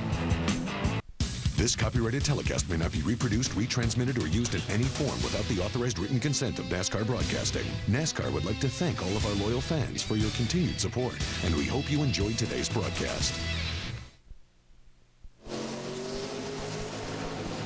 Back at the Indianapolis Motor Speedway, final minutes of practice here for the NASCAR Nextel Cup cars. We've had rain and overcast skies much of the afternoon. There has been a report of the sun sighted just west of here near Terre Haute, but I think that was an exaggeration. We have had clouds and overcast, but fortunately no rain since late morning. We have had practice as these guys trying to get dialed in for qualifying, and the temperature is now beginning to come up a little bit on the racetrack. Yeah, you see the temperature coming up on this 22 car. Dave Blaney, that's you see steam popping out of there. You see all the tape on the grill. That means he's making a mock qualifying run. Puts all that tape on there to make as much downforce as he can, but boy, it sure does make that motor overheat if you try to run it too far. And it's a big racetrack. If you try to run more than 1 lap here with all that tape on there, it will make that water push out of there. Well, his last lap was a pretty good one. He came in a 10th quick right now to 49.29 second lap. So pretty good, strong run for Blaney at the moment. There's a track test we're talking about, starting to ease up a little bit. What kind of impact will that have on these guys if they keep coming up and the guys that have to qualify? Well, when that qualifying session starts, we're going to be really tracking this, looking at the track temp and the air temp, and we're going to see that temperature actually probably come down during the qualifying session, as opposed to if we'd have done it in the morning, we'd have seen that temperature coming up. So these guys that thought they had really good draws when they did this qualifying draw, that, you know, when they changed the time for qualifying, it's almost like the guys that had the good ones now have the bad ones, in a kind of reversal of fortune, so to speak. Yeah, we'll show you how that will play out here in qualifying at 5:30. We talked a moment ago about taping these cars off. You saw the 22 car was taped off for qualifying. Let's get someone to explain it. How about Tim Brewer down in our ESPN Dish Tech Center? Timmy? Thanks, Jerry. This is the cheapest speed, the cheapest downforce you'll ever achieve on a race car right here. And what they're referring to, when you tape the grill up, you tape it up solid. That attributes all the downforce on the car as hard as you can get to the racetrack. Got to leave just a little bit of breathing room around here so you can get just a little bit of cooling over here to the radiator so you don't really cook the engine, but at the same time, lowering the CD, meeting the drag coefficient, making the car better through the air, slicker, a lot of downforce, makes these cars run really fast out here. Back up to you, Jerry. Hey, Tim, that's what it is. That tape is the cheapest speed you can find on a race car. And what you got to have a certain amount of air going through the grill to cool the engine, just like Tim said, and you can see there. So what we want to do is just put just enough air in that grill to cool the motor, and then put the tape on there so you can see how that air works on the hood of that car. The more you can put over the surface of the hood, the more it pushes down the car, and the downforce you have, naturally the faster the car is going to go. Here's Juan Montoya, and he's got his grill taped just about completely up. See just a little bit of a slit there just to get some air in there to cool that engine. You can see how that car's just pushed right down on the track. That downforce just pushes the front end of these cars with these soft springs right down on the racetrack. He's got some, and he just equaled his best time. He's run a 49 flat, which is 4th fastest so far. That's pretty incredible to me that this guy can come in here with no stock car experience and be able to run this kind of laps here. And here's Jeremy Mayfield, and they got some issues. Well, that's just serious downforce right there. These guys put all that tape on there, and you see how this car is sealed all the way down to the racetrack. And when he goes into this corner, especially after the long straightaway, you'll see all the downforce on this thing will push it down so much that it's actually rubbing the tire. That fender's rubbing the tire. It's pushing down so far. Now you see some smoke coming off these cars where it's rubbing on the racetrack. And you heard Tim Brewer talking about taping it off because you want to keep air on the front of the car. The one thing you've never been able to see at home, but drivers feel, is actually the air that comes across the racetrack. But guess what, folks? In tomorrow's Brickyard 400, you're going to be able to see the air on these race cars with the draft tracks. The air coming off the car and how it impacts the handling of one car, how it impacts the draft. And these guys up here are going to be able to explain it. I can't wait for people to be able to see what they've never been able to see before, but drivers could feel. Well, it's pretty incredible. You know, as a driver, you feel the air buffing around on the car, but tomorrow you'll actually be able to see it. And we can explain that, how the car affects the different positions on the racetrack.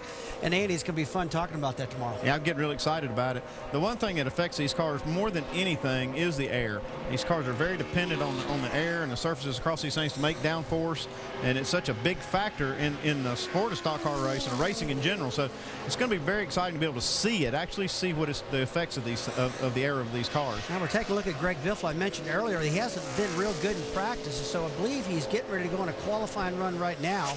See what he's got. He's got the nose down pretty far. Yeah, he's taped up pretty good. He's got a lot of tape on it. Pretty good. So we got to see what he does in this next lap because they're running out of time. Folks, about 15 minutes left to go in this practice session. Yeah, Greg Biffle trying to qualify for his 5th Brickyard All-State 400. As we watch his practice laps, we'll check down in the garage with Alan. I just noticed a little different phenomenon, Doc. This is the back of the Wood Brothers car that Bill Elliott's driving. Look at all these dark splotches on the white bumper of this car. That's all rubber that's come off the tires on the racetrack. You see how easily that comes off the bumper of the car? One of the things Casey Mears was talking with us about was the fact that the rubber's not sticking to the racetrack. It's kind of blowing around as a fine dust and coming off the car. So it's going to be interesting to see how well this racetrack takes rubber from this practice session and holds it for the race tomorrow, and what the tire wear issues are like in the opening laps of the race. It's on teams' minds down here right now, and it's interesting. Andy and Rusty, I don't recall seeing it grain on the back bumpers of the cars like we're seeing it here today.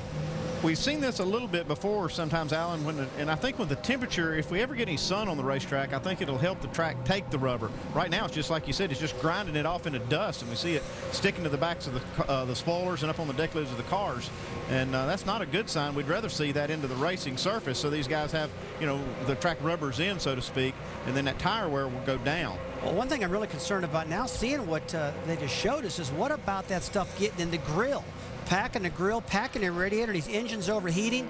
I mean, that could cause a big problem in tomorrow's race, and these teams need to be paying attention to that. Yeah, it's not going to be a big issue today because they got all the tape on the grills, but tomorrow when they're trying to, in race trim, they're going to have these things pretty well wide open in the front, and all that that tire dust will get in there and it'll pass through that screen and actually pack up in the radiator. And when it does that, you can't clean it. You can clean the grill off, but if it ever packs up inside that radiator, it'll just make these cars run hot. There's nothing you can do but, just run hot. Well, you got to survive the dust storm. It's the tire dust storm here at Indianapolis. Final minutes of practice for the NASCAR Nextel Cup cars. Who will find some speed? We'll let you know when we come back.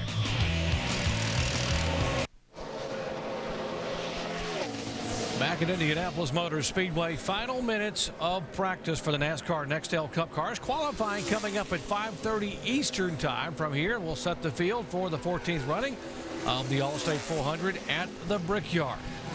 And a few cars trying to search for speed. Remember, there are 13 cars that have to get in on speed. 7 spots available for those. Here's the top 10 in overall speed. Reed Sorensen driving for Chip Ganassi is there. How about David Stremme in the 40 car? Earnhardt Jr., Kyle Busch, Juan Pablo Montoya, the rookie here. Unbelievable. There's the top 10. And yes, guess who's 11th? Jeff Gordon now starting to find some speed here in that 24 car. What a surprise. What did you say in the break? I said, that's a big surprise. And I went, well, wait a minute, maybe not. And then what I say, where you going with that, right? 3-time pole sitter and 4-time winner. The Brickyard. Gordon is 11th overall. And a guy who needs to find some speed here is Jeremy Mayfield sitting in the car here in these final minutes. Dave. Yep, 10 minutes left, Doc, and Jeremy Mayfield is right on the edge of the guys who can get into the field here. Jeremy, did you make any changes? Did your crew make any changes to try to get a little more speed out of this car for the final practice run?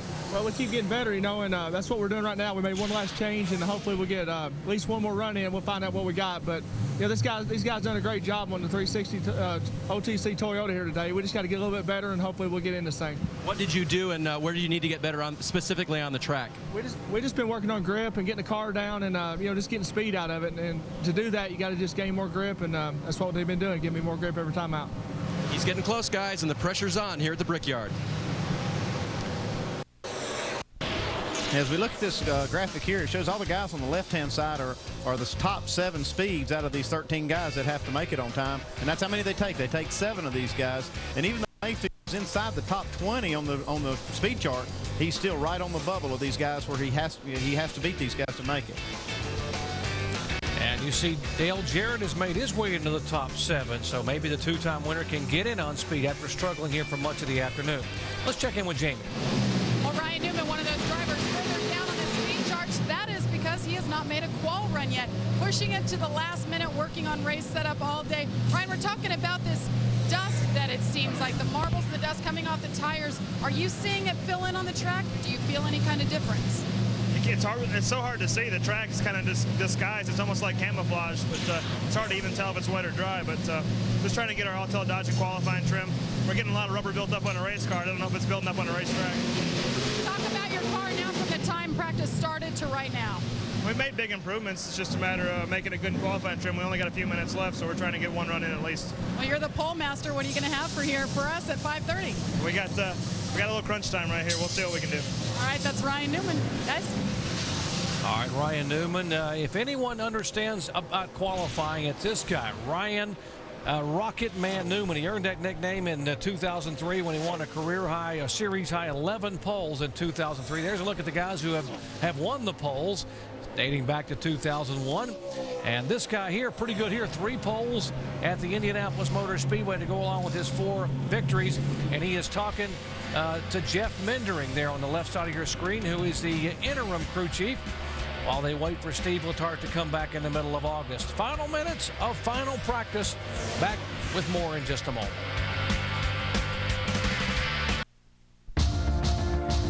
You can be driving down Georgetown and just see the back of the grandstands, and you can look through a couple different holes and see the track.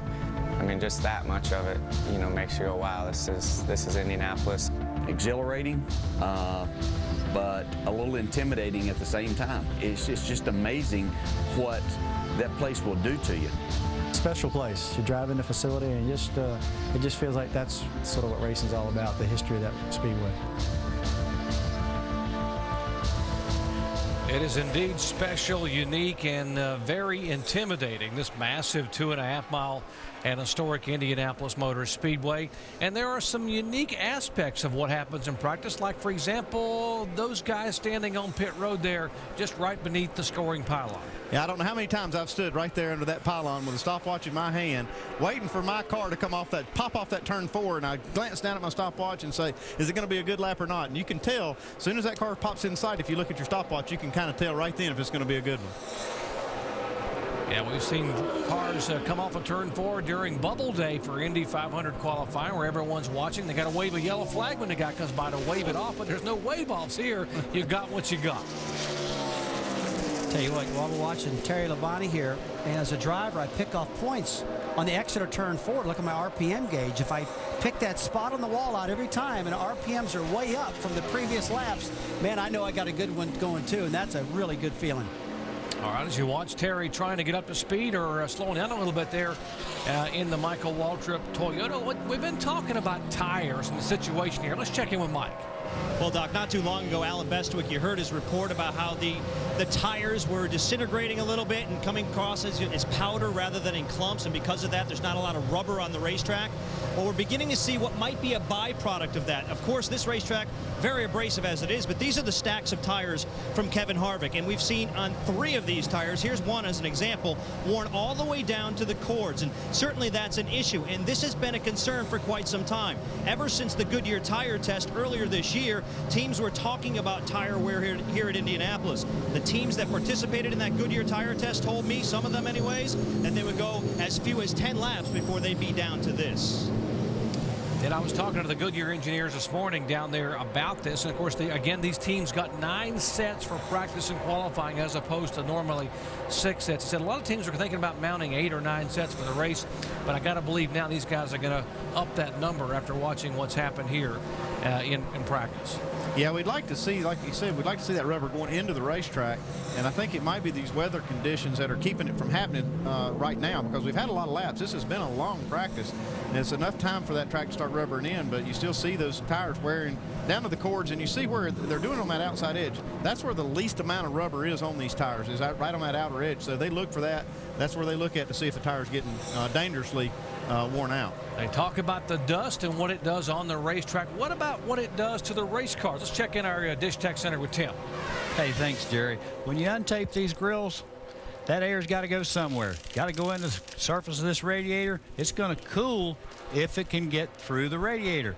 The issue you have here, the stuff packs up just immensely right here, as much as a half-inch thick in some areas, and that deters the cooling ability of the radiator.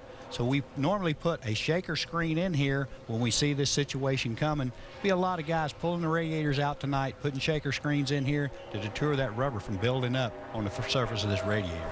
Back to you guys. Yeah, Tim, this is another racetrack we've run on that tires do this is Darlington, South Carolina. And I've seen radiators taken out of the car that you can't even see that aluminum. It's just packed solid with powder dust rubber on the front of it. And boy, you can't keep a car cool when it does that. Now, you guys also went to the kitchen utensil department or at the grocery stores and found a remedy at times about, to be able to keep some of that rubber off. Well, you're talking about we used to spray Pam. We used to do all kinds of silly things to keep keep the rubber from sticking, but that dust is really hard to deal with, and it goes right through even those shaker screens, like Tim was saying. If you don't have a fine enough shaker screen there, it'll just go right through that, and it just packs up in the front of that radiator.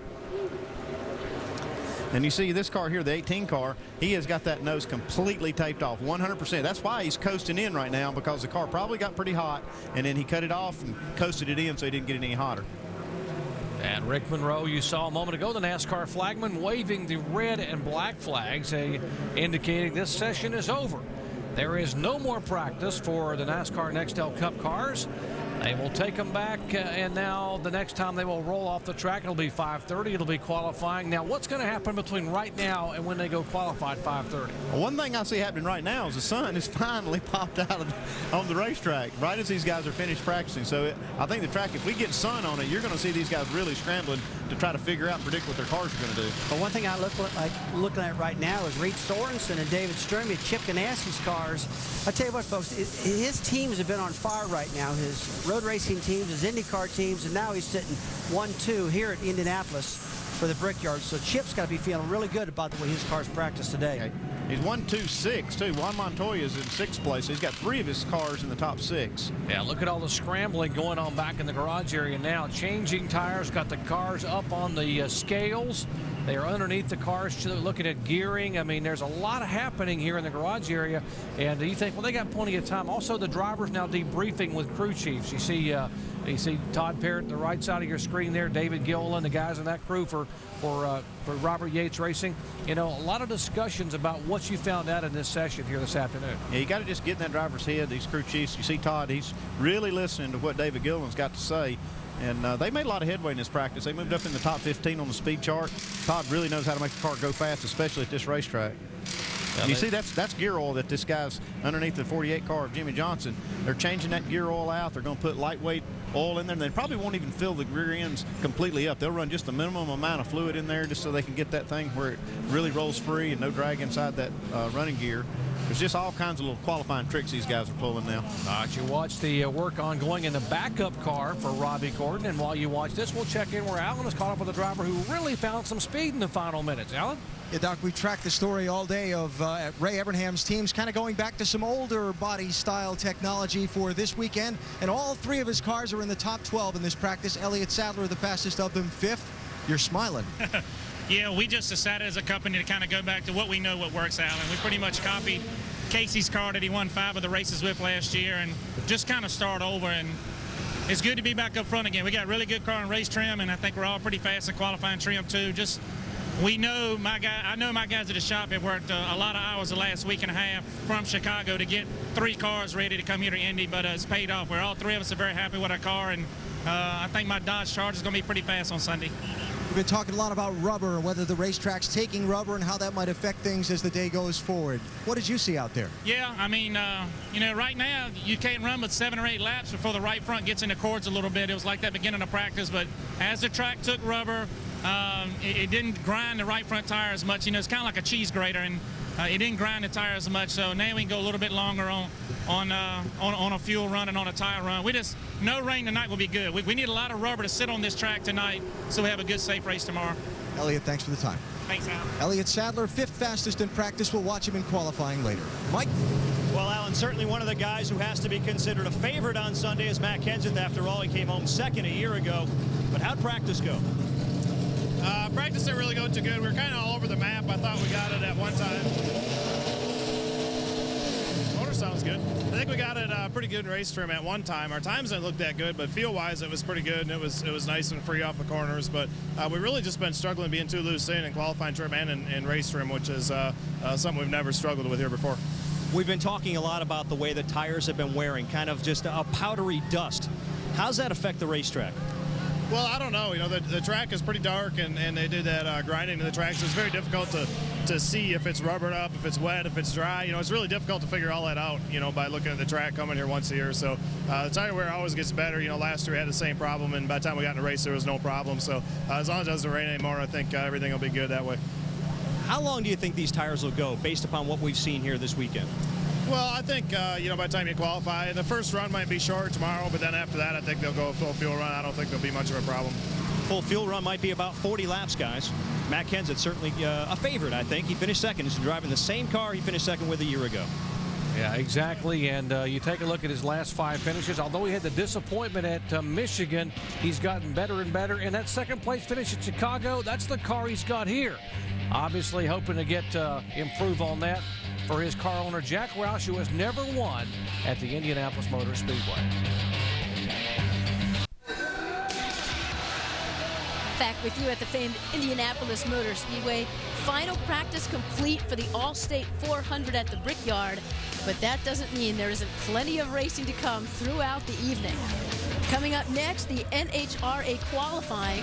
At 4:30, it's NASCAR Busch Series qualifying. We're back here at 5:30 for NASCAR Nextel Cup qualifying. And then at 8, NASCAR Busch Series at O'Reilly Raceway Park, presented by Hormel Completes.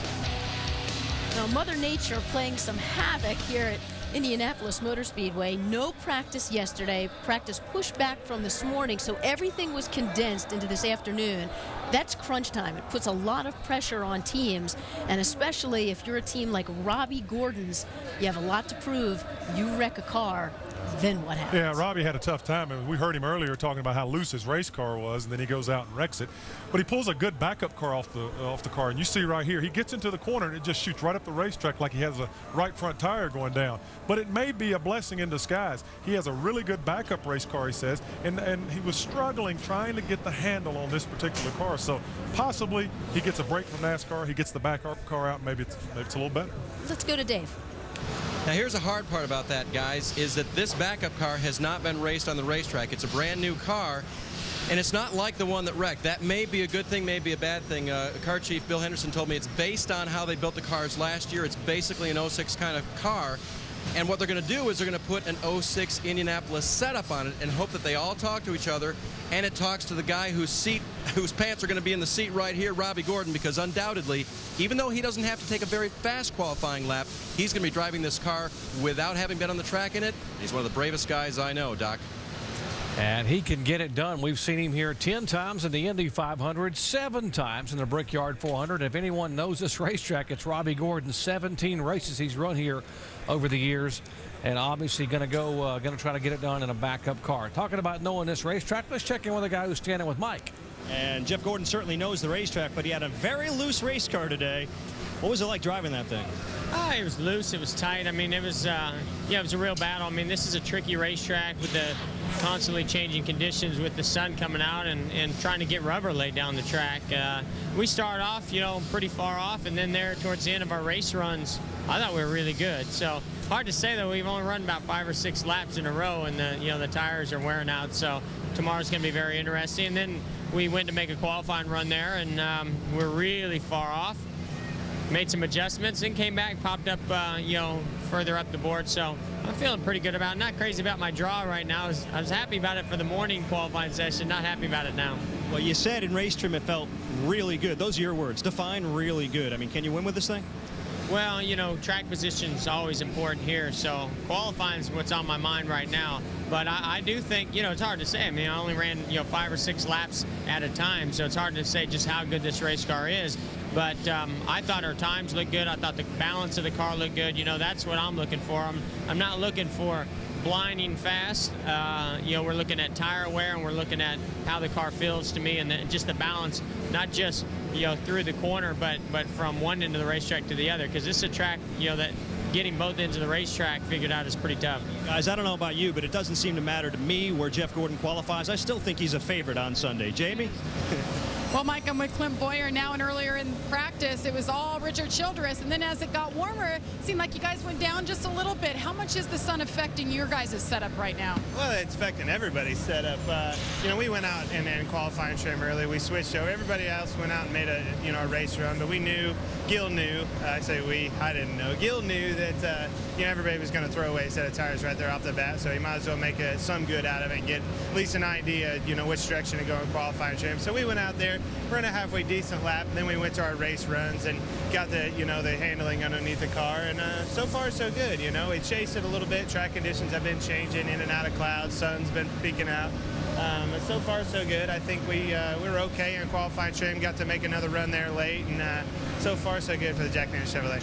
A lot of talk about qualifying draw. You roll out 30th. Is that good? Well, yeah, absolutely. I'm hoping this sun will be out come 5:30. Bright and shiny. But you got the guys that thought they had the cat by the tail. They're going out early and with the early draw, and then us late guys are kind of bummed out because usually qualifying's in the morning. So that role is reversed, and hopefully it'll work out good for us. It's Indianapolis. Things are ever changing. That's Clint Boyer, guys. And Jamie, over on the other side of the garage with 21-year-old rookie David Reagan, who got a couple things to ask him about, his first impressions at Indianapolis and his double duty schedule for the day. Let's start with your first impressions of this historic big old racetrack. Pretty fast racetrack. I had a lot of fun so far. First few runs out, I didn't know if I was in turn 2 or turn 4 or what I was doing, but I got pretty comfortable there at the end. Certainly our AAA Ford Fusion is probably a little bit better than I am right now. Jimmy Finnegan and everyone's done an excellent job preparing the race car, so I really got my work cut out for tonight and tomorrow morning. I'll talk to some of the other drivers and try to do a little research on the place, but an awesome racetrack. Hopefully we'll have a good enough car where we can turn under these guys and pass them. It's all about getting off of turn 2 and turn 4, so a lot of fun so far, but I look forward to getting a good qualifying lap in. David, you were supposed to be hopping back and forth between Raceway Park and your Busch Series ride and the Indianapolis Motor Speedway today. How have your plans changed because of the weather today? Well, it's a little disappointing, as race car drivers, we want to be doing something the whole time, and, just sitting here this morning was a little disappointing knowing that Eric Darnell had my discount tire Ford over there at the short track going pretty fast, I heard, so, I got to give it out to all those guys. I'm sorry I couldn't be over there and supporting our Busch team today, but we'll get over there tonight, and it's going to be a lot of fun racing from the back, but, the Cup deal is the #1 thing, and this is where all the magic is. We'll have some fun tonight. We're going to run well, but we'll run well on Sunday too. David will be starting at the back in the Busch race later on tonight, but for now he's going to stay here and concentrate on qualifying his Nextel Cup car at the Brickyard. Doc? All right, thank you, Alan. Talk about the luck of the draw. Now, when qualifying was scheduled at 10 a.m. this morning, the guys going early had the advantage, and now you just heard talk about role reversal with them going late. The guys that go late, I guess, will be the ones to watch in qualifying. Yeah, the track's going to cool down as the session goes instead of heating up like it would have this morning. So these guys, when they made this draw yesterday, these guys on the left side thought they were sitting in the catbird seat, and then all of a sudden when it got changed, the qualifying time got changed. Casey Mears holds the track record in qualifying. The fastest car to go late right now would be that of Mark Martin. Qualifying coming up at 5:30 Eastern Time. And back at Indianapolis, Gretchen Wilson performing here on the stage right behind us. All the NASCAR fans enjoying Gretchen.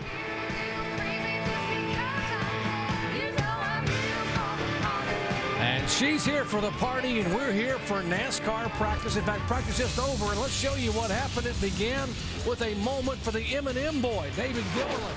Here's the good news, though. He didn't hit anything. He just used up 4 good years. But how about yikes for J.J. Yaley in the 18 car? J.J. had a brand-new car. Oh, off the wall. That was a very hard lick for the Joe Gibbs Racing Chevrolet. Had to go to a backup car. And then in the final 45 minutes, as you watch these guys working on their car, this happened coming off the corner. Robbie Gordon bounces his Ford off the wall numerous times. Heavy damage on the right side of that car, number 7. They had to go to a backup car. And there, it's neatness counts, and here in Indianapolis, it's all about making sure things are painted, and they're taking some of those scrubs away where Robbie Gordon bounced off again and again. Going to repaint the walls as we're getting ready for qualifying coming up at 5:30. Let's check down where Jamie is caught up with Dale Jarrett. Well, we talked to Dale when practice first started, and he was kind of hoping and praying for the rain because then he would be guaranteed in the field. But now, Dale, you're going to have to earn it. Where do you feel like you guys stand? 22nd on the speed charts after practice. Right at the end, we found some things that helped us a lot. We kind of had gotten to one point around a 50 flat to 50-10 and seemed to be stuck on that, and that was not a good enough time to get us in the field. So Jason and the guys went to work on it, made some spring changes, and our last run was in the 49.50s, so that was a lot better. We would like to think that, we could just sit on that, but we know the other guys aren't going to. Our draw is kind of in the middle, so we know some of them going later are going to have a little more of an advantage. So we're going to make another small change and kind of roll the dice. I think we were 6th among the cars that have to qualify on time. And if everybody would just, sit still, we'd be okay. But we feel like that we need to make a little change and try to get a little better. Dale, you're one of the few drivers who's been here since the beginning. All 13 races, 2 wins. I know you want to make the field every weekend, but how important is it to make it at Indianapolis? Yeah, there's certain places that I don't know that it should be like this, but you feel like you want to race more than others. And just because of the history of this racetrack, my success in prior years, and the challenge that this racetrack presents, I love that challenge. So I want to be here tomorrow trying to get around here the full 400 miles. And so we're going to put a little extra effort. I'm going to give it everything that I've got, and this is a very special race to us. All right, you can see Dale Jarrett go for the qualifying run at 5:30. Let's go to Dave. And Jamie, with Ward Burton now, who would also love to be in this race. And we showed a little highlight package earlier with a couple of wall dings. One we didn't show was yours. I noticed some damage over there, Ward. When did that happen, and what happened? That happened last time out, and that was the driver trying to use every inch of the track going in the corner. So I have to take full responsibility for that. We had struggled a little bit to set a tire before, but I think that right there was going to be a little bit better. But luckily it didn't hurt any more than it did. But it's going to be real close today. Charles here. Hey, Charles! He doesn't want to get interviewed. Look at him right there. He's working so hard on the tires. A lot of what's going to happen with this State Water Heater Lucas Chevrolet today is going to be depending on what we do with air pressure. It's amazing what 1.5 pounds, 2 pounds air pressure either side doing for grip. So we got to make the right decision and hopefully get this car in a race. And grip equals speed, Alan, and that's what Ward's going for, along with the rest of the guys who have to make it on time. And I want to follow up with J.J. Yaley because we've sort of followed his story throughout this practice session, the accident, and then the crew getting the car prepared quickly back out on the racetrack. How is this backup car? The backup car is excellent. This is the same car we ran second with at Charlotte. It's unfortunate the first car got wrecked because it was a brand new car, latest, greatest, coolest stuff, and it's not so good anymore. But these day like today, looked like it was pretty boring. So I guess I had to add to the excitement, and I think I did that pretty good job. But the guys worked their tails off, and very appreciative of all the hard work that they did. Getting back out into practice, we made a couple race runs and a couple qualifying runs, and obviously we're not as fast as what those guys put down for a top 3 or top 4 spot, but we're not too far off what the teammates are, and a couple adjustments, maybe we'll be in good shape. The first couple laps on the racetrack when you went back out there, were they careful ones, or were you comfortable right away? They were a little bit careful. I guess when I came around the first lap and saw my marks embedding into the wall there, just makes you double take every now and again. But after about 3 laps, we got the car where it felt stable, started working on it again, and all that's in the back of your mind, and you work on trying to make the car better for the race. You'll be happy to know they're already painting those marks off the wall. You're going to be our in-race reporter tonight in the Busch race over at Raceway Park, and I guess you're going to be starting at the back too, huh? Yeah, I'm going to make it exciting all day long. It's just nothing better than racing all day long. So because of what happened here and the day being all screwed up, I don't know where to get over there to qualify and making the drivers meeting. It's all sorts of craziness, but I'll be starting from the back, and I'll try to keep all the fans enlightened on what's going on the racetrack from my view. We appreciate it, and good luck this afternoon, tonight, and tomorrow. Thank you very much. All right, JJ. Don't you love J.J. Yaley's attitude? What a great attitude, great personality. Here are the guys that get to qualify on speed, and here's where they were in that one and only practice session. Only 7 of these 13 are going to get in this year's All-State 400 at the Brickyard. 7, the lucky 7. Who will it be? Qualifying will be coming up at 5:30. Back to wrap it up in just a moment.